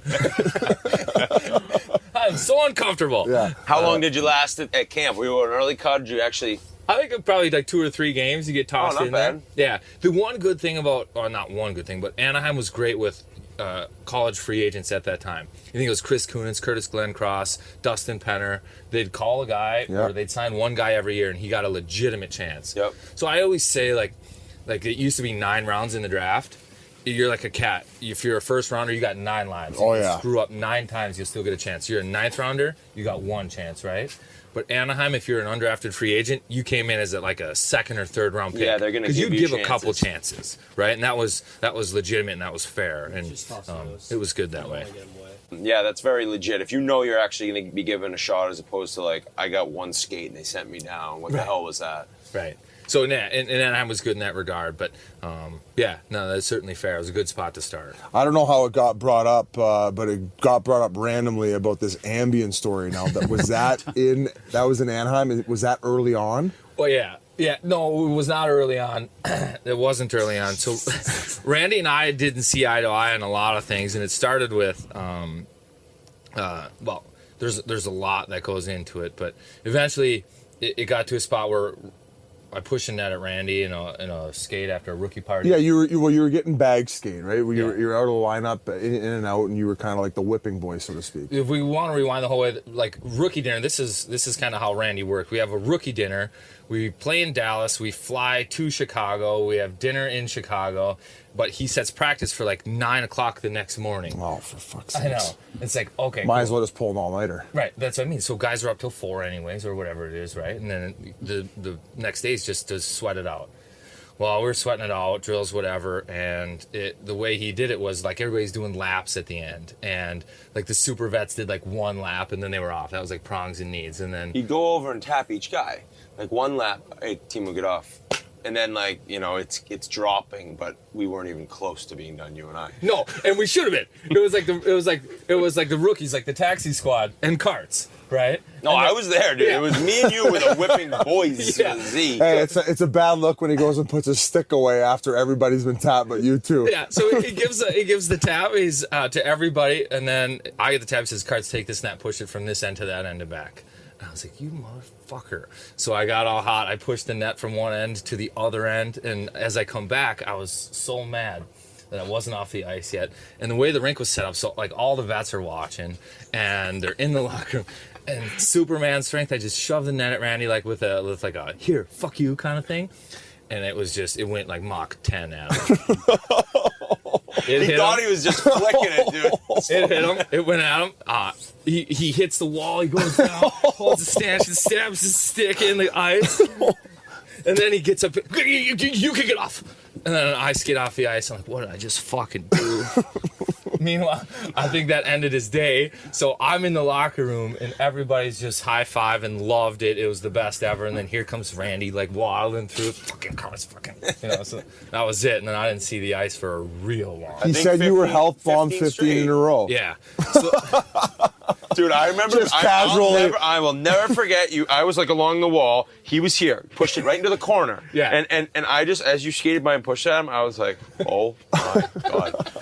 That's the best thing I've ever seen. He's down, he's yelling like an old grumpy bastard, fucking Carter. Management was like upstairs watching. There was no hiding from it. So that was the end of you there. I called my agent and I was like, son of a bitch, I did this. He's like, you did what? It's like, I did that. You assaulted the coach? Yeah, I did.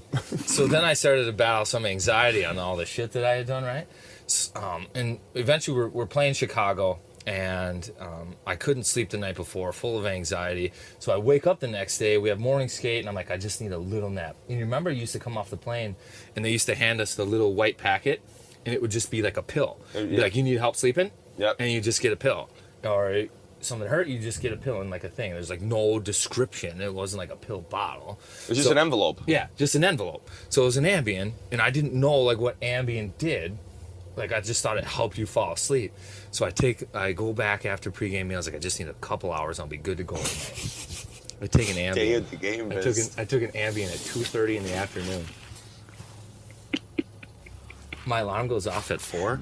He was like Datsuk that night. My alarm goes off at 4, and I don't have a brain. I walk downstairs to the Walgreens, and I'm going to like one eye, trying to get. I grab like a 5-hour energy. And then there's I'm in shock right now because you said you had an Ambien store. You took a fucking Ambien before your pregame. So I say screw that. There's a 4-pack. I take the 4-pack. I go to the rink. I can't talk to anybody. Like literally, I can't think. We're out there playing, and I'm staying on the end of the bench in Chicago. Remember, it butts up the visitor on this side. Chicago's over here. I'm staying on this end. I don't want Randy to call my number at all. I can't play. I think, okay, at least I can hit something tonight. So I got Seabrook lined up behind the net. Oh, he's hard to hit. Fuck, he'll get you reverse hit every time. Especially when you took an Ambien for lunch. He'll get you every time. I go with everything I got right at Seabrook on the forecheck. Boom. Miss him by 3 feet. I hit nothing but glass. I couldn't see him. I go back to the bench. I sit on the end, and all the guys are looking at me like, what the fuck was that? And I was like, I can't talk. And then I think it was Patrik Sharp was on the other bench. He leans over. He goes, hey, why is your face so red? I was like, I took an Ambien for lunch. You said that to him. He goes to his bench. He goes, hey guys, he took a fucking Ambien for lunch. Yeah, next time he's out there, have him in. All their heads go like this, like what? And then for the rest of the game, like they were sweet dudes, like they were taking care of me after that. They're helping you out. Yeah, they were. That's awesome. Yeah, they're like, dude, you doing all right? All right, here's what I'm gonna do. You know? Oh my God. Telling you the whole shift before the puck drops. Yeah. That is fucking nuts. So I took an Ambien for lunch. I didn't know it was like a full 8-hour thing. I thought it would just help me fall asleep, but it was tough. waking up from an Ambien after 2 hours of sleep, you're on another planet. I could spend another 40 minutes asking you about this whole experience. I just kept chugging 5-hour energies thinking it would balance me out. It was not the case. No. How many minutes do you think you played that game? Oh, it doesn't matter. I bet you maybe 6, but it felt like 300. Hey, it would have been sick if you ended up like scoring a hattie and kind of being like the old Pittsburgh. Was it Pittsburgh? Who's the baseball team? The Pirates? The Pirates. Didn't the guy do acid and then show up and pitch a Doc perfect Ellis, game? Yeah. Some guy put perfect game on acid. That would have been cool if he would have scored a hattie on that would have been cool. The story would be a lot better. Instead, I missed Seabrook by a mile, and that's the highlight. Seabrook's like, what the hell is this guy doing? I love playing against this guy. So you've had a lot of silly moments in your career. One of them I read was you got your arm stuck in a camera hole during a game. Yeah, that one sucked. Where was that, in Anaheim as well? In Anaheim. So believe it or not, I think at one point I was actually a prospect, and so you get a chance to play with decent I never got guys. that. So I was playing with Team Mussolani, and things were going well. I was scoring, not a lot, but starting to score, getting a chance. I was playing the wing, and the puck was coming up the wall kind of slow. Defensive zone? Yeah, and it was in Anaheim. So, and the D-man had pinched, so I kind of had him a little bit. But I was waiting. He was going to eventually catch me. I picked the puck off the wall, and I go to throw it to the middle. And he's coming back hard, and he just hits me, rubs me out. But my arm goes like this, and then the camera hole's right here. And it just keeps going through. And then my body and the leverage keeps me going. I roll past it, my arm's stuck in the camera hole. So then it just goes snap, my arm. But my glove stayed on and everything. I just go right back to the bench, and my glove was on. I go into the room, and I was like, you guys ready? And they're like, are you ready? I was like, yes. So then I just pull my glove off, and my wrist and thumb are all busted and twisted. No. Like, you guys got a... They look all mangled? Yeah, I was like, you guys got a granola bar or something? Oh, fuck. I needed something. That's really bad luck, though. I needed a power bar, bad. They needed an Ambien. I was like, green, dude. Yeah, I was like, give me a power bar. I didn't know you were injured from it. That's crazy. How much time? Oh, fuck, that's terrible. While getting a chance with Timu, too. I know. Of course. Yeah, I know. But, so the camera holes, I went back. I had surgery. I went back the next day. Every camera hole in the arena was changed out, gone. That's what, I've noticed sometimes they clog them up now, but it kind of ends up being, especially how big they are in some rinks, they can be very dangerous. Yeah. Getting something caught on the way. Didn't someone get a finger caught in one recently? Yeah. But it's sorry to hear that, man. So Buzz Killington biz over here. No, I mean, that's a crazy part of your career. I mean, I feel like you must know yourself more as a devil, and things in Anaheim didn't go great for you, right? Randy couldn't stand you, right? When you finally got out of there, I'm guessing it was a relief, right? Yeah, no, there's no question. And I didn't know, you don't, if that was the only organization I played with, I think that's the NHL everywhere, right? And no, Anaheim wasn't fun. It was tough, right? But we won, and it was good teams. And then eventually you get a new chance, and you're with a new club, and they do things different, and it's like, wow. Dude, hockey's kind of funny. Yeah, it's I know. Not even to leave Anaheim too quick, because do you have any funny memories of Prongs? Remember how he'd be like, Clarky! Oh. Play? But yeah, my favorite he must have given it to you once in a while. Oh, all the time. Well, Prongs was, and remember back in the day too, they would set the rookies up. You couldn't go on the elevator. The buffet line, you didn't eat until you were the last guy off. But probably the most memorable thing is Prongs would come into the arena every day with the Wall Street Journal. And then he'd lay on the massage table with his face through the hole and put the Wall Street Journal on the ground. But then he'd always have to have NCIS on the TV too. So he wasn't even watching it. No, he never watched a thing. But he couldn't have anything else that you wanted to watch on. And then you'd ask him about reading the Wall Street Journal. He'd snap at you because I don't think he actually read it. I thought he did crosswords. I thought he crushed crosswords too. Yeah, whatever he was doing with the paper. Yeah. But massage table face down. He'd get 2 of them and hand it off to George to finish it. Yeah, because you were playing with George for a little bit too, right? Yeah. Was Pearson? Yeah. Oh yeah. So he was probably he was doing. George could finish a crossword in 7 That's minutes. what I heard. That's what I heard. He was in the locker room. The hardest one in the what's the Sunday paper? The hardest. Yeah, as the week goes on, it gets harder, I believe. Yeah, the Sunday New York Times one's a big one. Oh, really? Yeah, that's a big one. You crushed those ones, all right? No, not me. I don't read the Times. But sticking with Anaheim, we got to talk about the Cup run. You go from you play in Portland all year, and then you get called up. Your first NHL game was a playoff game, correct? Yeah. I mean, you got thrown right into the mix. Yeah. Again, that's a Randy move, though. Shit my pants. So, I played all year in Portland. I didn't think I was ever going to get a chance to play. Prongs ends up getting suspended Something happened. They're playing Detroit, and they just wanted a bigger bodies, a bigger lineup. So they call me, and I screened the call because I didn't recognize the number. It was the coaches. Where were you? I was in my hotel room. Okay. But we're in Anaheim, Black Aces. Yep. And this was the Western Conference Final, so I've been there 2 rounds, right? I'm not playing. Right. Just getting boozed up every night after DM but packs. trying to hide it, you know? Yeah. Crushing afternoon bam bams. So I get a call, and it says, you better not be on the beach and come in with the tan tomorrow because you're playing. So I call back like 30 seconds later. Like, yeah, no, absolutely. I'm actually working out at the gym at the hotel right here. No. Just finished my meditation session. Exactly. So I go doing visualization on my breakouts. Yeah, I go in, and I do end up playing the game. And I remember sitting on the bench, and Teemu Selanne was right next to me. And at that point, that was the furthest he had ever been in the playoffs, right? Like Hall of Fame dude. My first NHL game is in a playoff game, the furthest Teemu has ever been in the playoffs. I was like, do not screw this up. Yeah. And he's just like, relax, kid. Right? Oh, really? Yeah. First shift, go out, -1. I was like, man, the NHL is legit. This is fun. That was a good ride. Yeah.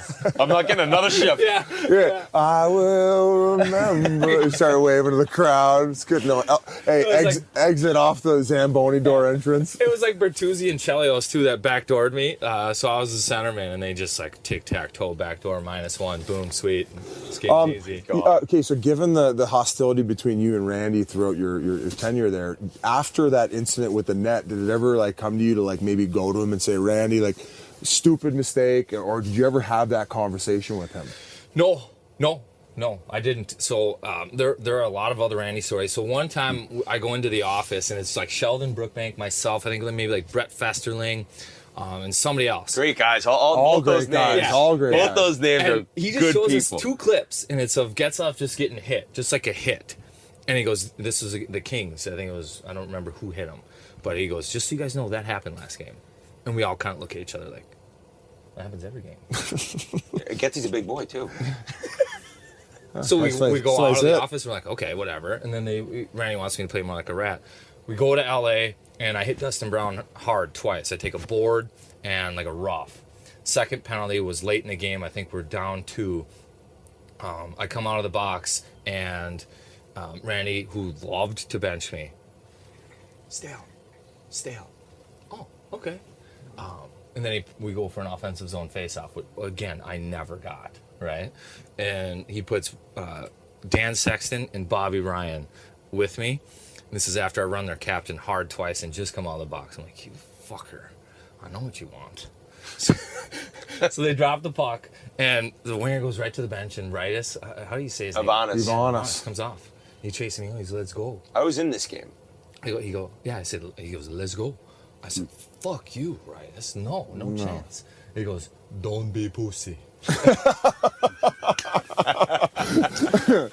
Don't be pussy. So I look around like, I'm at Staples Center. He's actually right. I am being a pussy. I was like, all right, Ritus, you catch me, I'll fight you fucker. So I was running up and down trying to get them all tired, hoping that eventually that my lungs are bigger and I'll have a chance. And I thought maybe I just get in tight, tie up, and we'll see what happens. It's a good game plan, man. Well, you thought that's quick on your toes right there. I go into the corner, pretend like I don't know he's coming. Wait, look over my shoulder. He's coming. Throw myself, turn around to grab him, and he jumps back. Boom. You're like, no, I needed that grab. Yes. I needed that grab. I'm squared up. He's like 6'7", 250. We're squaring up. I'm like, well, this is gonna go well. He hits me with the left right off the bat and introduces my nose to my ear. It's over here. That's why it looks like that. Your nose was mangled. It's over here. So I go right off of the ice and into the doctor's room. Doc's like giving me small talk, and then eventually just squeezes my nose. It's like, boom. Eventually sets it. Go back to the locker room, and the trainers are cleaning my face up. And Randy comes fucking waddling down. You remember LA? They had the one training table this way, and then the long hallway. Yep. So he's walking down the hallway right at me. And then he turns his back to me right in front of this table, and he says over his shoulder like this, like, he's like, you shouldn't fucking fight guys like that. Not only did we lose the game, we got our ass kicked too. And then he walks out. Dude. So I lost How mean is that? After you get a Chris fucking Drury from the top, he was one of the toughest. After telling me the day before that Getzky got hit, you didn't do anything. I actually kind of love him for saying that to you, though, because here we are, and Everybody gets a chuckle. Rick from Red Deer is fucking howling in his Hey, you pickup must have truck been right like, he walks away, shit. you're like, oh, I you lost did? my You shit. snapped. I lost my shit. Yeah. Fuck you. Right? So then I have to go, everybody's like, chill. I have to go take a shower. I'm in the shower. I come out and I forgot that I'd broken my nose. I rub my face and I hit my nose and it goes right back over. It's like, right back over. So I got to go back to the doctor's chair. He goes, I don't have any more. He tries it a couple times. It doesn't work because I don't have anything else to do. He's like, I got to put this cast on your face. So he cuts out like a 4x4 square and he puts it on my face. And the next game we played, we had Ducks and Tucks. I actually got out of that one, which I was happy about. But the next game we played was an NBC game. And I think he wanted me to be all embarrassed with a cast on my face or have to say I couldn't play. So he's like, if you can play, you're in. What a So fucking I had a guy. cast on my face. So I go home with the old lady and I stick my head over a boiling pot of water and we have to peel it off because I wasn't going to tell Randy that I couldn't play. And I certainly wasn't going to play with a cast on my face. No, right? not on the NBC game. Right. That's That's like LeBron did it. LeBron did it. They started doing those things in basketball. Yeah. Yeah. It's clear, though. That was one. The other time where I did try to have a chat with him, we always dress like 13 forwards for warm-up. And I was the 13th forward. And legit my whole career. somebody got sick. And I'm there in warm-up. And instead, he called Peros, who was in Hermosa Beach, to drive up. George got there for like after the game started to play. Oh my And God. I was Are the you 13th fucking He was kidding me? sitting in the room. I'm sitting there waiting. I Holy take warm-up, and I still shit. couldn't play. So I go up to him at like 2 days later. It's like he crushed his old lady or something. I was like, Randy, why the fuck am I there as the 13th forward if somebody goes down? I'm still not even playing, right? Like, I'm still not going to play. He's like, I was like, that was embarrassing to me in front of the team, like everything. Like, that is a kick in the nuts. He's like, I don't see it that way. I was like, What is telling you, that's the way it is. You dressed me, and then you actually needed me, but still I couldn't do it. Like, you never needed And me. I've consulted every guy on the team about it, and they think the same. They're like, go and have a talk with him, Carts. So then I actually had to request a trade. And I was like, I go upstairs. It was hard for me to do this, too. I go upstairs, and I was like, to Bob Murray's office. Oh, another easy guy to talk to. Oh, yeah. I was like, hey, this is, things aren't really going that well. I'd like to maybe look at other options. Like, no shit, you think I haven't been trying to trade you? Oh, Jesus Christ. I've been trying to trade you for a year. It's like a tag will team. Take you. Oh, my God. This is awesome. The tag team. This is awesome. Oh, no shit, I've been trying. This You is stink. unbelievable. Yeah. So then I'm like ready to end it all. I tell the lady, let's just go to San Diego. Let's go to the zoo. Let's try to enjoy life a little bit. I'm at the zoo and I get a call. Hey, you're being put on waivers. You've been traded. And then boom, I was out, Carolina. Oh, so were you on waivers or traded? I think we need a few. Both. So I do we went need through- a few minutes to digest all that? They put me through waivers. That's then kind of a panic, right? Yes. And then I got traded. So Oh. they needed contracts. I think contracts had to switch. Yeah. So Carolina needed a warm body, but they needed to get rid of contracts. So after I clear waivers, trade. Oh my God! Wow. Nonetheless, interesting. But you said you got to move over to after that. It was New Jersey. It was Carolina, Florida, then New Jersey. Then New Jersey is New Jersey where you had the best time of your playing career in the NHL. Yeah. Yeah, it is. It was fun. We had a good run there too. My first year there to the finals, 2012. You had a good with the playoff Kings. too. You had 5 tucks in those playoffs. Yeah, it was fun, and we played a role and contributed, which really mattered too. And that was fun. And Who were you playing with? Bernier. What was the line called? The CBGB line. CBGB line. Yeah. What's that? Steve Bernier and who else? It was CBGB's Carter Bernier and the Gianta brother. Oh, Steven Giant. I played with him at USA. Yeah. Wow, that was your guys' line. Yeah. So just a forecheck, just straight lines, boom. But the coach trusted us, and we played, and we'd score. Eventually, wear teams down, and just we'd get, we'd jump on rebounds and score. But And LA was just something, though, huh? That team was a wagon. Yeah. Well, we lost 2 games. They at that point when we hit the finals, they hadn't lost the game on the road yet. So we were the 6th seed. They were the 8th seed.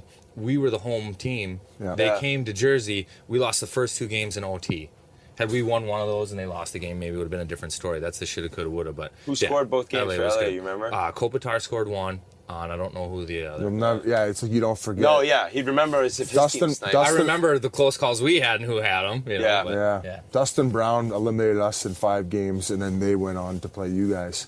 So we would have met you guys in that year in the final. But Yeah, but nonetheless, though, that was that the year where Bernier ended up getting suspended in like Game 5. That was hard to watch, man. We are the number one PK. I don't like D-men for this reason. They're smart, but you get on the forecheck.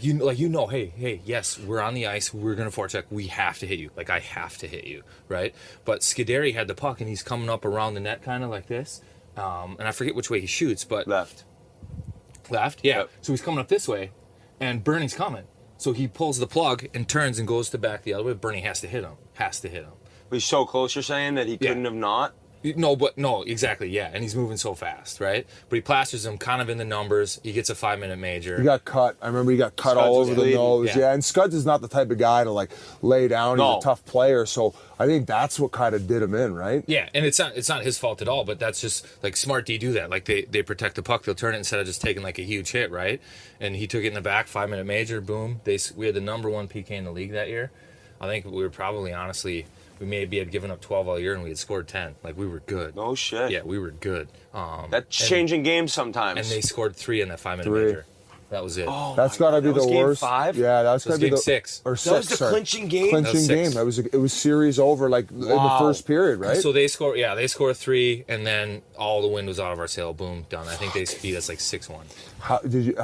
He must. That have been sucks a for mess Steve after. Bernier. That's got to be the worst feeling in the world. Yeah, I think it was right. Like it's one of those things that you don't talk about, right? Like, and it wasn't his fault. Like I would have, if it was me, I would have done the exact same thing, exact same spot, right in the box, right? It's what we had to do. Yeah. That's how your line had gotten to where you were. Yeah, it's what we had to do. Yeah, absolutely. If it was me, same exact scenario. Go ahead, Art. Let's say you played with one of our recent guests who was wildly popular interview, Patrik Eliáš, Hall of Fame caliber player. What was it like playing with him? Do you ever skate on a line with him at all? No, by that point I was no longer a prospect. So you're a suspect. Yeah. So no, I didn't play with Patty at all. Patty was way too skilled. But he was fun. You know, I always enjoyed getting to know the Eastern European guys. You know, they're like a little different. They're wired a little different. Oh yeah, definitely. You know, and but he was good, smart. I always loved like watching him like handle the puck, and he's one of those stick nerds too. He always had it like his way. Geppetto. Yeah. We call them Geppettos. They're always in there working on their curve. Peter Mueller must have had 2 new sticks come to him like twice a week. Really? Yeah, one of those types of guys. But he was one of those guys. Yeah, no, but he was probably one of the all-time great Devils. I mean, there's no question about it, right? No doubt. And DeBoer was your coach all 3 years, too. You're surprised with the success he's had since then? Or? No, I'm not. He's a great coach. He was a great coach. So the reason I ended up in Jersey, big fan of the waiver wire. I got traded to Carolina. I got traded while hurt to Florida. Was meant for that contract just to end, I think. It was just like a moving money out deal. I'd torn my oblique, but I was like, hey, if I don't come back and play, there's a chance I never play again. So I played like 8 or 9 games at the end of that year for Pete DeBoer. He ended up getting fired as soon as that season was over, but I played those 8 games for him. I was back in Florida the next year on a 2-way deal, and Kevin Dineen was the new head coach. Well, he's going to send me down to the minors after probably like 7 or 8 games. But I had to go through waivers, and then Pete claimed me from New Jersey. Wow. You hadn't played those games for him. Those games showed him enough. Like, I could take this guy. I He'd be on my third line. Yeah. So Pete, after the Florida thing, was like, I really like what you brought. Like, you didn't have to play like that. You didn't have to do these things. Really appreciate what you did in that spot. And that was the year-end meeting. And then, next year. Like, so as a coach, is he very system-oriented, a lot of video breakdown, or is he just, a lot of detail. Yeah, a lot of detail. Like, you'll watch video, but you'll be very prepared, and you'll know what you have to do. But I think he's also honest. Like, this is your role. This is what I need you to do. I don't need you to score, so don't feel like you have to. And I'll take care of you. Like, you'll get a deal if you need one. But don't feel like you have to score. Just don't get scored on. He's one of those guys, right, too. That's a great feeling. Oh, yeah. wow. Takes off, You don't have to score? Well, the greatest.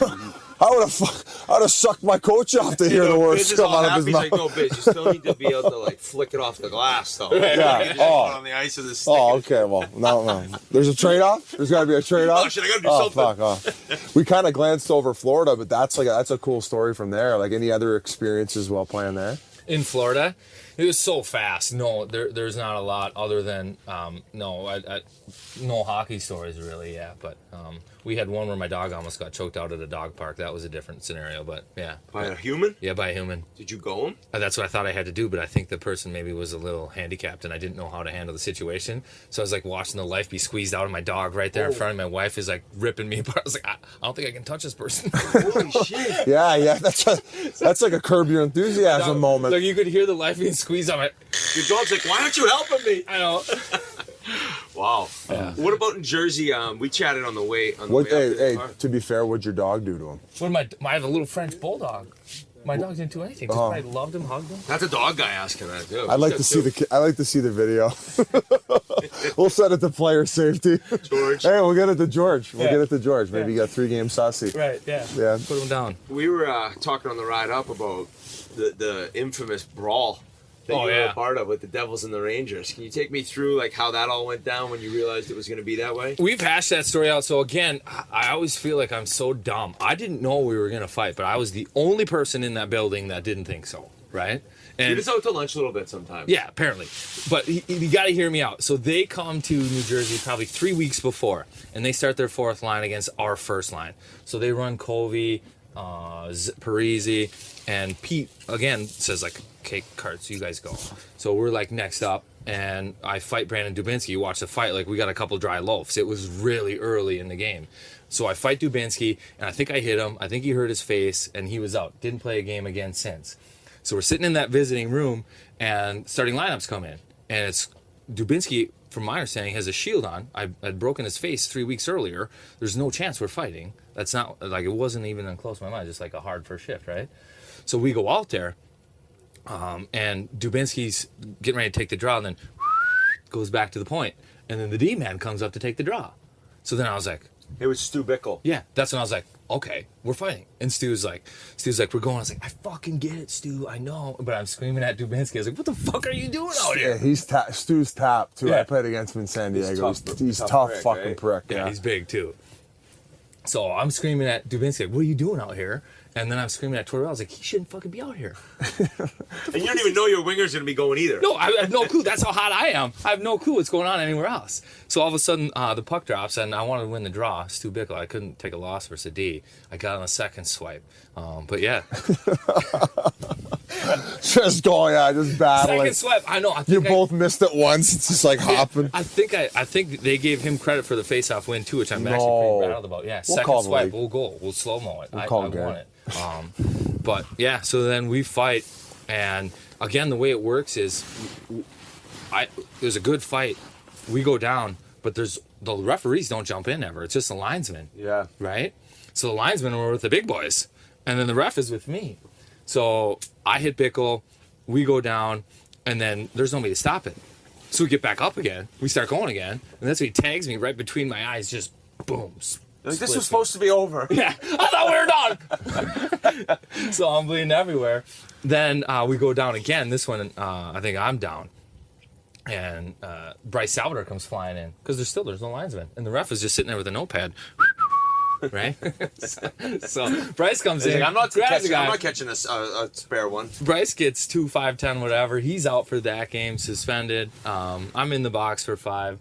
Yeah, bunch of stitches and stuff, but I needed more than 5 minutes. But it was a pretty cool moment. I mean, that was old school hockey. I remember exactly where I was watching that. You know Mike Hoffman? Yes. Yeah. Hoffer texted me after that. When I played with the American League, he's like, dude, you just bought yourself 2 more years in NHL. Yeah, got single play. Hey, we'll take Carter. He was in that brawl. He wasn't wrong. 2-year deal right after that. I think that's a very fair statement, as much as we think we're kidding. It's like you're the relevancy, your name's popping up. Other GMs say, oh, he's willing to mix it up. Stuff like that matters, man. Yes. Not only that, the market matters too. That was New York, Madison Square Garden Sunday. If that's Anaheim versus LA, it's on the highlights, but that's kind of like whatever. It's over, right? Yep. You got anything else, all right? I was going to say, like a lot of guys we've talked to this week, you got to play for your hometown team. You finished up in Minnesota, right? That must have been quite a thrill for you. Or was it? Was it like nerve-wracking because everyone wants tickets and all that shit? No, I was, so playing at home I think would have been a distraction early on. I was old enough to where it really wasn't a big deal. Really big source of pride for me. My parents are from St. Paul. In Minnesota, the way it works is like the hockey team is St. Paul. The other sports are kind of Minneapolis sports. So the fact that my folks are from St. Paul, it's the hockey team in St. Paul. Their kid gets to play for them. Like, it was kind of sweet and fun. And at that time, I had children too, so super special to share that moment with your kids. You got pictures, you can show them, you know. So you played in an outdoor game with Minnie, right? Yeah, we had the game at TCF here. And then you had a goal and an assist, I believe? Yeah. Holy shit, that's a showing. Yeah, there's got to be good pictures of that. That's got to be one of the most special moments of your career. Spit it out, Biz. Yeah. Fucking struggling here like you're in the fucking draw against Bickle. Wow. It probably was one of the highlights. Like, again, for me, the image that's probably burned into my mind that I recall from the playing days was after that game, Minnesota outside, snow was flying the first 20 minutes, scored, eye black on. I think it was missing a tooth. But after the game, post game, little sweat. You got that look still, but I got two chubby little kids with me. That's the best picture, I bet. God. Yeah, it's my favorite. That's right? awesome. That really brought it whole circle, because as much as you love playing and stuff, man, when you can bring your family into it, it's great. That's one thing that bums me out is like my boys will never because they're like, oh, you pigeon, you didn't play. Right. Yeah, your makes kids me want got to dump a few of my old lady and make a comeback. That's what it makes me. He's like, Dad, I don't want to watch you in the United States Professional Football Hockey League. You're a fucking asshole. Yeah. Oh my god.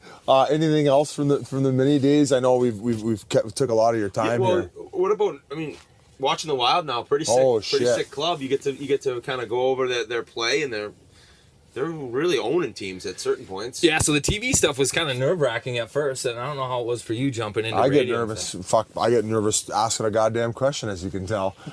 But I went from, like, playing with a lot of the guys, like the core of that team, I played with them right up to the broadcast booth, and it's hard to, like, be... Bingo. You don't want to be too critical. You can't be critical, because, one, you know you're talking to, like, their parents, their wife, like, they're watching, right? And you're friends with these people. But at the same time, like, if that dude makes a mistake, everybody else watching knows that dude made a mistake, and you got to say it, right? Yeah, there's a fine line between, like, credibility, but also, trying to, be professional and, like, protect them a little bit, right? And the thing for me was most guys were a lot better than I was. So who the fuck am I to be like, oh, yeah, what a terrible play here. No, it's just like you more compliment the other team in mistakes that your team makes. Right, exactly. And for me, it got to a point where it was like, okay, like cognitively, you don't want to jeopardize a friendship for a job or for something like that. So you're just going to, I'll take an L in terms of everybody else or credibility as long as you're not calling a guy out.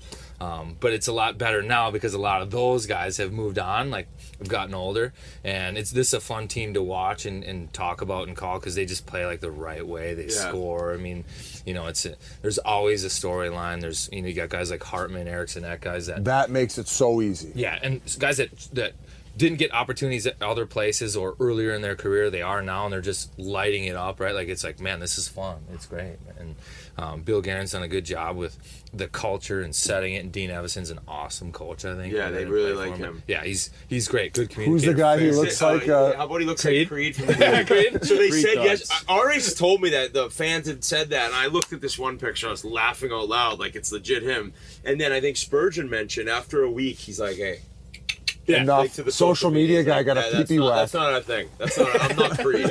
So it was, so just so you know. And then Biz saw him and he said, everyone thinks I'm always mad all the time. Like, I think he's got that intense look, but the guys loved him. So well, he cuts you with his eyes. Like, he looks intense, but he's a great dude and easy to talk to. I think the guys like playing for him. Well, dude, this has been phenomenal. Thanks for coming out here. It's been a real blast for us. Great interview, and man, you had a really good career for somebody. For somebody who you didn't really expect to ever play. Just under 500 games, buddy. That's incredible. So, congrats, buddy. Thanks, man. I appreciate it. Yeah, it's fun. For a guy who didn't have an age. Coming up here. For a guy who didn't have in the elements. Oh, this is great.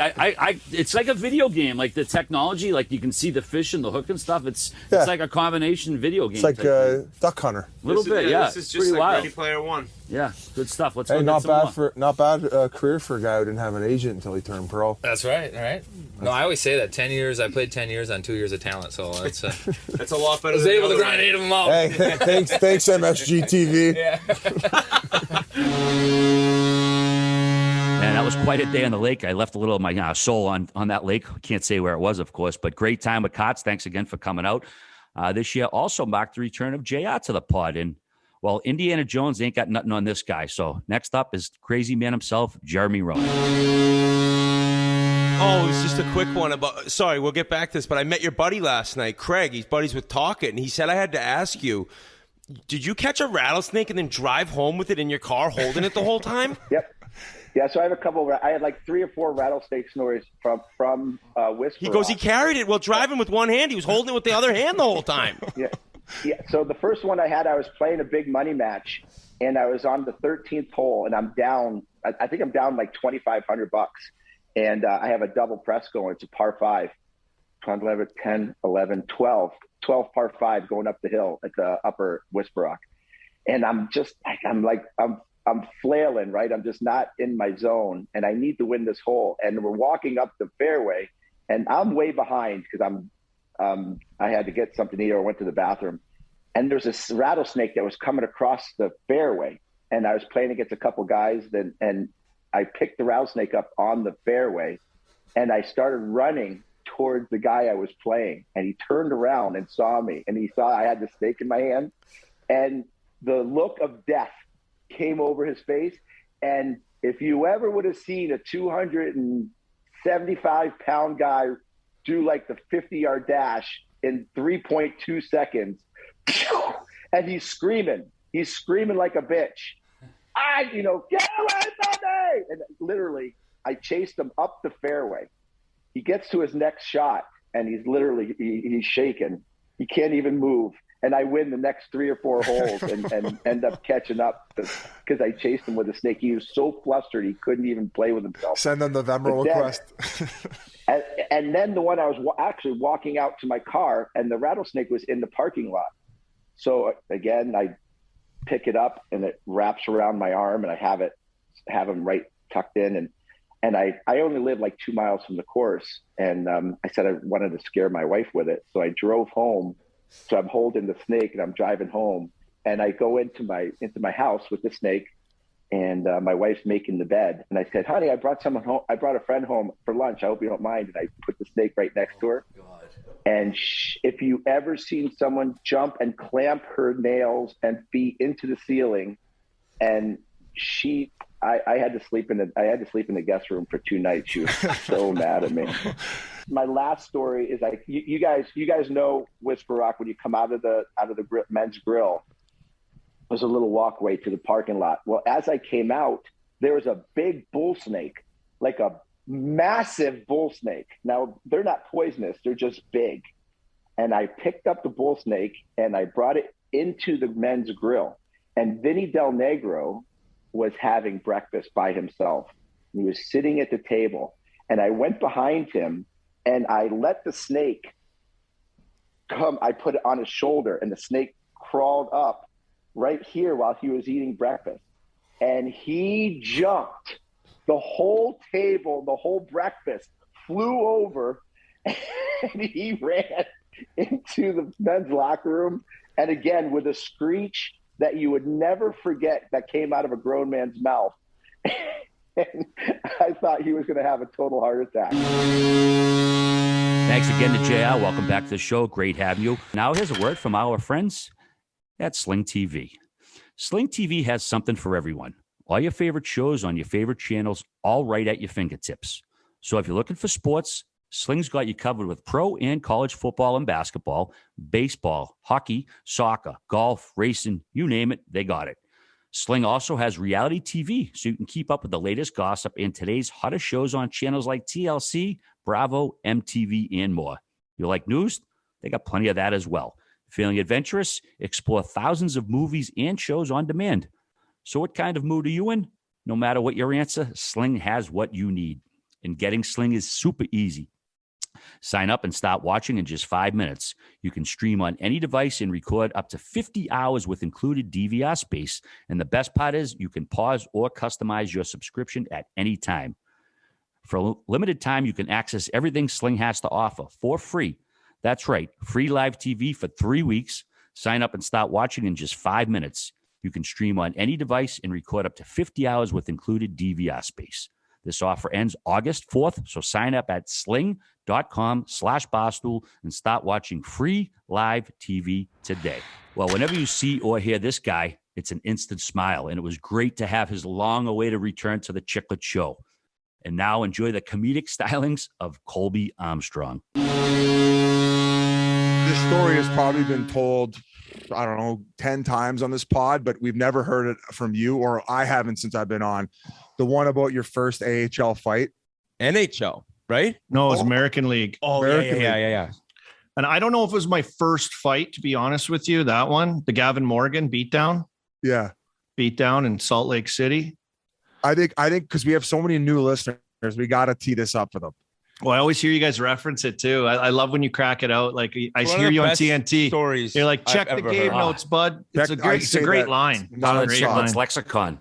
Yeah, it is. And you're the reason it happened. You created an iconic line in hockey. Oh, it's so true. You got to check the game notes. I went through a bad phase where I thought I'd play better if I didn't check the game notes. Just like I'd play better if I didn't wear my mouth guard. Do you guys ever do stuff like that? Oh, yeah. I played without a jock at one point, and then in a Pittsburgh Penguins training camp, somebody was dumping it in. I think it was Donchar, and he got me right in the ball bag. I couldn't finish the rest of the scrimmage game. And they're like among all the stupid shit I did in that organization, like getting in bar fights, like they were like, what's going on? I'm like, I got hit right in the balls. And they're like, well, okay. And I'm like, I'm not wearing a jock. And then I think that trickled up, and then another trip to the fucking ECHL. He didn't wear a jock because he said, maybe if I catch one in the dick, it'll make me last a little longer in bed. yeah, so Bugsy good. talked me into it. Oh yeah, that's Bugsy would do that for sure. He'd be a little lighter, aerodynamic. But yeah, with that, I was just going through a weird thing because the game's 90% mental, right? So I was like, I figured if I don't look at the other team's game notes and I just play them straight up, I'm not overthinking it. Like I just prepare like I'm going to play great. I don't want to prepare like I know that guy has 90 points, or I know that guy, does this. I'm just going to play. And it was like a way, I don't know why I went into that phase where I wasn't reading the game notes for a while. I wouldn't even look at them. Some put in my stall. I wouldn't even touch them. I didn't want to touch them. Well, needless to say, yeah, check the game notes, boys. Like I get out there. Yeah, Gavin Morgan, like smaller, skilled guy. I actually talked to him about this too. He loves it. He got an eye injury apparently, and he was wearing a visor. So he's like a little visor guy, like pretty decent player, but like feisty. But I was back checking to the net front on a rush, and we kind of met at the same time at like the back post, and I got my stick up real high on him, like right up in his throat, and he like went down. He got up, he came to swing at me. I gave him the old slip, like yep. So he like windmilled by me, and then I threw him down on the ground again, like just big dogging him, like. Then I go sit in the penalty box. He comes by on Captain Morgan, one leg up, like gives me the throat slit. And I'm like, oh, here we go. I was like, here we go. Then we're in the box. He's yelling at me. He throws a water ball at me, hits someone in the running the score clock in the head. He goes, sorry, just starts giving it to me again. I'm like, this is crazy. So then our penalties are up, like the coincidentals, and we got to skate back across the bench, to the bench across the ice. And that's when I was on the bench and I was all fired up. I'm like, I'm going, this guy, he's little, like perfect. Like I got this guy. I'm just going to string him out. And I looked down the bench after I was telling all the boys, I'm going to fight this guy next shift for sure. We're going. I looked down, his trainer's taking his visor off. Cause I guess he never really wore a visor. He just had he took a puck in the eye and he had to wear a visor. So his trainer's like taking his visor off. I see him. He's just like making a cast on his wrist with tape. Like he's like looking up at me, taping his wrist, keeps looking over. And then, yeah, that's when I next shift got out there right by the penalty boxes again. He came at me, made a little play, kind of sucked him in, little pop pass to the middle, cold shouldered him. He goes down. We gave him the old cold shoulder. He goes down. He goes, now's your chance, kid. As he's getting up, I'm like, let's fucking go, baby. I draw my gloves. We square off. He just grabs me like whack-a-da, whack-a-da, whack-a-da, whack-a-da, whack-a-da, whack-a-da, whack-a-da, whack-a-da, right to the ice, like uppercut city. I'm going off the ice. They're like slow-mowing it on the Jumbotron. I can barely see out my eyes. Oh, just brutal beatdown. And that's like Salt Lake City rink where they played like the Olympics. Like it was like one of the nicer rinks at the time that I played in the minors. It was nice. And I get back in the room and I'm like, the game ends. And I'm like looking in the mirror in the bathroom, like looking at my face, like almost like emotional, like I'm like embarrassed, you're like almost crying. And I'm like, and Dag, that's when Daggle, Alexander Dag, comes up to me, throws the game notes in front of me right on his page. Check the game notes, kid. I look down, I could barely see, my eyes are welded shut. Here he has like 150, 200 PIMs. It's like just after Christmas. I'm like, whoops a daisy. Wrong door. You could tell me that story every day until I die, and all. That's such a good story, though. It's so amazing. Oh man, that guy's too much. Thanks to Ami, and hopefully we don't see him in the Mindsies once again. Absolute character in the lore of Spittin' Chiclets, no doubt. And another funny guest made his return as well this season, John Michael Liles, back when we were in Denver, and he had one of the funniest stories perhaps of the last season. So we're gonna send it over to John Michael Liles right now. Enjoy. When you played Toronto, two coaches, you kind of got double whammy there. You had Wilson and Carlisle back to back. Oh my God. So Wills loved me. This is therapy session. Wills loved me, and I got along with Wills. Okay. Like I got traded there in the summer. Came in. I mean, we came out of the gates like hot. And Wills was awesome. I got a concussion like right before Christmas and didn't play for like 2 months. And I think Wills got fired like shortly after I came back. And it was. Forget what it was. It was like the night before Wills got fired. We had like a little team meeting, and the rumor was Randy was going to get hired, and Loops had him in Anaheim, and Loops is like, boys, we're done. He's like, we can't do this.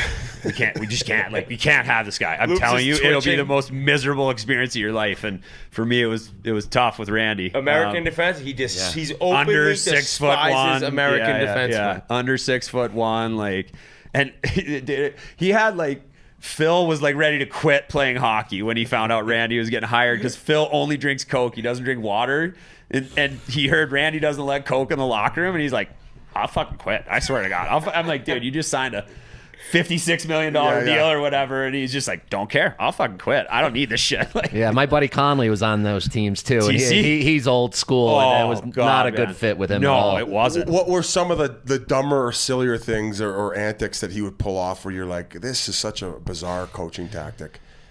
Oh man, I don't even know about coaching tactics. It was just like everything was, like he was in control of everything. We had the team weigh-ins like every 3 days or whatever, and he did control everything. Everything. Trainers, food, everything, PR, beer on the plane. Like he limited it to 36 beers on the plane, and his rationale was some guys will have 2, some guys will have 1, some guys will have 0. I'm like, I started bringing my own bottle of wine on the plane just because it was like, the beers are all gone in the first hour. So that's something that's kind of, I don't want to say left the game, but you see certain teams not allowing booze on flights now. Yeah. And I was talking to Rick talking about it, and I think that in Phoenix they might have asked him, like, what are your thoughts on it? He goes, if you think I'm going to tell a fucking 30-year-old that he can't have a pop after he just went and competed for 60 minutes for me, you're out of your goddamn mind. And I agree. Now, on the flip side of it, booze does kill you. If you're fucking crushing a lot and in the air too, it's like in the air, double exactly. whammy. But you're on like a 5-hour flight. Like we had, you're stuffing your bag with beers from the bus because we didn't have enough beers on the flight, and it was like the other thing was like we took all the snacks off the plane, so it was like beef jerky and like fruit. And then, but he'd have his own snacks. It was a friggin' chip massacre at the front and the coaching staff. Like you'd walk up there'd be like 8 empty bags. There was a bodega. They took out seats in the front. I'm like, I've got like teriyaki beef jerky stuck in my teeth. Like, oh God, it was just stuff like that. Like the weigh-ins. Phil like refused to weigh in one time, and Bell's like, Phil, you got to weigh in. And Phil's like, fuck that, I'm not fucking weighing in.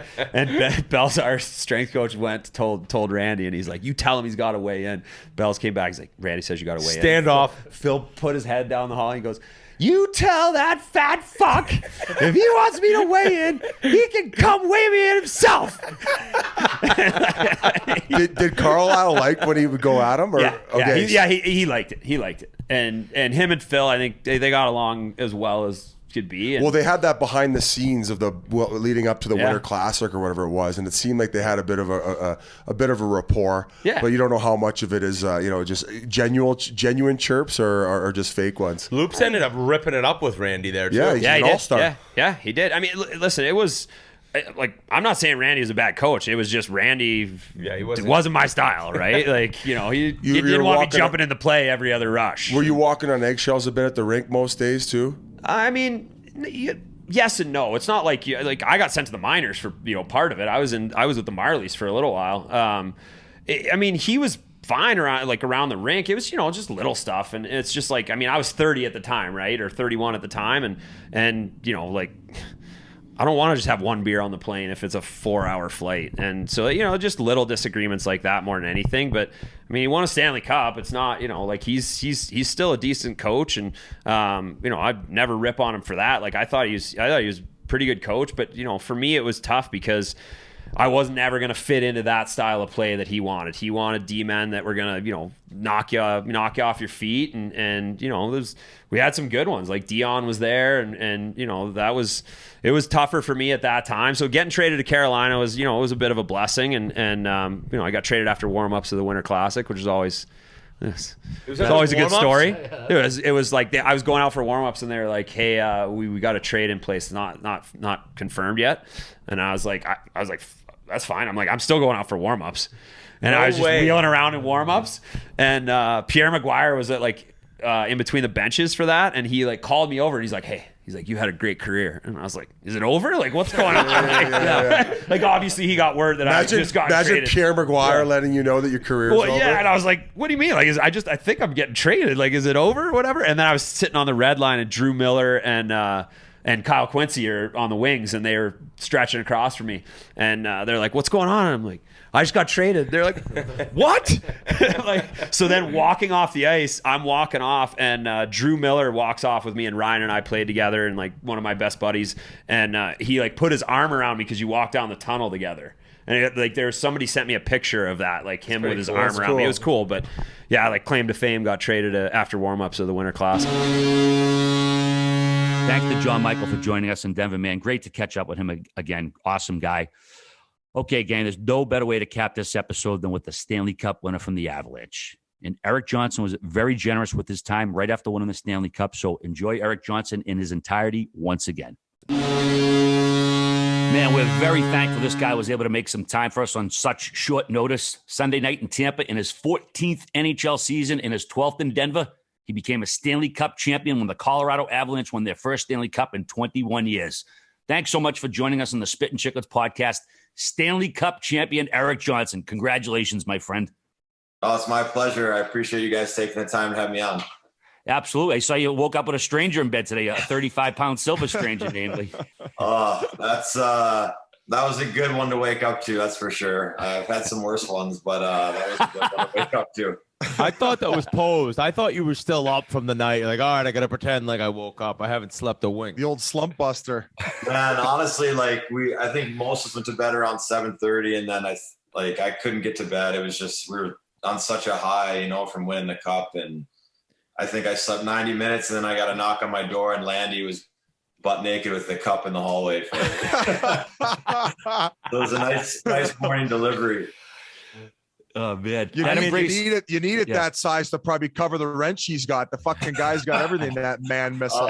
Now he's got the ring and he's got the fat fucking contract. Hey, he's got everything but a skate blade at one point in the biggest part of the game, Biz, but he was crawling off the ice. Oh man, what a stud he is! Yeah, it was a nice delivery, that's for sure, this morning.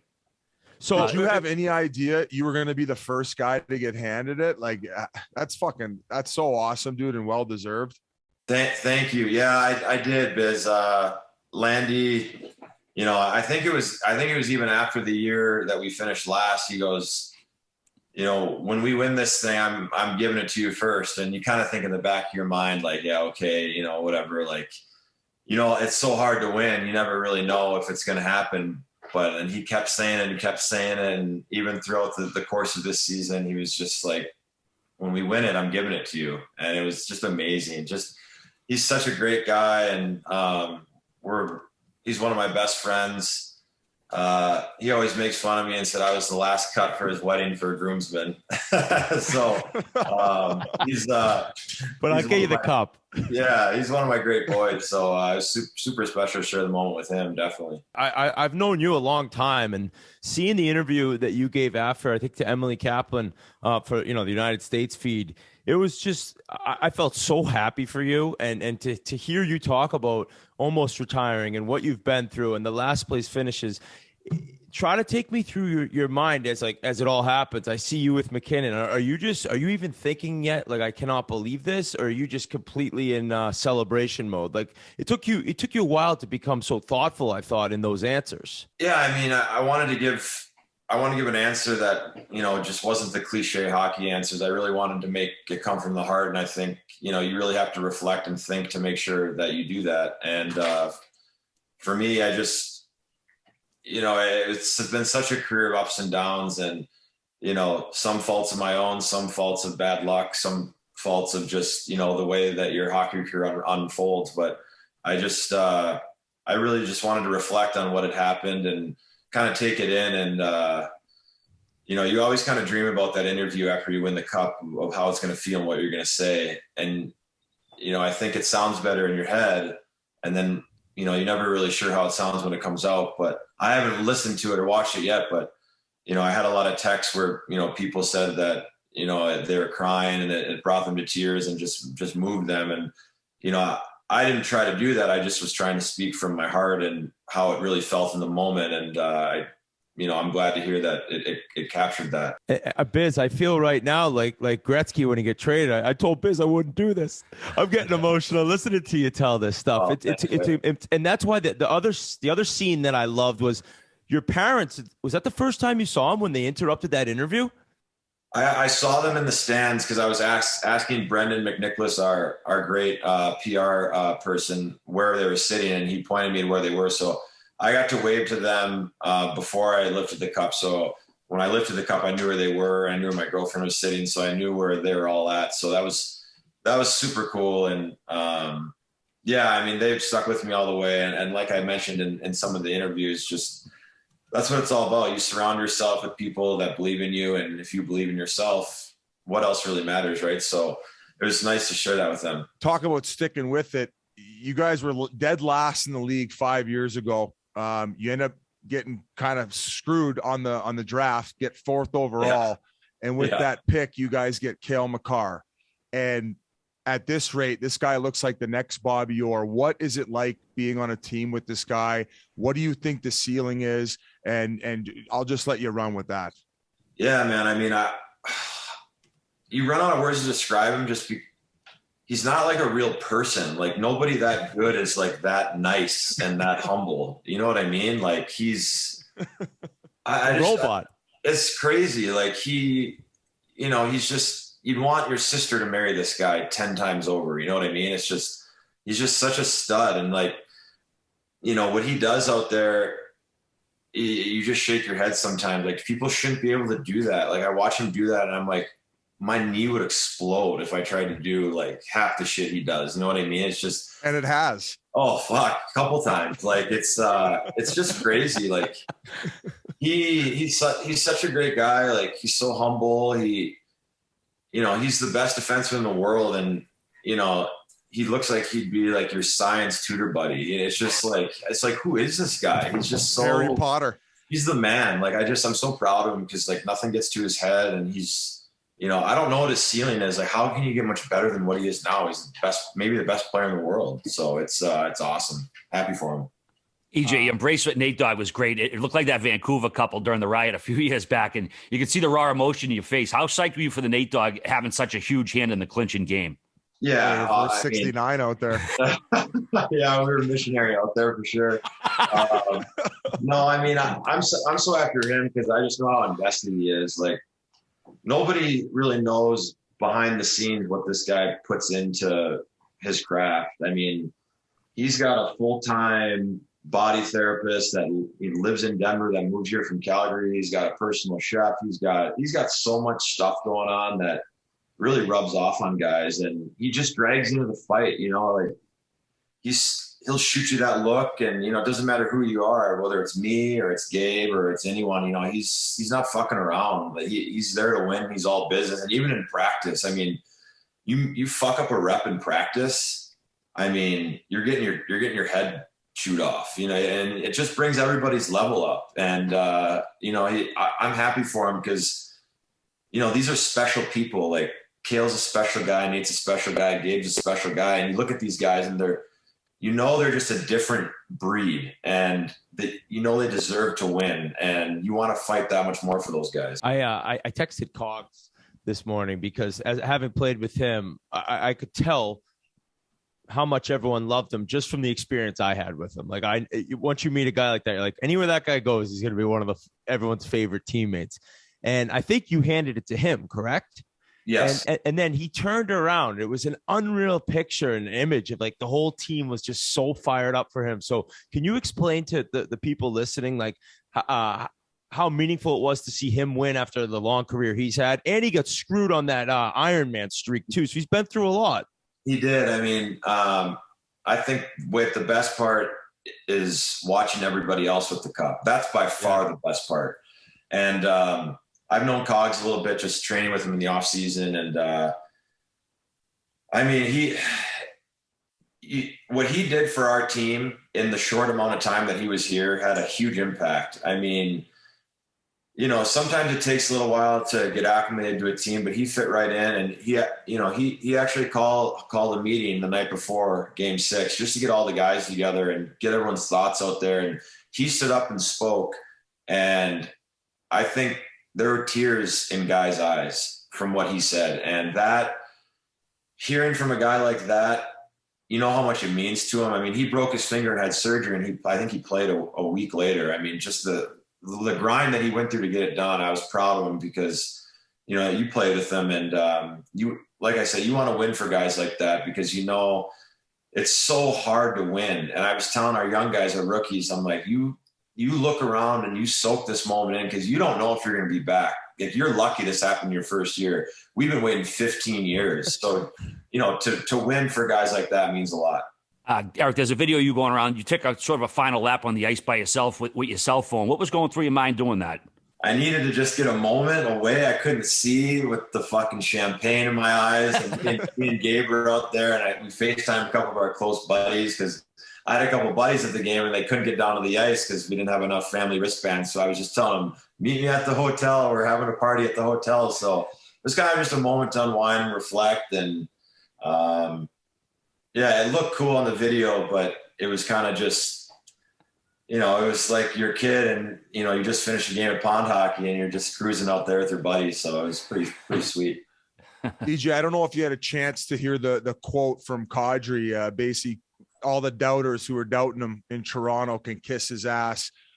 You mentioned playing through injury with Cogliano with his broken finger. Another guy who had to get surgery, came back from it, has that huge overtime goal in Game 4. What did Kadri coming over mean to your team? What's he like behind the scenes? And it was pretty special to watch. Yeah, Biz. I mean, he's just a gamer. I mean, I kept going down the line. I'm like, we don't win the cup without this guy. We don't win the cup without this guy. We don't win the cup without this guy. And you get to Nas and you really don't fucking win the cup without this guy. And I mean, he broke his thumb in 2 places, had surgery, and he played in like 18 days. I mean, he should have been out another 5 weeks. Like what these guys were doing to get ready to play, it was just unbelievable. They're in the doc's office before the game getting numbed up. They're getting the shots and I mean, all legal stuff, but I mean, Tampa was doing the same thing. They had guys battling through injuries, but Nas, like, he should not have been playing. Like, there's just no way. He should not have been playing. And the goal he scored in Game 4,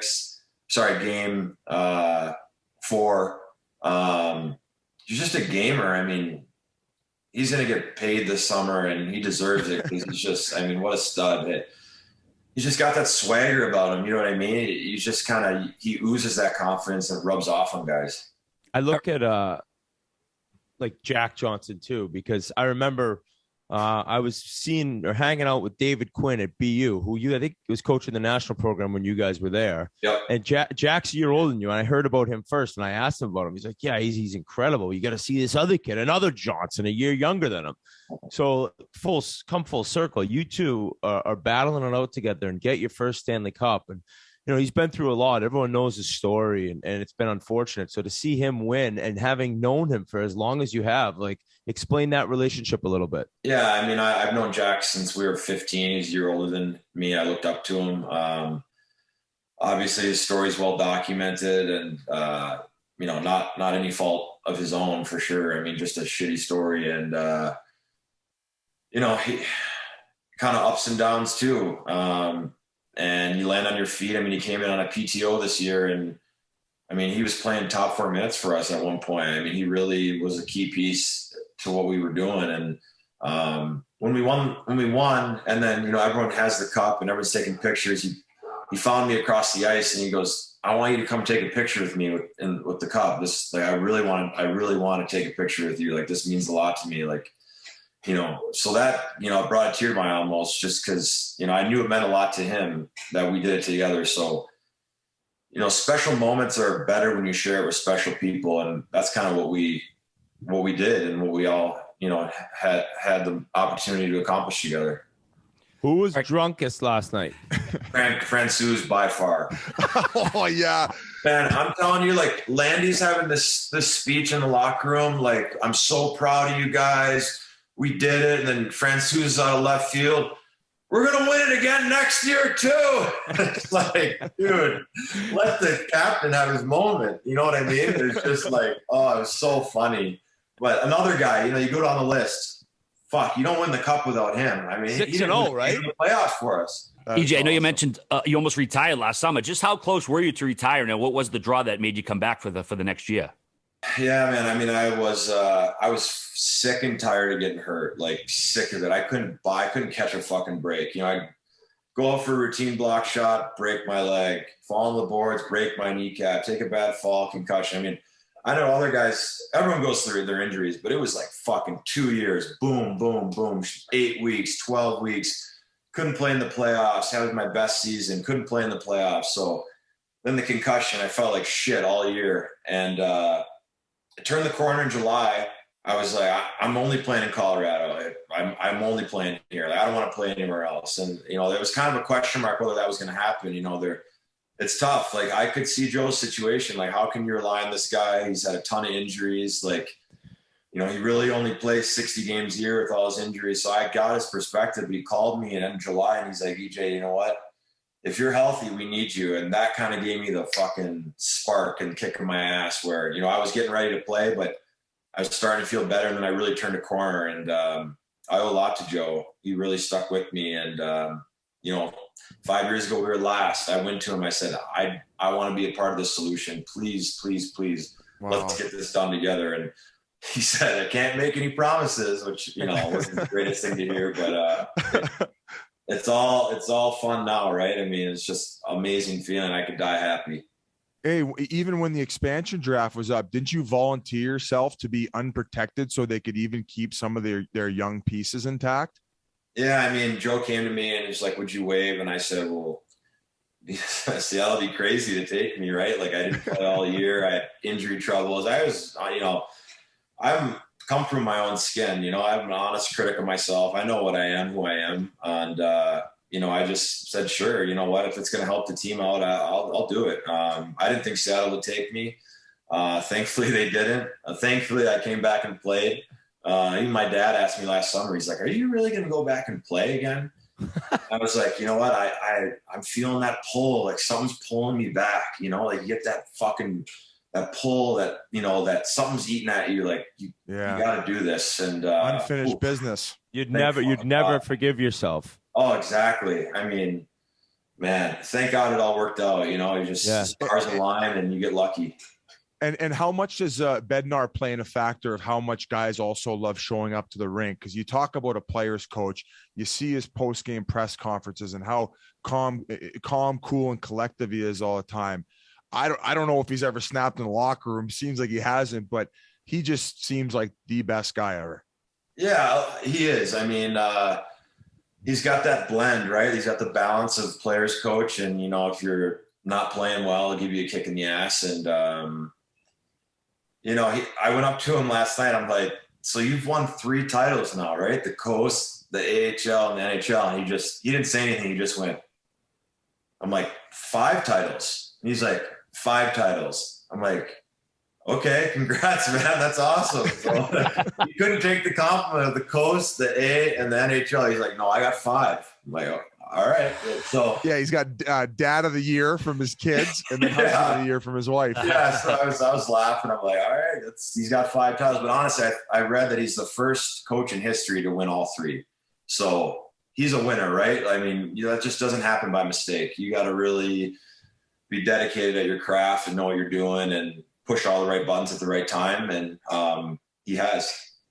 I got one more for EJ. I know the Blink-182 song's been all the rage, all the small things, but I couldn't help but notice when you were raising the cup in the room, little Dancing in the Moonlight, an old school song. Where'd that come from? So I started listening to that. My buddy got married last summer, and that was his first dance song with his wife. And I was like, this song is fucking awesome. Like, we got to implement this into our locker room somehow.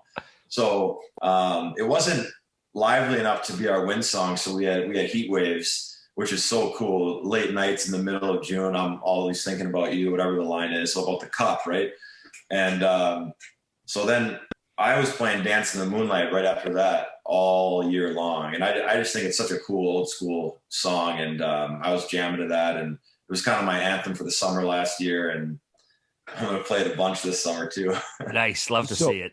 So I know you got to run. I think your uncle, you said, on TV or something, but just give us quickly before you take off. What does the next 48 hours look like? Like, do you guys know what's up for tonight?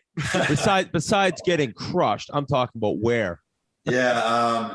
Honestly, so we were setting up our party tonight and we're calling around all these bars, me and Gabe and his wife, and they're like, we can't go anywhere because they're all sold out of alcohol. So Denver drank this fucking town dry last night. There was like one place we could go to in all of downtown that could fit, 200 people. So this town's out of fucking booze, which is fucking awesome, right? So, yeah, so we're excited. It's going to, I think we're going to maybe head out for a boys trip to Vegas, maybe in a couple of days, and we're just going to soak it up. You're probably getting that call right now, buddy. Well deserved. Congratulations. You guys deserve it. And maybe we'll have to pop over to Vegas to fucking enjoy the festivities. Please do. You guys are welcome. I really appreciate you guys having me on. Good catching up with you. Hopefully we run into each other. Our pleasure, pal. No, buddy. Congratulations. Have a great one. All right, everybody. Thanks so much for tuning in with this best of. So much good stuff from the last year. Hopefully you're either listening for the second or third time, or maybe if you missed it somehow, you tune in for the first time, but enjoy it as well. And don't forget that our Chiclets Cup videos will be dropping this week. Some epic stuff coming. It's going to be hilarious once it's all put together. It's like a little mini movie. You're going to enjoy the hell out of it. And we also have a back-to-school sale coming as well. Keep your eyes open for that. But guys, gals, we love you. Thanks for everything, and we'll see you soon.